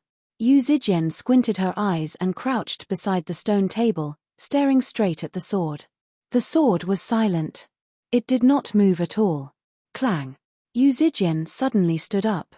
The sound was so clear that it seemed to be right by her ears, yet it also seemed to originate from the bottom of her heart. She stood up and pushed open the door, making her way onto the verdant path. She was in a daze, as if she had fallen into a dream. She could not control her own body, as if something in her heart was calling out to her. The path twisted and turned a few times before suddenly opening up. What appeared before her were ruined walls, like the ruins of an ancient city. The stone pillars that supported the hall rested in the grass. The hall had already collapsed a long time ago, and the statues had been corroded beyond recognition by time and wind. However, their past glory was still vaguely visible. Was there a place like that on the Green Vine Mountain? A question crossed Yu Zijian's mind, but she forgot about it in the blink of an eye. The setting sun dyed the ruins red. Even the most numb and vulgar person could not help but sigh when they arrived here. As she strolled through the ruins that were about to be swallowed by grass, she felt like she had returned home. She was like an exiled princess, and this was her homeland. She suddenly stopped after turning around the white, stone passageway tangled in vines. A small pond sat in the embrace of verdant trees. The sunset glow from the west reflected on the surface of the water, dyeing it a gorgeous color. A man in black sat on a round rock beside the pond. His young, thin face was covered in stubble. He gave off a sense of melancholy that only an old man who had seen everything in the world possessed. He was like a lonely king sitting on his collapsed throne, constantly reminiscing about the glory of the past and lamenting the current melancholy. He was currently fishing, but he did not use a fishing rod, but a sword. He gripped the hilt with both hands, and a strand of black hair hung down from the tip of the sheath, sinking into the still, mirror-like water. Yu Zijian did not look at the scenery. She did not look at the person. She only stared at the sword as if she had become infatuated. For some reason, she became certain that the graceful thrum she heard just now came from the sword. "Have you seen this sword before?" The green-clothed man turned around and looked at her with some surprise. As if Yu Zijian had suddenly jerked awake from a dream, she looked around. She almost wanted to ask why she was here. She became dazed. "I've never seen you before. You're not a disciple of the Green Vine Mountain, right?" At a closer glance, he was also dressed in green, but it was very different from the uniform of the Green Vine Mountain. It seemed extremely old, just like the sword in his hand. The man in blue said, "No, are you?" Yu Zijian said, "I'm not either. You must be a guest that's been invited up the mountain. Fishing is forbidden on the mountain. Since you're not a disciple of the Green Vine Mountain, why do you care about me?" Forget it. You continue fishing. I'm going back. I won't disturb your fishing." It was rather inappropriate for a man and woman to be together here alone, but her gaze never left the sword. The familiar feeling was basically like when she met Niu Juxia in the past. The man in blue said, "Do you want to take a look?" "Can I?" Before Yu Zijian had even finished talking, the sword landed in her hand. It was heavy, while the strand of hair automatically returned to the sheath. The sheath was an inky green. Normally, that was because of its original color, while the other half was due to the passage of time. It seemed like it was made of both jade and wood. There was an exquisite pattern carved into it, like the silhouette of a city, but it was damaged and damaged. "What's the name of the sword?" "Qing Shu." Clang. Yu Zijian gripped the hilt and drew the sword with a reverse grip. Sure enough, the familiar hum rang out by her ears, lingering for a very long time. It did not emit any light at all, but the light from the sword seemed to absorb the rainbow and autumn waters. What a sword! The man in blue's expression was even more surprised, or even shocked, than when he saw Yu Zijian just now. "I'm done. It's time for me to go." Yu Zijian sheathed the sword and tossed it back to the man in blue reluctantly. The man in blue stood up. Can you wait for me here? At this moment, the afterglow on the horizon had already begun to recede. I can't. I still have matters to attend to. Yu Zijian skipped off into the distance. She thought, who are you? Why do you want me to wait for you? What a strange person. What's your name? I'm Yu Zijian said without even looking back. I'm Fu Qingjin. Yu Zijian had already left the ruins and entered the jungle, vanishing. Fu Qingjin's voice sank as if he was murmuring to himself. He could step in and out of the Green Ruins illusion at will, and he could draw the Green Ruins sword. The divining elder was right. The first star lit up on the horizon. His eyes shone like the stars too. The scenery around him suddenly twisted like a mirage, vanishing and dispersing. Only the pond remained, reflecting the black shade of the surrounding trees. Fu Qingjin's gaze passed through the trees and landed on the hall at the top of the mountain. There was only a single lantern in the gloomy hall, illuminating the entire space. The three elders sat around the lantern. They remembered Hua Sungzon's warning. They did not dare to split up, just in case they were picked off one by one. The disciples of the various sects waited outside the hall. They were not here to lend a hand, but to immediately report to Hua Sungzon as soon as they heard any disturbances. There was a flash of green light, and the three elders suddenly discovered that their surroundings had changed. They were currently in ruins. Above them was the endless night sky, filled with stars. Since when? The golden pheasant elder paled in fright. Thank you for waiting here. You've saved me quite a lot of trouble. A voice rang out from behind. The three of them turned around at the same time, only to see a man in blue descend from the tall steps. He was young and old, lonely and noble. The Green Vine elder said, "Why, you're the one. That Commander Hua has told you everything that needs to be said, right?" Fu Qingjin said calmly, as if even explaining the reason was exhausting. The three of them stood in a triangular formation. Although they were old enemies, their teamwork was flawless. I haven't come for the three mountains. My mission isn't to defeat you either. The three elders basically let out a sigh of relief at the same time. Though, it's best if I defeat you first. Don't worry, I won't harm you.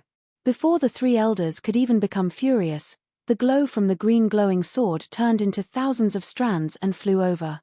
A while later, the three elders emerged from the hall, and the door closed firmly behind them. Master, do we keep watching? There's no need. We're going down, the Green Vine elder said rather tiredly. The three of them looked at one another. There seemed to still be lingering fear in their eyes, as well as some realization. No wonder Hua Sungzon had personally come to inform them. That person's mission was actually, the Sword Collection Palace really was as resolute as the legends said. However, if this really happened, the world would be in danger. It was not just an exaggeration. The Green Vine elder said, "Please return and rest up. Make your preparations. The herb gathering ceremony is about to begin." The deep pit was like a huge, hollow eye, gazing at the sky. Almost 1,000 pairs of eyes stared back at the huge eye. They were filled with excitement, desire, and fear. The cold wind whistled, unable to drown out the hubbub of voices. Everyone discussed. The surroundings suddenly fell silent. The three elders arrived beside the pit under the escort of everyone. The Green Vine elder struck first, activating the formation. Everyone could vaguely see a barrier of light disperse. The golden pheasant elder's hand shone with resplendent light, and the snow in the pit rapidly melted away. It revealed over a dozen pitch-black holes below. These holes were the entrances to the herb gathering ceremony. They led to various places underground. Everyone could not help but gasp, which immediately drowned out the sound of the wind. The Green Vine elder cleared his throat. "Fellow cultivators, you've all gathered here for the herb gathering ceremony of the Three Mountains. It is an honor for me and the Golden Pheasant and Lone Grave, with Wu Zhen in the lead. Over a dozen Hawkwolf guards moved through the independent cultivators. They constantly studied the people around them, as if they were trying to prevent anyone from sneaking into the ceremony. As for the disciples of the Three Mountains, they split into 3 groups, standing behind their respective sect masters. Afterwards, they formed smaller groups as they pleased. Due to the success of the herb gathering ceremony earlier, basically all the disciples of the three mountains had been mobilized. It was impossible for over 100 Qi practitioners to advance together. Once they encountered a fork underground, they would obviously split up. Yu Zijian stuck her head out and looked around. Suddenly, someone patted her shoulder gently. She turned around in a hurry and said in surprise and joy, "Chenglu, why have you come?" Hua Chenglu lowered her body. "Shh, don't be so loud. Just in case my brother hears you. I'm worried about you, so I'll go down with you and take a look."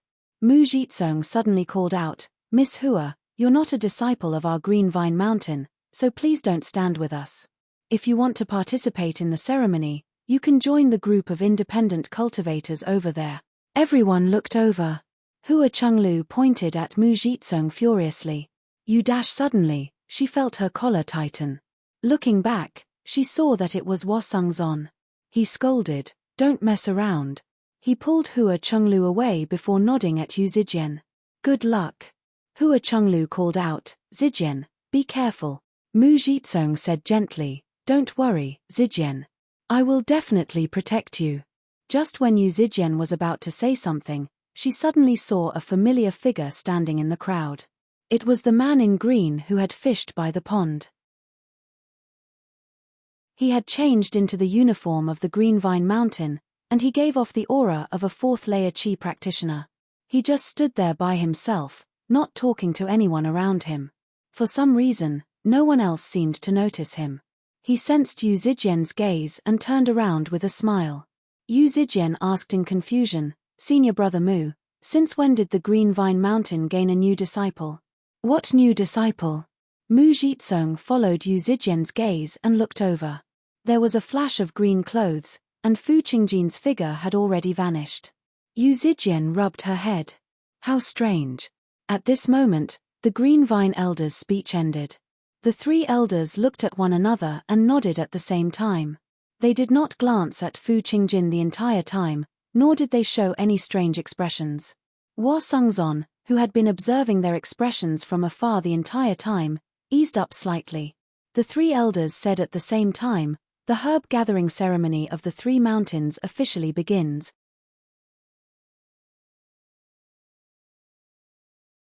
Chapter 242. The enemy of humanity. In the depths of the endless underground, numerous ferocious demons were gathering from all directions. The faint light from the moss illuminated the wide cavern, but even brighter were dozens of pairs of eyes. Most of their pupils were squinted into slits, as if they were not used to such a bright environment. Fierce, cold, or arrogant gazes clashed in the air, creating sparks. Their breaths, filled with the stench of blood, rose and fell, like the restlessness of a volcano before an eruption. Occasionally, a low roar could be heard, like thunder rolling across the sky, echoing endlessly in the cavern. Their demonic auras gathered in the darkness, entangling with one another and exchanging information. However, they maintained a cautious distance between each other. Their enormous bodies formed black shadows in the dim light, wriggling, swaying, and twisting. In the past, they had never interacted with each other, but today, they had been summoned by a single person. Suddenly, their gazes converged in the same direction. Thump, thump, thump. Heavy footsteps shook the ground. They were still very far away, but a violent wave of demonic aura rushed into the cavern first. This was how the demons greeted each other, but it was filled with arrogance and provocation. Normally, it would cause a fight. All the demons retracted their demonic auras and lowered their heads, as if they were subjects waiting for the arrival of their king. They could all sense that he had become even stronger. Like a sharpened demonic blade, it shone with a bloodthirsty light. A huge black shadow appeared at the dark entrance of the cavern. The entrance was diagonally above the cavern and was several meters wide, but it was still not big enough to accommodate his body. However, he only raised his head high.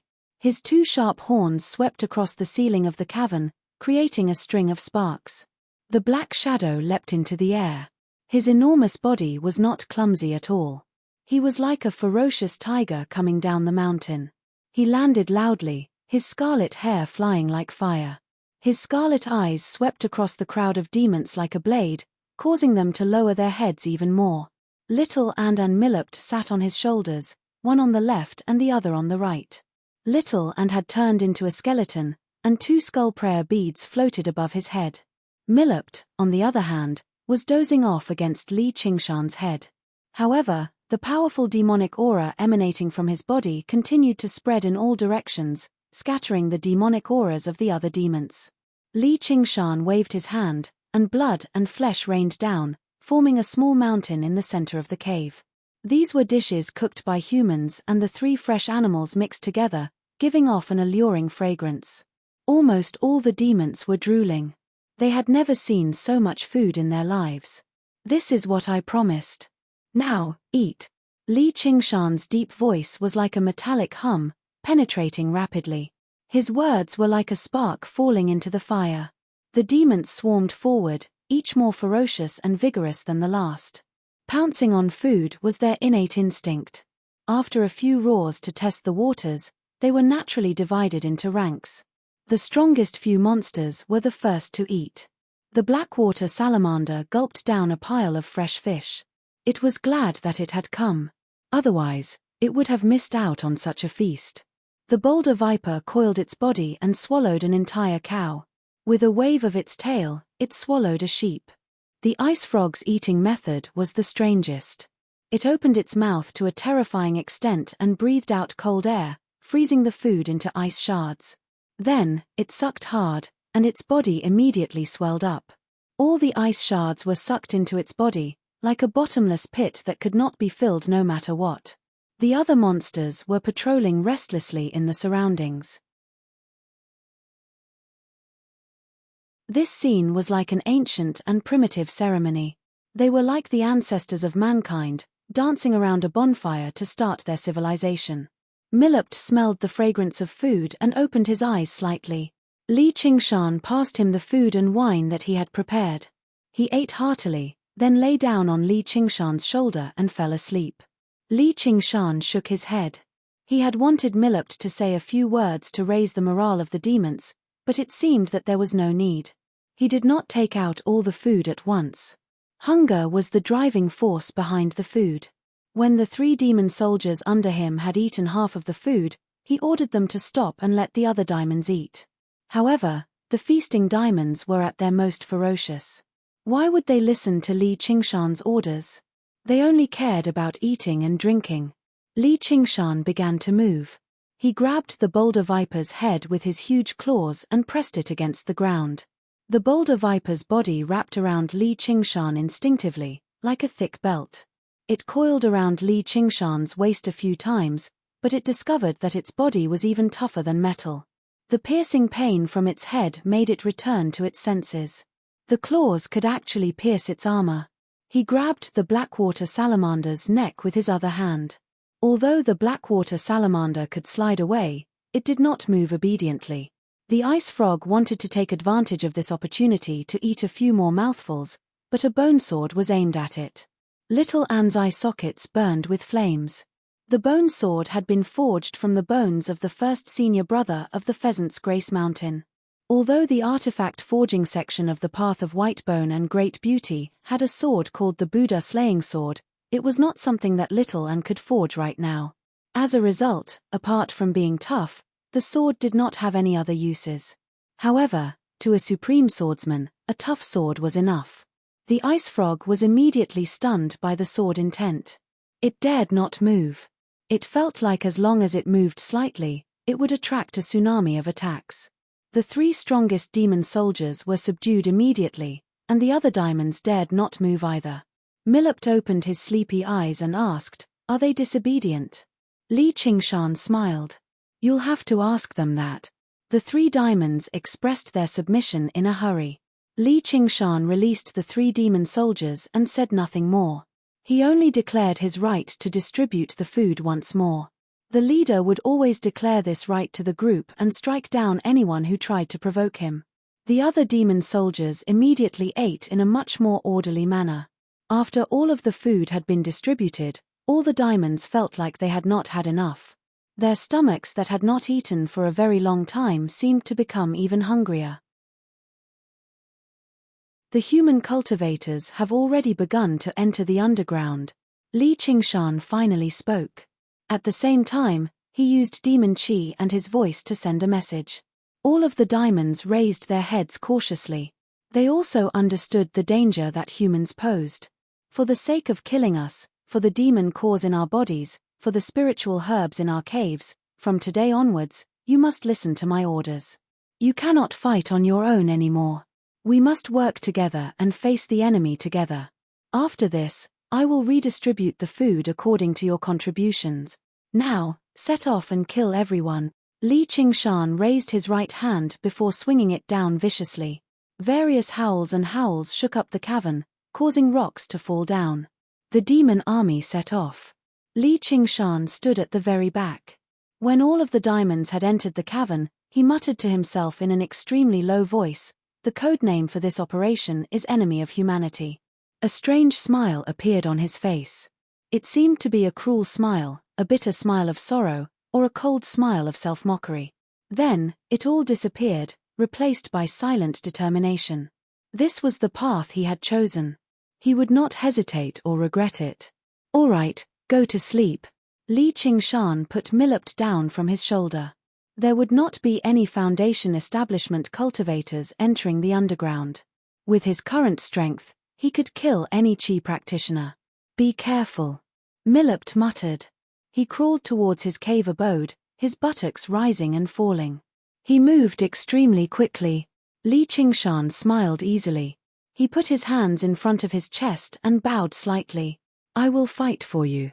Then, he nodded at Little Anne and for you. Finally, he stood up and said proudly, fight for me. With large strides, he disappeared into the depths of the cavern. His footsteps landed on the ground silently, advancing steadily and quickly. The disciples of the three sects had already split up underground, advancing towards their respective targets and paths. Normally, it would be a Qi practitioner at the 6th layer or above leading a few weaker Qi practitioners. This group was led by the person who called himself Caretaker Liu Fengrui. However, his face was sunken. He completely ignored the flattery of his junior brothers beside him. Recently, he had been very unhappy on the Green Vine Mountain. He had never thought that bringing back a little girl would actually cause so much trouble. Not only did he earn the cold glances of his senior brothers, but even the Green Vine Elder did not treat him kindly. He was not afraid of the cold glances of his senior brothers, but once he lost the favor of his master in a small sect like this, it would be extremely terrifying. He could not help but grind his teeth in hatred towards Yu Zijian. He was eager for her to die in the ceremony this time. If there was a good opportunity, he did not mind contributing to this matter. Senior brother, there's a demonic beast's nest up ahead. There should be quartz grass growing in the surroundings. That's an essential spiritual herb for refining stone grain pills, a disciple of the Green Vine Mountain said in surprise and joy as he held a small mental map in his hand. He interrupted Liu Fengrui's thoughts and said in displeasure, "What kind of high-grade spiritual herb is quartz grass? We're still very close to the surface. If you want to find the good stuff, you'll have to go even deeper. It's just a demonic beast, and it hasn't even condensed a demon core yet." The disciples of the Green Vine Mountain all nodded obediently.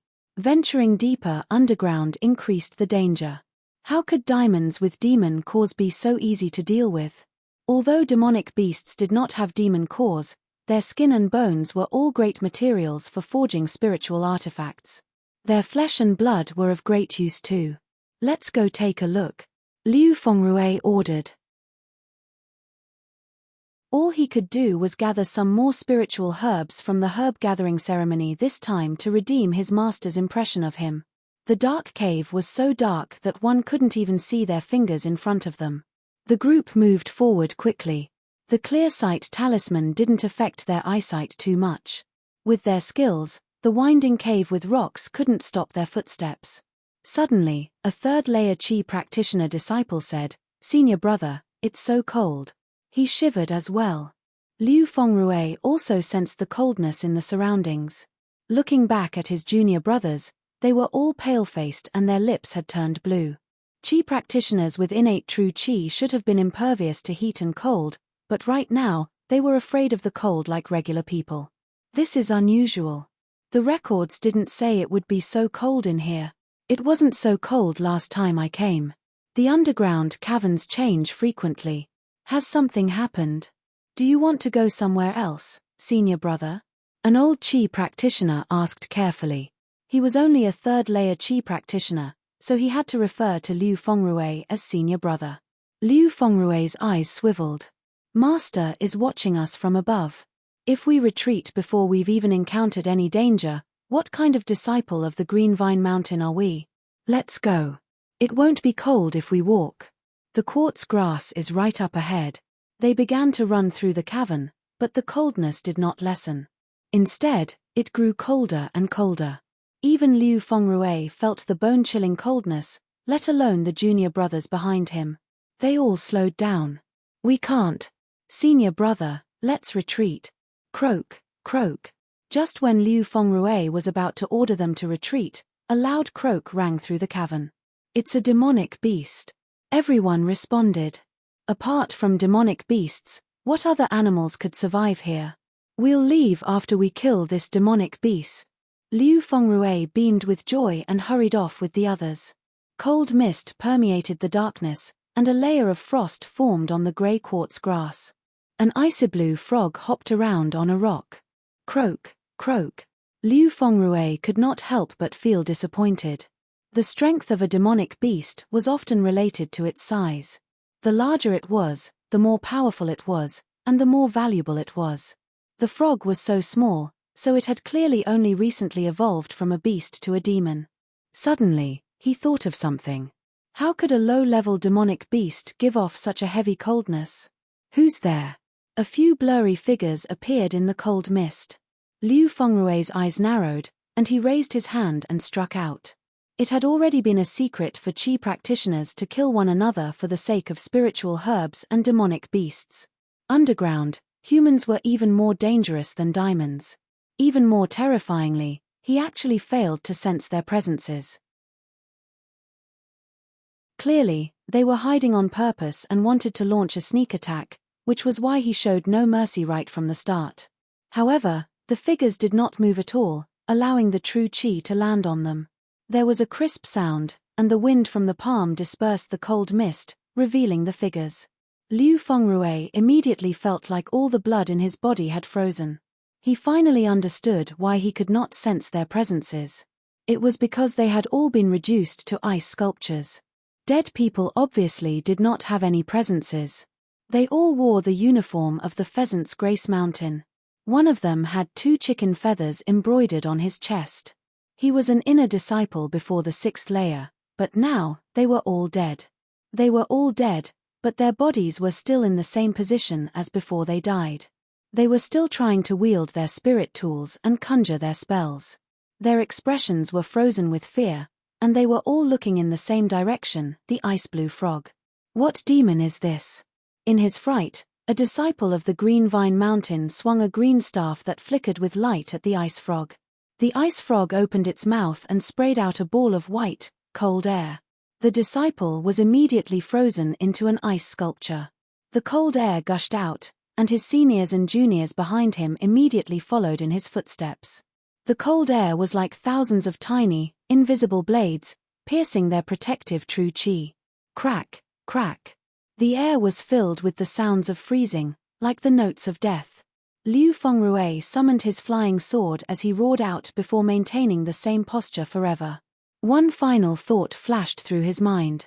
They were not facing some demonic beast, but a true demon, and a powerful one among diamonds at that. However, why would a demon appear at such a shallow level? It was just like how a 10th layer Qi practitioner killing a group of weaker Qi practitioners was a piece of cake. Croak, croak. 11, croak, croak. That's enough for 10. The ice frog opened its mouth and sucked. The ice sculptures shattered into ice shards and were sucked into its mouth. Only the spirit artifacts in their hands and the 100 treasures pouches on their bodies remained intact. Croak, croak, the leader wants this. The ice frog collected all of them and placed them in a cave not far away. This was the token used to calculate contribution points. Inside the cave was a huge rabbit-like demonic beast. Its body was shriveled up and it was trembling non-stop. It was unknown whether it was because of fear or the cold. It was originally the target that the Qi practitioners were looking for. Fellow Green Vine, looks like even your disciple failed to defeat the demon there, the Golden Pheasant Elder said coldly. In the location of the herb gathering ceremony, the three elders stayed in a bamboo pavilion together. They admired the snow and drank tea as they waited for the outcome of the ceremony. Before them was a projection from the underground mental map. Many specks of light flickered on it, split into three colors: gold, azure, and gray, indicating the location of the disciples of the three mountains. It was just like the pathfinding puppet insects the disciples of Moism had used in the past. With the deaths of Liu Fengrui and the others, the specks of light on them faded away too. Before that, the golden specks of light that represented the disciples of the Pheasant's Grace Mountain had vanished there too. The Green Vine Elder said, "There must be a powerful demon there, but that shouldn't be. It's only a shallow layer." The Lone Grave Elder said, "You'll know if you keep watching." The boulder viper moved through the earth as it flicked its forked tongue, constantly sensing the presence of the humans in the cave. Suddenly, it emerged from the wall and saw the frightened faces of a few humans. They were all extremely weak. The Qi practitioners only saw a grey shadow pass over their heads. They did not even manage to make out the demon's appearance before they were frightened out of their wits by the terrifying demon Qi. The leading 7th layer Qi practitioner bellowed out, "Summon the zombies." They were disciples of the Burial Mound Mountain. The disciples of the Burial Mound Mountain immediately waved the bronze talismans in their hands. Several dozen zombies scattered around them, surrounding them tightly. The 7th layer Qi practitioner even summoned 2 indestructible iron plate corpses. Corpse Qi coiled around them. Every single one of them was even more powerful than the iron plate corpses the zombie Daoist had refined in the past. The boulder viper turned around. Its long body coiled up and suddenly tightened. Dozens of zombies and a few disciples of the Burial Mound Mountain were in the low cavern. The disciples of the Burial Mound Mountain had nowhere to run. They felt a tremendous force pressing down on them from all directions, and they were immediately ground into a pile of meat paste, no longer distinguishable from the zombies they had refined. The deathly aura on the Lone Grave Elder's face seemed to grow heavier too. The Green Vine Elder and the Golden Pheasant Elder's expressions were ugly as well. On the underground mental map, large swathes of specks of light were extinguished. Groups of herb gatherers died underground. The number of Qi practitioners they had lost in a short period of time had already exceeded the total number lost during the herb gathering ceremony last time. And right now, the herb gathering ceremony had only just begun. The Qi practitioners had only ventured into the shallow layer. They should not have run into any powerful diamonds. Sect masters, what's going on? Hua Sungzon, who had been paying attention to this the entire time, walked into the bamboo pavilion with a stern expression. He understood what these specks of light represented.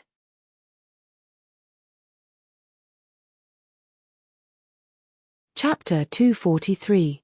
The Golden Pheasant Elder said, "The Pheasant's Grace Mountain has 11 as well. The Great Wall." The Lone Grave Elder said, 7. However, they all knew that this was not because the Burial Mound Mountain's disciples were strong enough, but because they could manipulate corpses as shields. Close to 30 disciples had all died in less than 4 hours. Although the number of inner sect disciples lost was not that many, it was enough to shake the foundations of the 3 mountains. Hua Sungzon furrowed his brows. No one would have thought that the herb gathering ceremony would have such a turn of events. Could it be that the monsters underground had already made their preparations and were waiting to ambush the Qi practitioners? Perhaps the demon general in this area could no longer tolerate the humans running amok underground and began to react. If that was really the case, then death was just the beginning. It was very likely that all the cultivators participating in the herb gathering ceremony would be wiped out. He was already unable to imagine what sort of waves the death of nearly 1,000 human cultivators would cause. He couldn't help but let out a long sigh as he gazed at the surging dark clouds in the sky. The general situation of the world is really about to change. The 3 elders felt their hearts bleed. Their faces were all sunken as killing intent surged through their eyes. That person was right. All diamonds deserved to die. Brother, you mean? Zijian. Hua Chenglu rushed over from afar and grabbed Wasungzon's sleeve anxiously. As he said that, a few more specks of light vanished. Although Yu Zijian was not a disciple of the Green Vine Mountain, she was still equipped with a sensing spiritual artifact. She was one of the many specks of light, so who knew when they would be extinguished?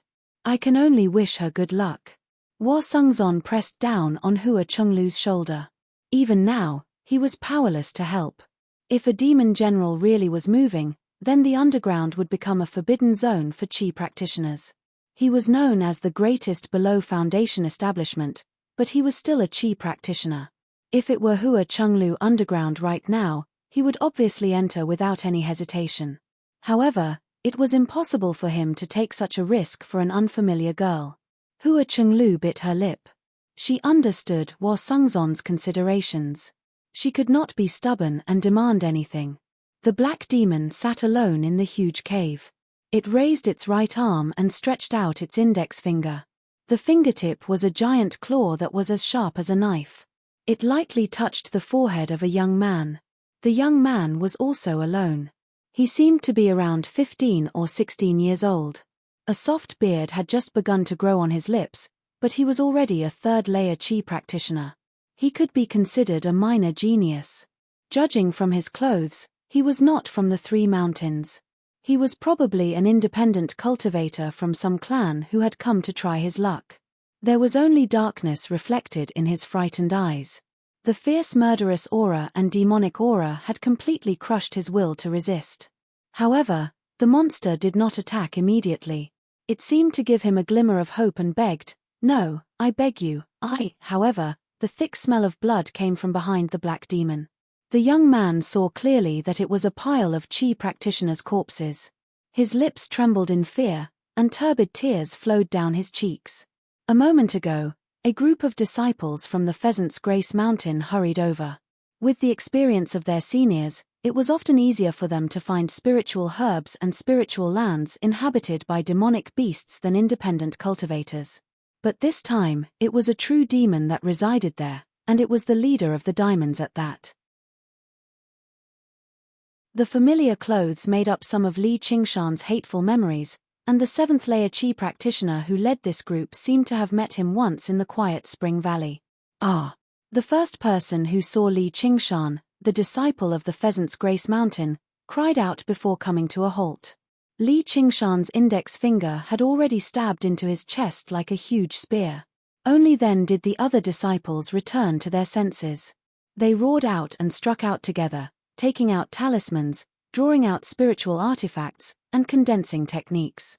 The person who reacted the fastest was the inner disciple of the Pheasant's Grace Mountain, a seventh-layer Qi practitioner. However, before his golden pheasant plume could even take flight, a huge hand appeared before him. The index finger and thumb tapped out gently before flicking out carelessly. His head was smashed to pieces. His brains and shattered bones scattered across the ground. At this moment, those who took out talismans had only just extended their hands into their talisman pouches, those who drew out spiritual artifacts had only just lit up, and those who condensed techniques had only just mobilized their true Qi. The sacred hall did not even have the time to react to everything that had happened before him. Li Qingshan waved his hand casually, and thick blood spurted out. Not a single one of them survived. The battle began in the blink of an eye and ended in the blink of an eye. It was so simple that even Li Qingshan himself was slightly surprised. Back then, who knew how much effort he had expended to deal with a sixth-layer Qi practitioner like Shuizhibua? Although he hadn't been able to overcome the heavenly tribulation and take that legendary first step, after cultivating the second layer of the tiger demon, his powerful strength had transformed into a terrifying battle prowess that could suppress the strongest of demons. How could any Qi practitioner be a match for him? Li Qingshan did not enjoy torturing and killing his opponents, so they all died extremely quickly and painlessly. The more direct reason was that he did not know these disciples of the Pheasant's Grace Mountain at all. Even the leader had only barked a few times meaninglessly at him. However, since they were disciples of the Pheasant's Grace Mountain, they were sworn enemies. There was nothing much to say. If he killed them, then he killed them. But right now, the young man standing before him was a complete stranger. Clang! Like the hum of a blade, there was a cold flash, and the headless corpse of the young man collapsed on the ground. Just now, he had paused, not because he was still hesitating. He was just reminiscing about what he was about to cut off and throw away. Just like how mountain climbers needed to empty their overly heavy backpacks in order to climb to the very top, they had to take out the items inside and toss them into the abyss one by one. However, these items could have originally been very important, so he could not help but sigh inside. Everyone wanted to reach the very top without losing anything, just like how everyone wanted to succeed without paying any price. However, this was impossible. The price was not just hard work. If Li Qingshan was willing to live a peaceful life and not think about leaving Qingyang or even beyond the 9 heavens, he would be able to live a much more relaxed life. However, he could not do that, because the mountain was there. Li Qingshan stabbed the corpse with his finger and tossed it behind him. It landed on a small pile of corpses and he said, "Don't eat it." These were all for little Anne. There was also a cowering demonic beast in the cavern. Even though it was attracted by the flesh and blood, it did not dare to move at all. Li Qingshan had never studied the art of war or anything like that, but he was not unfamiliar with military knowledge in the age of information explosion in his past life. He knew what it meant to gather forces to destroy the enemy's effective forces.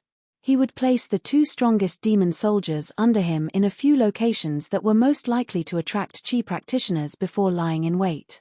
As for Little Anne and the Boulder Viper, who were more mobile, they constantly patrolled the main paths underground, killing the weaker Qi practitioners. The remaining diamonds would gather together in groups of 3 to 5 at the very least. They would be led by their strongest leader, just in case they ran into stronger Qi practitioners. With just a simple adjustment, the diamonds were basically undefeatable. It was not even any more complicated than playing a game. As the leader of the demon soldiers, Li Qingshan did not remain uninvolved. Instead, he chose a place where spiritual veins gathered and spiritual herbs flourished, beginning his wait and slaughter. Li Qingshan exhaled deeply and stowed the 100 treasures pouch away. He leaned on his hand and continued to wait. Killing strangers was not exactly fun, but obtaining the 100 treasures pouch made him quite happy. After this battle, the pills he obtained would be enough for him to break through to the second layer of the spirit turtle's method of sea suppression. Suddenly, he raised his head and sniffed the air gently. Through the heavy smell of blood and the familiar scent, he recalled some of his past memories. He could not help but frown. Why was she here? Although it had only been over a month since they parted, waiting in the gloomy underground for a while felt like an eternity. Let's go out and take a walk. Li Qingshan stood up and made his way out of the cavern. After taking a few steps, he turned around and said to the demonic beast, "You're not allowed to eat it." If the demonic beast could cry, it was already close to tears from fright. Their jade-green and blood-red pupils danced about in the darkness. A few colossal diamonds surrounded a few Qi practitioners. Their mouths were filled with sharp teeth as they spat out a heavy stench. "Senior brother, what do we do?" Cheng Jelly paled. Mu Jitsung's forehead was covered in sweat. He controlled a flying sword and wandered around in the surroundings. However, with his strength, a single demon was already very difficult for him, let alone several diamonds at the same time. Even his chances of survival were pitifully minuscule. How did this happen? How did this happen? This was clearly just a nest of demonic beasts, so why were there so many diamonds gathered together? And they were all different species. Mu Jitsung was filled with fury and doubt. The spiritual ground had only been cleaned out once during the herb gathering ceremony, and it was a disciple of the Green Vine Mountain who had killed them. Even if new demonic beasts took over this place, they should not be much stronger than wild beasts. He had only come here to try his luck. If he came across demonic beasts, he would use them to test his strength and show Yu Zijian his might. He could also let his junior brothers and sisters warm up so that they could venture even deeper underground. However, he never thought he would barge into a nest of diamonds and end up in dire straits. The diamonds used demon qi to communicate with each other in a way that humans could not hear. "These people are too weak. Let's eat them." If it weren't for the leader's idea, you would have been eaten a long time ago. I want to eat the one at the very front. Move. The one at the very front is mine. Be careful. This human is a little difficult to deal with. Don't let him injure you, and don't let him escape. Humans have many tricks up their sleeves, the strongest demon ordered. The other diamonds immediately obeyed. They were cautious as wild beasts, so they did not swarm over together. It was just like how a pride of lions surrounded a wild ox. They would never attack recklessly, just in case they were injured by the ox's horns. The diamonds possessed intelligence that wild beasts did not possess. They constantly growled and roared, destroying the mental defenses of the Qi practitioners. Their colossal bodies formed a perfect encirclement, exactly to prevent their strongest prey, Mu Jitsong, from escaping during the chaos. Ah!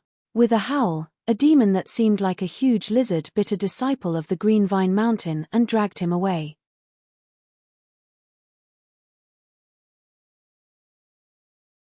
Chapter 244. Blood splattered on Yu Zijian. Her eyes widened as she stared blankly at everything before her, as if she had fallen into an unreal nightmare. The disciples of the Green Vine Mountain cried out in panic.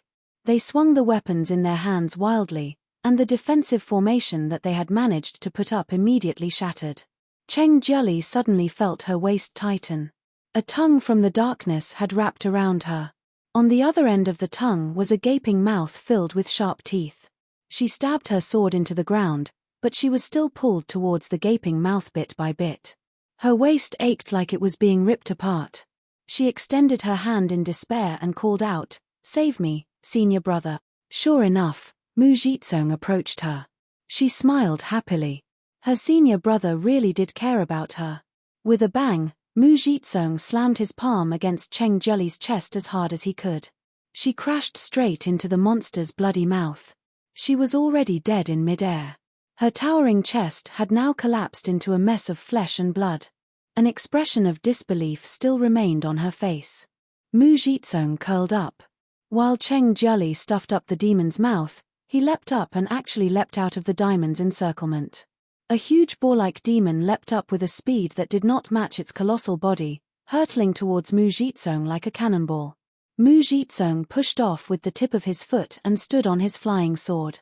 He leapt over 30 meters away and heard a rumble behind him. The huge boar-like boar had collided with the ceiling of the cave, causing rocks to collapse and dust to rise into the air. He could vaguely hear a few cries of despair. "Senior brother, don't abandon us. Save us, senior brother." He did not hear Yu Zijian's voice. He had no idea whether it was hidden among the voices. He made up his mind. "Don't blame me. It's better for me to survive than to die with you. There's nothing I can do about it." For some reason, the monsters did not chase after him. Before the ecstasy of surviving a disaster could even surge out of his heart, he ran into a black iron wall in a panic. Li Qingshan sensed the tiny figure that had run over. He grabbed and squeezed almost instinctively. There was a crack, and his hand became drenched in blood. Looking at the dead man's face that was bleeding from all 7 orifices, he realized that he seemed to have seen this person somewhere before. After thinking carefully, he remembered Mu Jitsong's name. He didn't know about Mu Jitsong's plot against him. He scratched his head and felt very embarrassed. But since he was underground, he could only feel embarrassed. For him, remembering this kind of thing once was enough. Sensing the aura within the dust cloud, Zhongxian heaved a sigh of relief. It was fortunate that he had arrived in time. As long as she was fine, everything would be fine. When Mu Jitsong used Cheng Jiuli's corpse to leave, Yu Zijian closed her eyes and pursed her lips. If she encountered something she could not accept and was powerless to stop, wasn't this how humans behaved? She even wanted to cover her ears so that she could not hear the screams coming from beside her. However, her hand was holding the sword hilt so tightly that her knuckles turned white. It was as if she was going to crush the hilt, but she did not pull it out. At this moment, what was the use of drawing the sword? The smell of blood and scorching heat flooded her face. Death was right before her eyes. Many scenes flashed through her mind. As it turned out, her father was right. When people faced death, they would really recall their entire lives. Even though her life was extremely short, it was filled with sunshine and joy. She had received her father's care and love from her fellow disciples. However, this only worsened the pain before death. Without Mujitsong, the diamonds basically finished off the remaining disciples in no time at all. It was as easy as picking up food with chopsticks. Just when their sharp claws and teeth were about to reach Yuzhijian, they suddenly stopped. An order rang out from the darkness through demon chi. The order was very simple. If it was translated into human language, it would be 2 words: piss off. Their claws and teeth no longer dared to advance any further. They slowly retreated, turning around and fleeing frantically. Their roars vanished into the depths of the cavern. Li Qingshan shook his head and emerged from the darkness. He suppressed his demon qi again and recovered his appearance as Niu Juxia. The sacred church, I don't want to die. Yu Zijian suddenly drew her sword and stabbed forward as hard as she could. Her desire to live had turned into courage. Even if it was pointless, she would struggle. However, to no surprise, her sword missed. Her hand fell into the clamping grasp, but it was not devoured or ripped apart like she had imagined. A voice rang out vaguely, as if it was calling out her name. Zijian, Zijian. She seemed to wake up from a nightmare. She gradually made out the person before her. His simple face and tall figure were also familiar. She rubbed her eyes and said in disbelief, Niu Juxia? Li Qingshan said, isn't that me? Why have you come underground? Were you threatened by the people of the Green Vine Mountain? Little did he know that before he appeared, participating in the herb-gathering ceremony had always been a good thing. Yu Zijian looked into his warm eyes and felt like she had been wronged. In the end, she burst into tears and threw herself into Li Qingshan's arms. Li Qingshan was mildly surprised. He embraced her gently and patted her back until she gradually calmed down. Only then did he say, let's go. Let's get out of here. The smell of blood here will attract demonic beasts. Her soft body seemed to calm down the restless killing intent in his heart slightly. His extraordinary composure infected her. She stopped sobbing and raised her head. Her eyes were red as she looked at Li Qingshan in confusion. Where are we going? Li Qingshan thought, she's still a child at the end of the day. Everything that she has gone through today is probably even more difficult for her to endure than ordinary people. For some reason, he thought of a saying. So-called kindness is just not understanding the evils of the world. So-called purity is just not being tainted by the world. Above ground, obviously. Li Qingshan released her and made his way into the cavern. Yu Zijian followed him in a hurry. She grabbed Li Qingshan's hand like a drowning person grabbing onto a piece of driftwood. Don't be afraid. I'm here, Li Qingshan said gently. Yeah. Yu Zijian's heart warmed up. She bit her lip and nodded gently. The two of them advanced through the cavern. Li Qingshan led the way at the front, while Yu Zijian followed closely behind him. She was afraid to fall behind. The gloomy cavern was cramped and oppressive. Every single strange rock seemed like a vicious demon in the darkness. She was afraid to look at anything. She only stared at the tall figure as if she was looking at the only source of light in the darkness. Li Qingshan strode forward, choosing his path without any hesitation at all. He was the one who had arranged for the diamonds to guard, so he avoided these places and made his way to the surface. However, as Yu Zijian's cultivation was just too low, she struggled to keep up with him, even when he did his best to slow down. Suddenly, he stopped and turned around to Yu Zijian. Let's hurry up. Although the underground battle this time was basically guaranteed to be victorious under his arrangements, he still had to pay attention to the battlefield at all times as the commander. He could not help but feel slightly uneasy. Before Yu Zijian could even respond, she felt like she was riding on a cloud, landing on Li Qingshan's arm. Can I? Li Qingshan lowered his head and asked. He also knew that it was inappropriate for men and women to touch each other, but she was as light as a fallen leaf. If she was unwilling, he could carry her on his back, or carry her on his back. He could even carry her by hand. Yes, Yu Zijian also lowered her head and said softly. Li Qingshan nodded. Like a fierce gust of wind, he moved through the cavern quickly. All Yu Zijian saw was the still cavern suddenly begin to move. It twisted left and right rapidly, constantly widening and narrowing. From time to time, a huge cavern would appear. It was like they were advancing through the wriggling intestines of a huge beast. As they moved upwards, Fu Qingjin constantly moved downwards. He had broken away from the group from the Green Vine Mountain right from the beginning, moving underground alone. He was like a speck of green light that flowed through the darkness. Just as the other Qi practitioners were still in the shallower depths of the cavern, picking spiritual herbs and killing demonic beasts, he had already reached the very depths. He had no idea about the battle and slaughter happening above him. Even if he knew, he would not care. It was like he had a clear objective. He advanced, advanced, and advanced. He did not hesitate at all when he chose a fork in the road. Along the way, he encountered a few demonic beasts that blocked his way. However, before those demonic beasts could even react, all they saw was a streak of azure light flashing past them. There was no way for them to chase after him. Furthermore, the spirit flowers and spirit herbs that grew in the darkness could not stop him at all. He only had a single objective this time. Apart from that, nothing else was worth the risk of leaving behind traces. Finally, a speck of blue light flashed through his eyes. Only then did he stop and observe the wondrous flower dancing in the air. Blue butterfly flowers. It seemed like this was the place. He continued onwards, finally arriving before the sea of blue butterfly flowers. A sliver of shock appeared in his tired eyes. Originally, he thought he had seen all the beautiful scenery in the world, but he never thought there would be an unknown holy land like this underground. He looked past the sea of flowers and saw Milopt lying on the platform. He smiled. It was the smile of a hunter who had found his prey. Diamonds were not worthy of a place like this. Fu Qingjin crossed over the sea of flowers alone. Countless blue butterflies fluttered around him before suddenly falling back into the sea of flowers together, turning back into petals.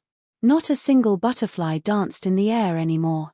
Milopt, who could not wake up no matter how he slept, opened his eyes and straightened up. He looked at Fu Qingjin blankly. Their eyes met, and killing intent surged. Fu Qingjin was in no hurry to draw his sword. Instead, he took out a stick of incense from his 100 treasures pouch. The stick of incense was not particularly thick, but as soon as it was lit, it immediately gave off a heavy smell. Milopt was originally a demon transformed from a venomous insect, so he was not afraid of any poison. However, as soon as he caught a whiff of the fragrance, he felt extremely intoxicated, like a person who had starved for 3 days running into a table of delicacies. Fu Qingjin suddenly turned around and left. He left even faster than he had arrived. Milopt chased after him involuntarily. A man and a demon, one fleeing and one chasing, they rushed towards the surface. Fu Qingjin thought, the effects of this insect-luring incense really are impressive. Even though carapaced diamonds have transformed into demon generals, they still act on instinct. They're as stupid as can be. As long as I lure them to the surface, I can kill them openly. The 3 elders will be waiting for me outside. You're tuning in to the Celestial War YouTube channel. Don't forget to subscribe and join us on this journey to catch the most captivating stories.